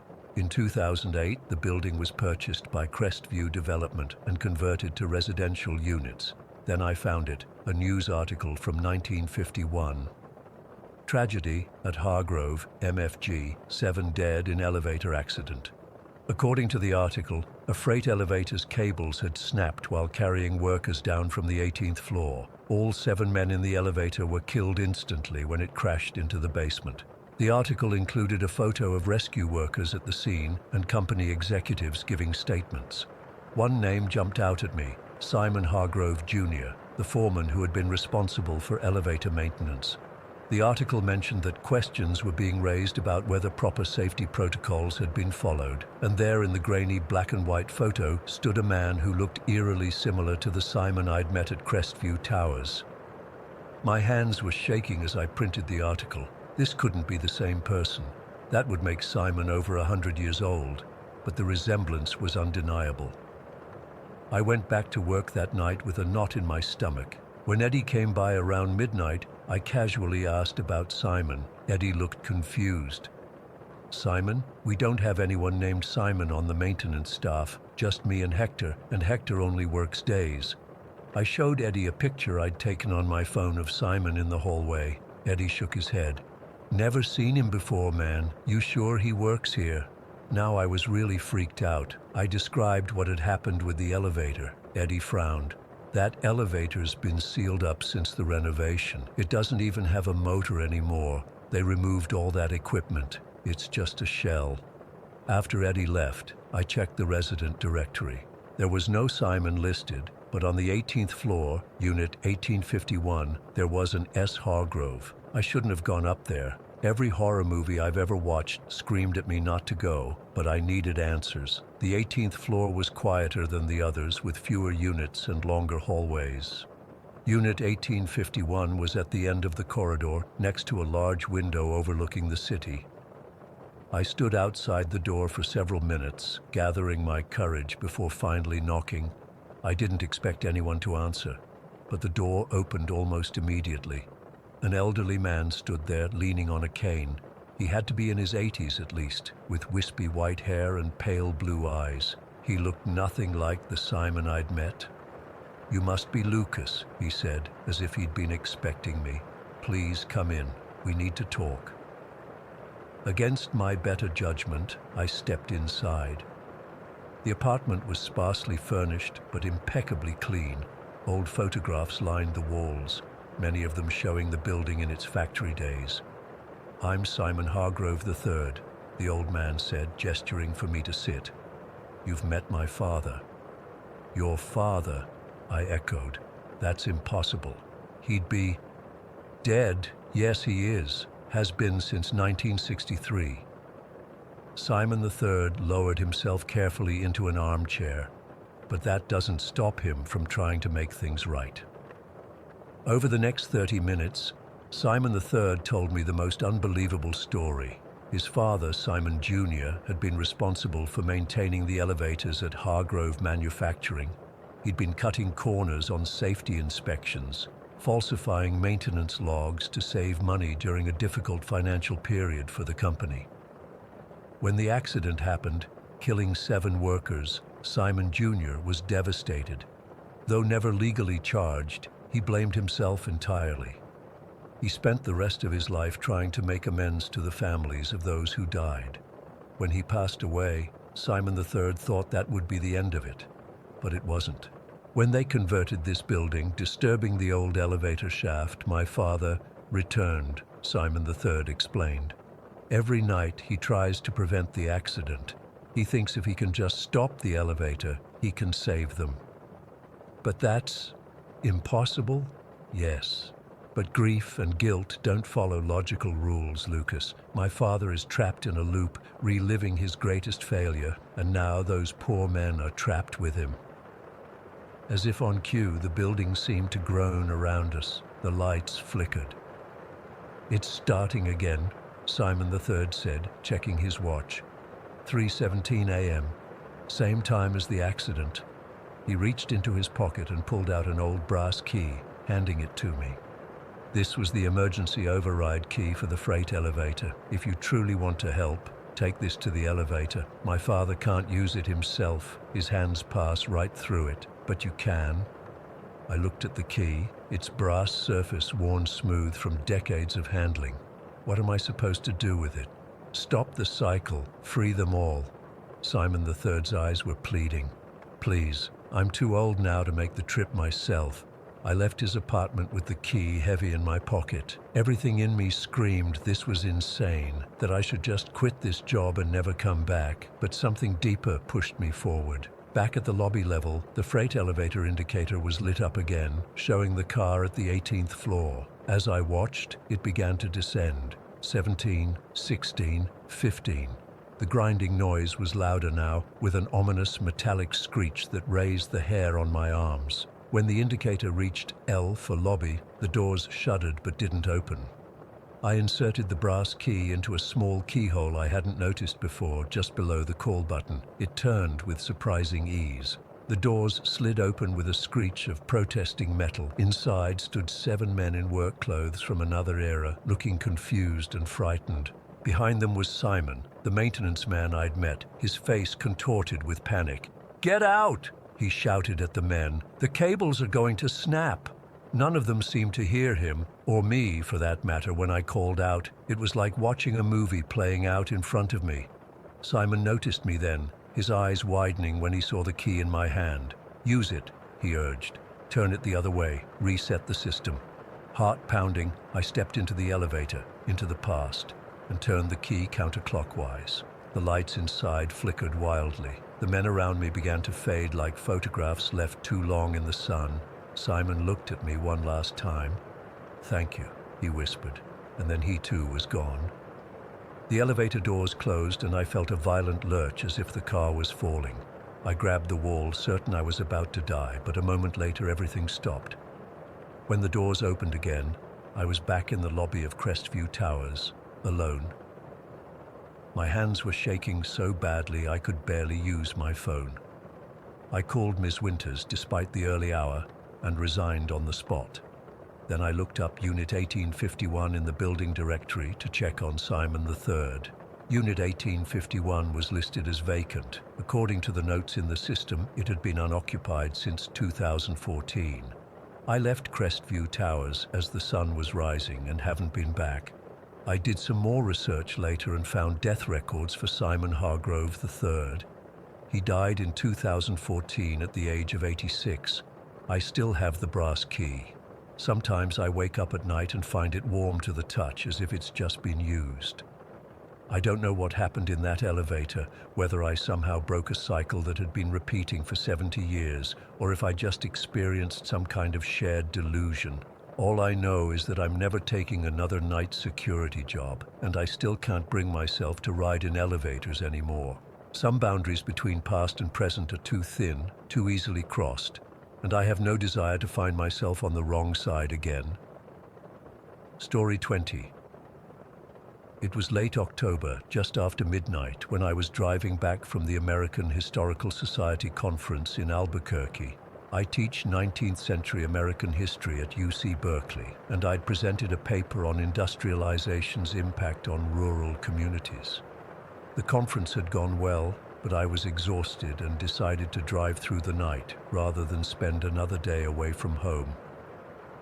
Interstate 40 is long and monotonous at night.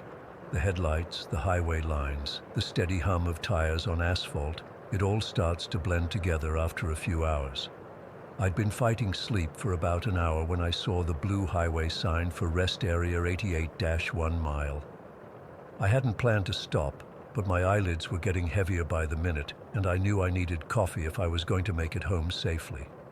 I took the exit and pulled into what seemed like a standard highway rest area, a small, well-lit building with restrooms and vending machines surrounded by a parking lot. What struck me immediately was how empty it was. No other cars.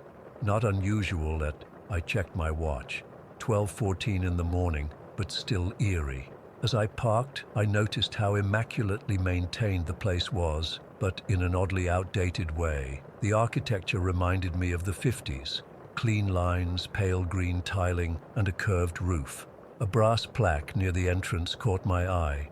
Rest Area 88, established 1952, in memory of the 88 souls lost in the Westfield Bridge collapse.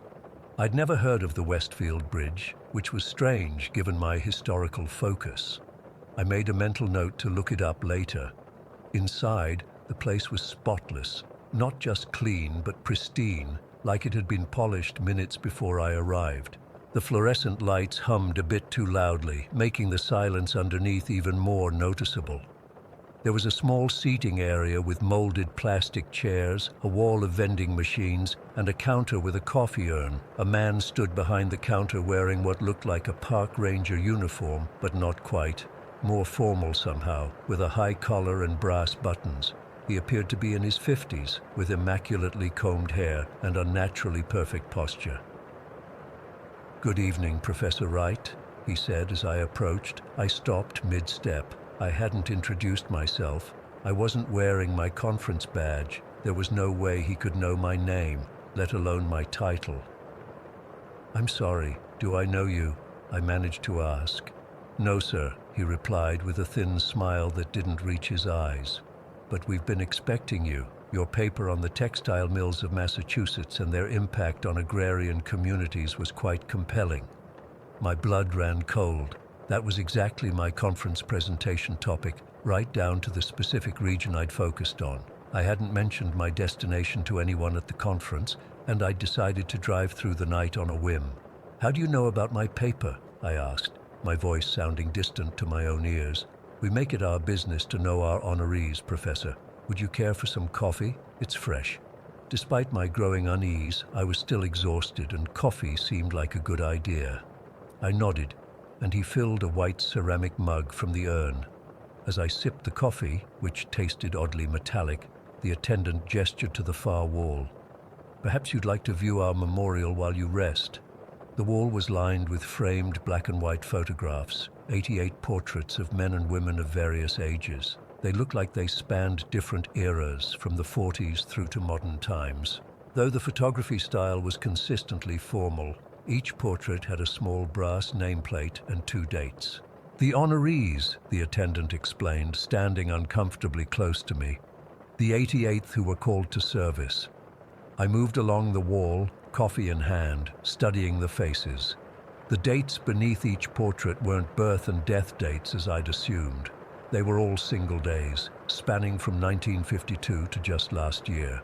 At the end of the row was an empty frame with a blank nameplate beneath it. "And this one?" I asked, already dreading the answer. "That, Professor Wright, is reserved for you. You'll be our 89th honoree. We've been waiting quite some time." My mug slipped from my fingers and shattered on the tile floor.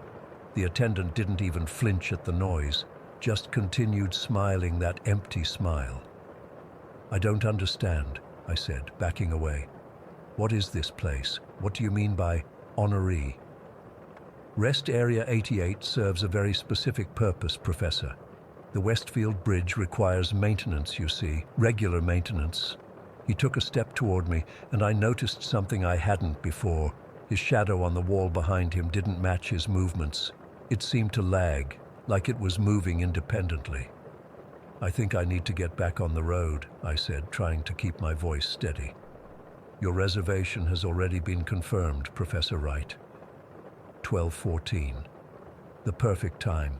We've been preparing for you." I glanced at my watch again, still 12:14. The second hand wasn't moving. The front door opened, and an older woman walked in carrying a small overnight bag. She looked ordinary enough, gray hair, sensible shoes, a confused expression as she looked around. The attendant's attention immediately shifted to her. "Ah, Mrs. Chambers, you're earlier than expected. Please, have a seat. We'll be with you momentarily." I used the distraction to back toward the door. The attendant noticed and smiled that horrible smile again. "The interstate can be so confusing at night, Professor. So many similar exits. You'll be back. They always come back." I practically ran to my car, fumbling with the keys, my heart pounding. As I pulled out of the parking lot and back onto the on-ramp, I checked my rearview mirror. The rest area wasn't there, just darkness and trees. I accelerated onto the interstate, gripping the steering wheel so tightly my knuckles turned white. My phone's GPS showed I was on Interstate 40, but there was no rest area marked anywhere near my location. I tried to call my wife, but had no signal. 20 minutes later, I pulled over at a gas station to collect myself. I went inside, asked the clerk about Rest Area 88, and she looked at me like I was crazy. "Ain't no rest area for another 40 miles, mister. You must have been dreaming." I bought a coffee, used the bathroom, and checked my phone. 3 new emails had arrived despite the lack of signal, all from the same sender, reservations@restarea88.gov. That wasn't even a valid government domain. The first email was a confirmation. "Thank you for visiting Rest Area 88. Your reservation has been confirmed for October 24th, 12:14 a.m. The second contained a PDF of what appeared to be a historical document about the Westfield Bridge collapse. According to the document, the original bridge collapsed in 1952, killing 88 people. But there were subsequent incidents listed every few years after the replacement bridge was built, each claiming one life on the anniversary of the original collapse. The third email was blank, except for an image attachment. It was a portrait of me, taken that night in the rest area, standing in front of the wall of photographs. I was looking at the empty frame. I never posed for this picture. No one took my photo. I deleted the emails with shaking hands, convinced I was losing my mind. I decided to continue driving, to get as far away from that stretch of highway as possible. As dawn broke, I realized I wasn't on I-40 anymore. The road signs were unfamiliar, and my GPS was showing me on a route I hadn't programmed. I tried to reroute, but it kept recalculating to the same destination, Westfield Bridge. I considered turning around, but each time I tried to exit, the ramps would somehow lead me back to the same highway, heading in the same direction. The sun was rising now, casting long shadows across the road. Around 6 in the morning, I saw it in the distance, a massive steel and concrete bridge spanning a deep river gorge. A sign beside the road read, "Westfield Bridge Replacement Project, completed 1954. At the entrance to the bridge was a small stone monument. I pulled over, drawn to it despite my fear. It was a memorial listing the names of the victims of the original collapse, but as I read down the list, I saw more names had been added, one for each year, on the same date, October 24th. And at the bottom, the final entry, Dr. Thomas Wright, Professor of History, anticipated today. My phone chimed. Another email from Rest Area 88. This one contained a photo of me standing at the monument, taken from behind, showing the back of my head and the memorial stone. The photo was time-stamped 6:15 a.m., the exact current time. I spun around looking for whoever had taken the picture. There was no one, not a single car or person in sight, just me, the bridge, and the rising sun. When I got back to my car, there was a ceramic coffee urn on the back seat, identical to the one from the rest area. It was warm to the touch and full. My car's navigation system spoke unprompted. You have arrived at your destination. I haven't crossed that bridge. I turned around and drove 80 miles in the opposite direction, stopped at a motel and haven't left since. I've been researching the Westfield Bridge obsessively. There are newspaper articles about the original collapse and obituaries for single victims on October 24th every few years since, all describing them as tragic accidents on the bridge. It's October 23rd today. The emails keep coming. My watch is still stuck at 12:14. I don't know what to do. I don't understand what's happening or what they want from me. I just know I can't go near that bridge tomorrow, and I keep thinking about that woman who walked in, Mrs. Chambers. Was she the 88th honoree? Or is she still out there somewhere, getting these same emails, seeing her name on that memorial stone? Has anyone else encountered Rest Area 88 or heard of the Westfield Bridge incidents? Please, if you know anything, tell me. I don't think I have much time left. Story 21. I've always considered myself pretty level-headed. Not one for ghost stories or jumping at shadows. My husband Marcus calls me his resident skeptic. But what happened in our house last Thursday has shaken me to my core, and I still can't make sense of it no matter how hard I try. Some background. We live in Pinewood, a rural town where everyone knows everyone and nothing much happens. It's just me, my husband Marcus, his dad Gerald, who moved in with us after his heart surgery last year, and our 3 German shepherds. Duke is the special one. He's my service dog, trained to help with my anxiety disorder. He's also massive for his breed, about 95 pounds of pure muscle and intelligence. The other 2, Max and Luna, are just regular pets, but they're smart and protective too. Our house is old, like built in the 1920s old. It has all the character and all the problems you'd expect. Creaking floorboards, strange drafts, and doors that never quite fit right in their frames. The front entrance is particularly annoying. We have this heavy wooden inner door and then a metal security door outside it. Together, they make this really distinctive sound when someone comes in. A deep wooden creak followed by the high-pitched squeal of the security door's hinges. Marcus has promised to oil them for months now, but I've stopped reminding him. That sound has become our household's unofficial doorbell. Last Thursday afternoon, I was home alone. Marcus was at work at the construction site across town, and Gerald had gone to his doctor's appointment in the next county over, about an hour away. I was in our bedroom folding laundry while Duke snoozed at the foot of the bed. The other dogs were somewhere in the backyard, probably digging holes Gerald would complain about later. It was around 2 in the afternoon when I heard it, that unmistakable sound of our front doors opening. First the metal security doors squeal, then the wooden doors deep creak. My first thought was that Gerald must have forgotten something and come back home, or maybe Marcus had finished early. "Hello?" I called out, but got no answer. That's when I noticed Duke. He was fully awake now, but not in the way he usually gets when someone comes home. Normally, he's up and wagging, ready to greet family members. But this time he was frozen in place, ears fully erect, eyes wide in a way I'd never seen before. He looked terrified. His eyes were bulging and his entire body was rigid. Then I heard footsteps in the entryway, heavy, deliberate footsteps on our hardwood floor. They moved slowly from the front door toward the living room. "Gerald, is that you?" I called again, louder this time. The footsteps continued, unhurried, unresponsive. Duke whimpered, a sound so pitiful and confused it made my skin crawl. This was a dog who once chased off a coyote from our property without hesitation, a dog trained to remain calm during fire alarms and thunderstorms. And here he was, trembling like a puppy. The footsteps continued through the living room toward the kitchen at the back of the house. They were moving toward the back door. Duke suddenly bolted from his spot, rushing out of the bedroom. I followed him, my heart pounding in my chest. By the time I reached the kitchen, Duke had already squeezed his massive body through the doggy door to the backyard. Max and Luna, who had been outside, were now rushing toward the doggy door too, barking excitedly like they usually do when someone comes home.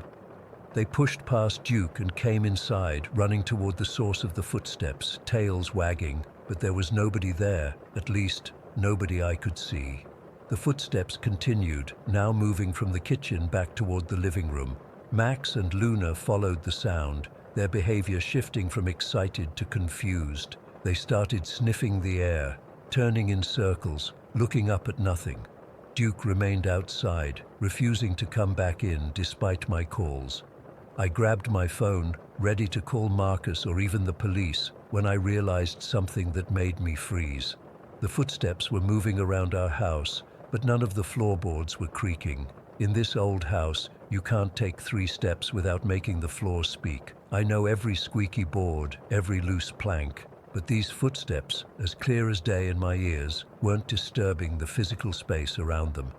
For 15 minutes, I timed it on my phone because I couldn't believe how long it was going on. The footsteps continued. They moved from room to room, sometimes pausing, sometimes speeding up slightly, but never running. Max and Luna eventually gave up following the sound and sat in the middle of the living room, heads tilted in confusion. Duke still refused to come inside. Then, as suddenly as they had started, the footsteps stopped. No doors opened, no doors closed, just silence. I stood in the middle of our living room, my phone clutched in my shaking hand, trying to process what had just happened. I looked down at Max and Luna, who were now acting perfectly normal, as if nothing unusual had occurred. Duke was still outside, visible through the window, sitting by the garden shed and staring at the house. I took a deep breath, trying to calm myself. There had to be a logical explanation. Maybe someone had come in and I just hadn't seen them leave. Maybe they were still in the house. The thought sent a fresh wave of panic through me. I called Marcus. When he answered, I tried to keep my voice steady as I asked when he'd be home. "In about 20 minutes, babe. What's up?" he said, picking up on the tremor in my voice. "I think someone was in the house," I whispered. "I heard the doors and footsteps, but I can't find anyone." "I'm coming now," he said, and hung up. Those 20 minutes were the longest of my life. I went outside to sit with Duke, who seemed relieved to have me away from the house. The other dogs followed, completely normal now. I kept my eyes on the doors and windows, watching for any movement inside. When Marcus's truck finally pulled into the driveway, I nearly collapsed with relief. He jumped out, tool belt still on, face etched with worry. "Are you okay? Are the dogs okay?" he asked, pulling me into a hug. "We're fine, I think. Just scared," I said. Duke wouldn't come back in the house. Marcus whistled for Duke, who came to him immediately but stopped at the threshold of the front door, refusing to go in. That's when we noticed the wet spot on the bedroom carpet where Duke had been lying earlier. He had urinated where he was sleeping, something he hadn't done since he was a tiny puppy. This highly trained service dog, who could hold his bladder for hours if needed, had been so terrified he'd lost control. We searched the house together, room by room, closet by closet. Nothing was disturbed. No signs of entry other than our own. No one hiding anywhere. As we finished our search, Gerald's car pulled up. He came in, concerned by the look on our faces and the fact that all 3 dogs were still outside. "What's going on?" he asked. I explained what had happened. The doors, the footsteps, Duke's reaction. Gerald's face went pale. "What time did you say this happened?" he asked. "Around 2, I said. "Why?" Gerald and Marcus exchanged a look I couldn't interpret. "I was at the doctor until 3:30, Gerald said slowly. "And Marcus was at work." "I know," I said. "That's why I was scared. Someone else was in the house." Marcus took my hand. "Emma, did anything else happen yesterday? Anything strange?" I thought back. "No, nothing except..." I trailed off, remembering the fight Marcus and I had had the night before.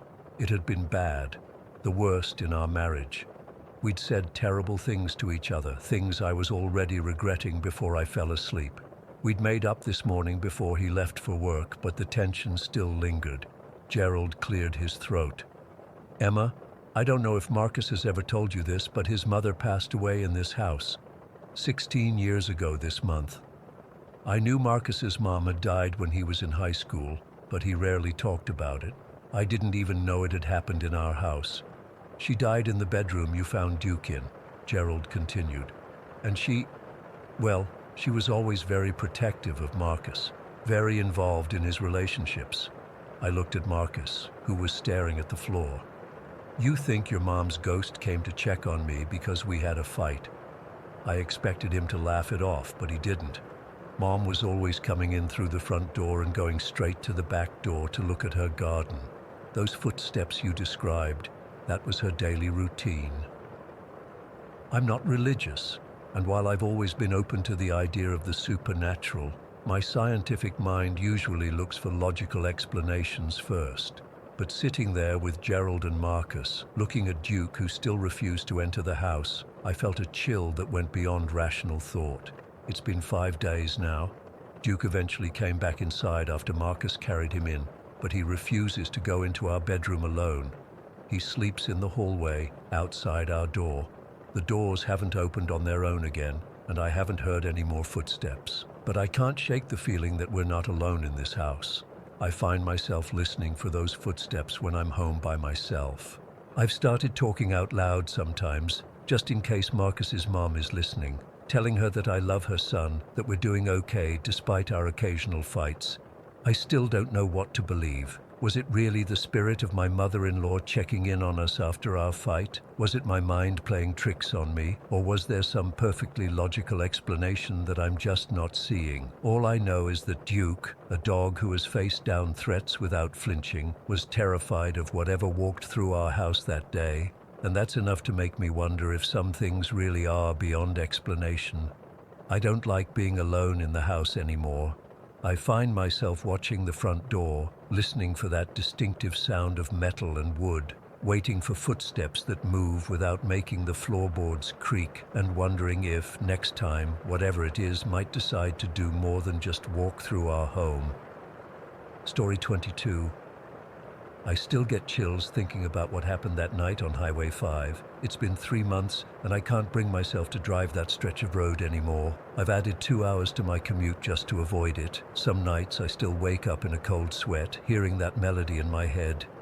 It was late August, and I was driving back from visiting my sister in Sacramento. I'd stayed longer than planned, so I ended up on the road around 9 in the evening. The summer heat had finally broken, and there was this weird electricity in the air, like right before a thunderstorm. I remember thinking I should have left earlier as the darkness seemed to swallow everything beyond my headlights. I'd made this drive dozens of times before, but something felt different that night. The highway was unusually empty, and the forest on either side seemed to press in closer than I remembered. I kept checking my rearview mirror, feeling like something was watching me from the tree line. I tried to laugh it off, blaming it on the true crime podcast I'd been listening to earlier. About an hour into my drive, my gas light came on. I cursed under my breath, realizing I'd forgotten to fill up before leaving Sacramento.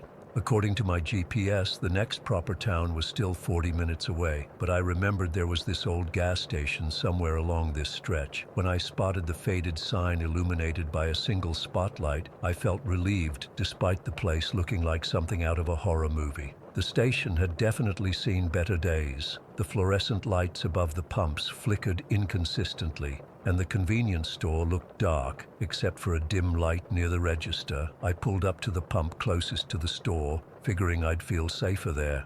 The place was completely deserted, not even an attendant in sight. I got out and started pumping gas, trying to ignore how loud the mechanical click sounded in the silence. That's when I first heard it, a soft, melodic humming that seemed to float on the night air. It reminded me of those lullabies my grandmother used to sing, but somehow distorted, like hearing it underwater. I initially thought it was coming from the store's radio, but as I listened more carefully, I realized it was coming from somewhere behind the station, toward the tree line. Curiosity got the better of me. I finished pumping, capped my tank, and walked around the side of the building, following the sound. The humming grew louder as I approached the back of the station, where the pavement gave way to gravel and then dirt that sloped down toward a small riverbank I hadn't noticed from the road. That's when I saw her. A woman stood at the edge of the trees, maybe 30 feet away from me. She wore what looked like a white dress that seemed to glow faintly in the moonlight. Her back was to me, and she was staring down at the ground, swaying slightly as she hummed that haunting melody. Her long dark hair hung loose down her back, moving gently, though there wasn't any breeze. I hesitated, my instincts screaming at me to get back in my car and drive away. But she looked so vulnerable standing there alone in the darkness. What if she needed help? What if she was lost or stranded? "Hello?" I called out, keeping my distance. "Are you okay?" The humming stopped abruptly. She didn't turn around immediately, and in that moment of silence, I could hear the river gurgling nearby and crickets chirping in the distance. When she finally turned to face me, I had to stifle a gasp. Her face was unnaturally pale in the moonlight, but it was her eyes that disturbed me, hollow and filled with such profound sorrow that I physically took a step back. They seemed almost too large for her face, dark and sunken like she hadn't slept in days. She couldn't have been much older than me, maybe in her late 20s, but there was something in her expression that felt ancient. "They left me," she whispered, her voice so faint I had to strain to hear it. "They said they would come back." I swallowed hard, trying to keep my voice steady. "Who left you? Are you stranded? Do you need a ride somewhere?" She took a step toward me, and I noticed she wasn't wearing any shoes. Her feet were dirty, like she'd been walking through the woods for hours. "My name is Sarah," she said, still whispering. "I've been waiting so long." "Sarah," I repeated, trying to sound calm. "I'm Mia. Let me help you. Do you have someone I can call?" She shook her head slowly, her gaze drifting past me toward the highway. Suddenly, her eyes widened with fear. I heard the sound of an approaching vehicle, headlights sweeping across the trees as it pulled into the gas station. Sarah grabbed my arm, her fingers ice cold against my skin. "Please," she begged, her voice urgent now. "Don't let them take me again. They'll never bring me back this time." Before I could respond, she pulled away and backed toward the trees. "Wait!" I called, but she turned and disappeared into the darkness so quickly it was like she'd never been there at all. I stood frozen, staring at the spot where she'd vanished, when I heard footsteps on gravel behind me. I spun around to see a middle-aged man approaching. He wore a flannel shirt and a baseball cap, looking like any normal rural Californian. He'd parked his pickup truck next to my car. "You saw her, didn't you?" he asked without preamble. There was something resigned in his voice, like he'd had this conversation before. My heart was pounding. "Who are you?" he sighed, removing his cap and running a hand through thinning gray hair. "Name's Jim. I live about 5 miles down the road." He nodded toward where Sarah had disappeared. "Was it Sarah? Did she tell you her name was Sarah?" I felt a chill run down my spine. "How do you know that?" Jim looked past me toward the tree line. "She's been showing up around here for years, ever since she went missing back in 2005. "Missing?" I echoed, my mouth suddenly dry. "Yeah, whole search party went looking for her. They found her car abandoned at this very station, but never found her." He put his cap back on. "Some folks around here say she's, well, not exactly alive anymore, that she's cursed to wander this stretch of road looking for something she can't find." I laughed nervously. "That's ridiculous. The woman I just saw was very much alive, just confused, maybe lost or—" I trailed off, remembering her ice-cold touch, the unnatural paleness of her skin. Jim shrugged. "Maybe so, but I'd be careful if I were you. The last person who tried to help Sarah was never seen again." He said it matter-of-factly, like he was commenting on the weather. "Best to just drive on and forget what you saw here." With that, he turned and walked back to his truck. I watched him drive away, his taillights disappearing around a bend in the highway. I stood there for a long moment, feeling like the forest around me had eyes. I hurried back to my car, locked the doors, and pulled out of the station so fast my tires squealed. I drove well over the speed limit for the next 20 minutes, repeatedly checking my rearview mirror, half expecting to see Sarah standing in the middle of the road behind me. When I spotted another gas station, a modern, well-lit Chevron, I pulled in, desperate for some normalcy and human contact. The attendant was a college-aged guy who looked bored until I asked him if he'd ever heard stories about a woman named Sarah around these parts. His expression immediately changed. "You saw her, huh?" he asked, leaning forward across the counter. "The woman by the riverbank?" My hands started shaking. "What do you know about her?" He glanced around as if making sure no one else was listening. "It's a local legend. They say she was meeting someone at that old Texaco station, the rundown one you probably passed. This was years ago, before I even moved here, but apparently she was never seen again." He lowered his voice. "Some people claim they've seen her wandering around that station at night, always wearing the same white dress, humming some creepy old song." "But I talked to her," I insisted. She grabbed my arm. She was physically there. The attendant just gave me a strange look. "Look, I don't know what you saw, but there's been stories about Sarah for years. My manager grew up around here, and he swears his older brother encountered her back in the 90s. "The 90s? But the guy at the gas station said she went missing in 2005. He shrugged.